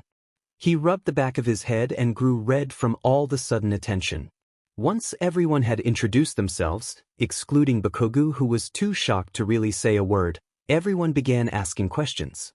It was like a new transfer student came in and the entire class wanted to know everything, despite already knowing about Midoriya. Maybe it was the new life he got that seemed interesting to them, or the fact that Midoriya was still aiming to be a hero despite all of his motivations and support being erased. So why do you want to be a hero? I mean, who doesn't, right? But considering, Hagakure chimed in, though Bakugo wasn't really sure where the invisible girl was. HM? Well, I guess I just really like helping people. I don't know, there's just something in me that can't turn away from someone in need of help. I think I knew I wanted to be a hero was when I saw this robbery happening inside a grocery store when I was out with my mom. Just a bunch of thugs and my mom was ready to call the police, but I saw a child in trouble and before I knew it my legs had me over there. Midoriya kept his gaze down to his hands as he recalled the story. I don't know what happened, but I think something awakened in me. I didn't know how to use my quirk since I had forgotten, but in that moment my legs became really powerful and I was able to protect the kid. He looked up at the entire class, growing embarrassed again at the realization he had started rambling. Sorry. I didn't mean to talk on and on about that. I just got lost in the memory, that's all. I'm sure my reasoning's pretty boring, huh? Uraraka was the first to respond. Of course not. Deku, that's amazing. Green Eyes looked at her, puzzled. Deku? The entire class shifted awkwardly, quickly trying to find a way to diffuse the air of confusion. It was a, nickname that someone gave you? Uraraka quickly replied, throwing her hands up. Deku as in the one who can't achieve anything? Is that me? Midoriya's eyes widened before he jumped in surprise at Bakugo who suddenly rose hastily from his seat. I fucking gave you that name, okay? But listen, you're not the Deku who can't do anything, you're the Deku that always does his best. The I can do it Deku. You got it? Bakugo slammed his palms on Midoriya's desk, the entire class startled that the blonde was giving off such a nasty vibe right off the bat. Midoriya only blinked before smiling gently. The Deku who always does his best, I think I'm okay with that. It was almost like the class let out a sigh of relief all at once, a few snickers here and there. I don't think you told me your name by the way. Midoriya added, looking up at Bakugo. The blonde could only scoff, sitting back in his seat before turning his head away from the other. Too many emotions were going through his mind, falling into his heart and then climbed back to his head in a dizzy sprint. On one hand he should be happy that Midoriya was there, back in class. After all, he was the one that threw a public tantrum about the seat being only reserved for the green-haired boy, but on the other hand the entire situation sucked. He just wanted Midoriya back with all his memories, though it seemed as like it was impossible at this point. Damn it. He should be happy, right? Midoriya still wanted to be a hero, he was going to be friends with everyone again, so why was something missing? Midoriya reached over to tap Bakugo's shoulder when he didn't respond. It's Katsuki Bakugo, and I'm going to be the #1 hero one day. So you better watch your fucking back, I'm not losing to anyone, not even you. He huffed out, turning to look at Midoriya, meeting his emerald eyes once again. Katsuki Bakugo? Midoriya murmured, fingers going up to his face to rub his chin. Okay, I got it. Bakugo turned back again, raising an eyebrow at the other. How about I call you Kaken? Just so we're even now. You can call me Deku since you're probably used to it, but I think it's fair if I give you one too? He grinned, Bakugo's eyes widening. The entire class almost broke into their own smiles and laughter. No one acknowledged that Bakugo wasn't looking embarrassed or upset, rather he looked extremely happy. Bakugo snorted, turning his chair so he could face Midoriya. Fine Deku, call me whatever you want but it's still not going to change the fact I'm going to be #1. He smirked at the boy who could only challenge his expression with a determined look of his own. We're all here to do our best, right? But just so you know I'm going to do my best too, even if everyone's already got a head start on me. I'm the Deku that never gives up, I want to be the greatest hero too. Midoriya announced, hands balling into fists in front of him. Some other students chimed in after, stating that they'll be the best hero as the competitive nature of the class grew. The conversation grew from there and Bakugo turned back to face the wall once again. Bakugo was far too determined to be number one, but if there was anyone out there that could go beyond, it would be Izuku Midoriya. After the entire travesty, he was still himself. Finally, Bakugo was able to realize what the situation meant now. Second chances. This was the time where he could finally throw away all the self-loathing and resentment. He could finally look to Midoriya as someone who wasn't trying to pity him or make him feel lower than dirt. He was a rival, but most importantly, a friend. Now was the time to finally return with payment in kind. He could finally return the favor.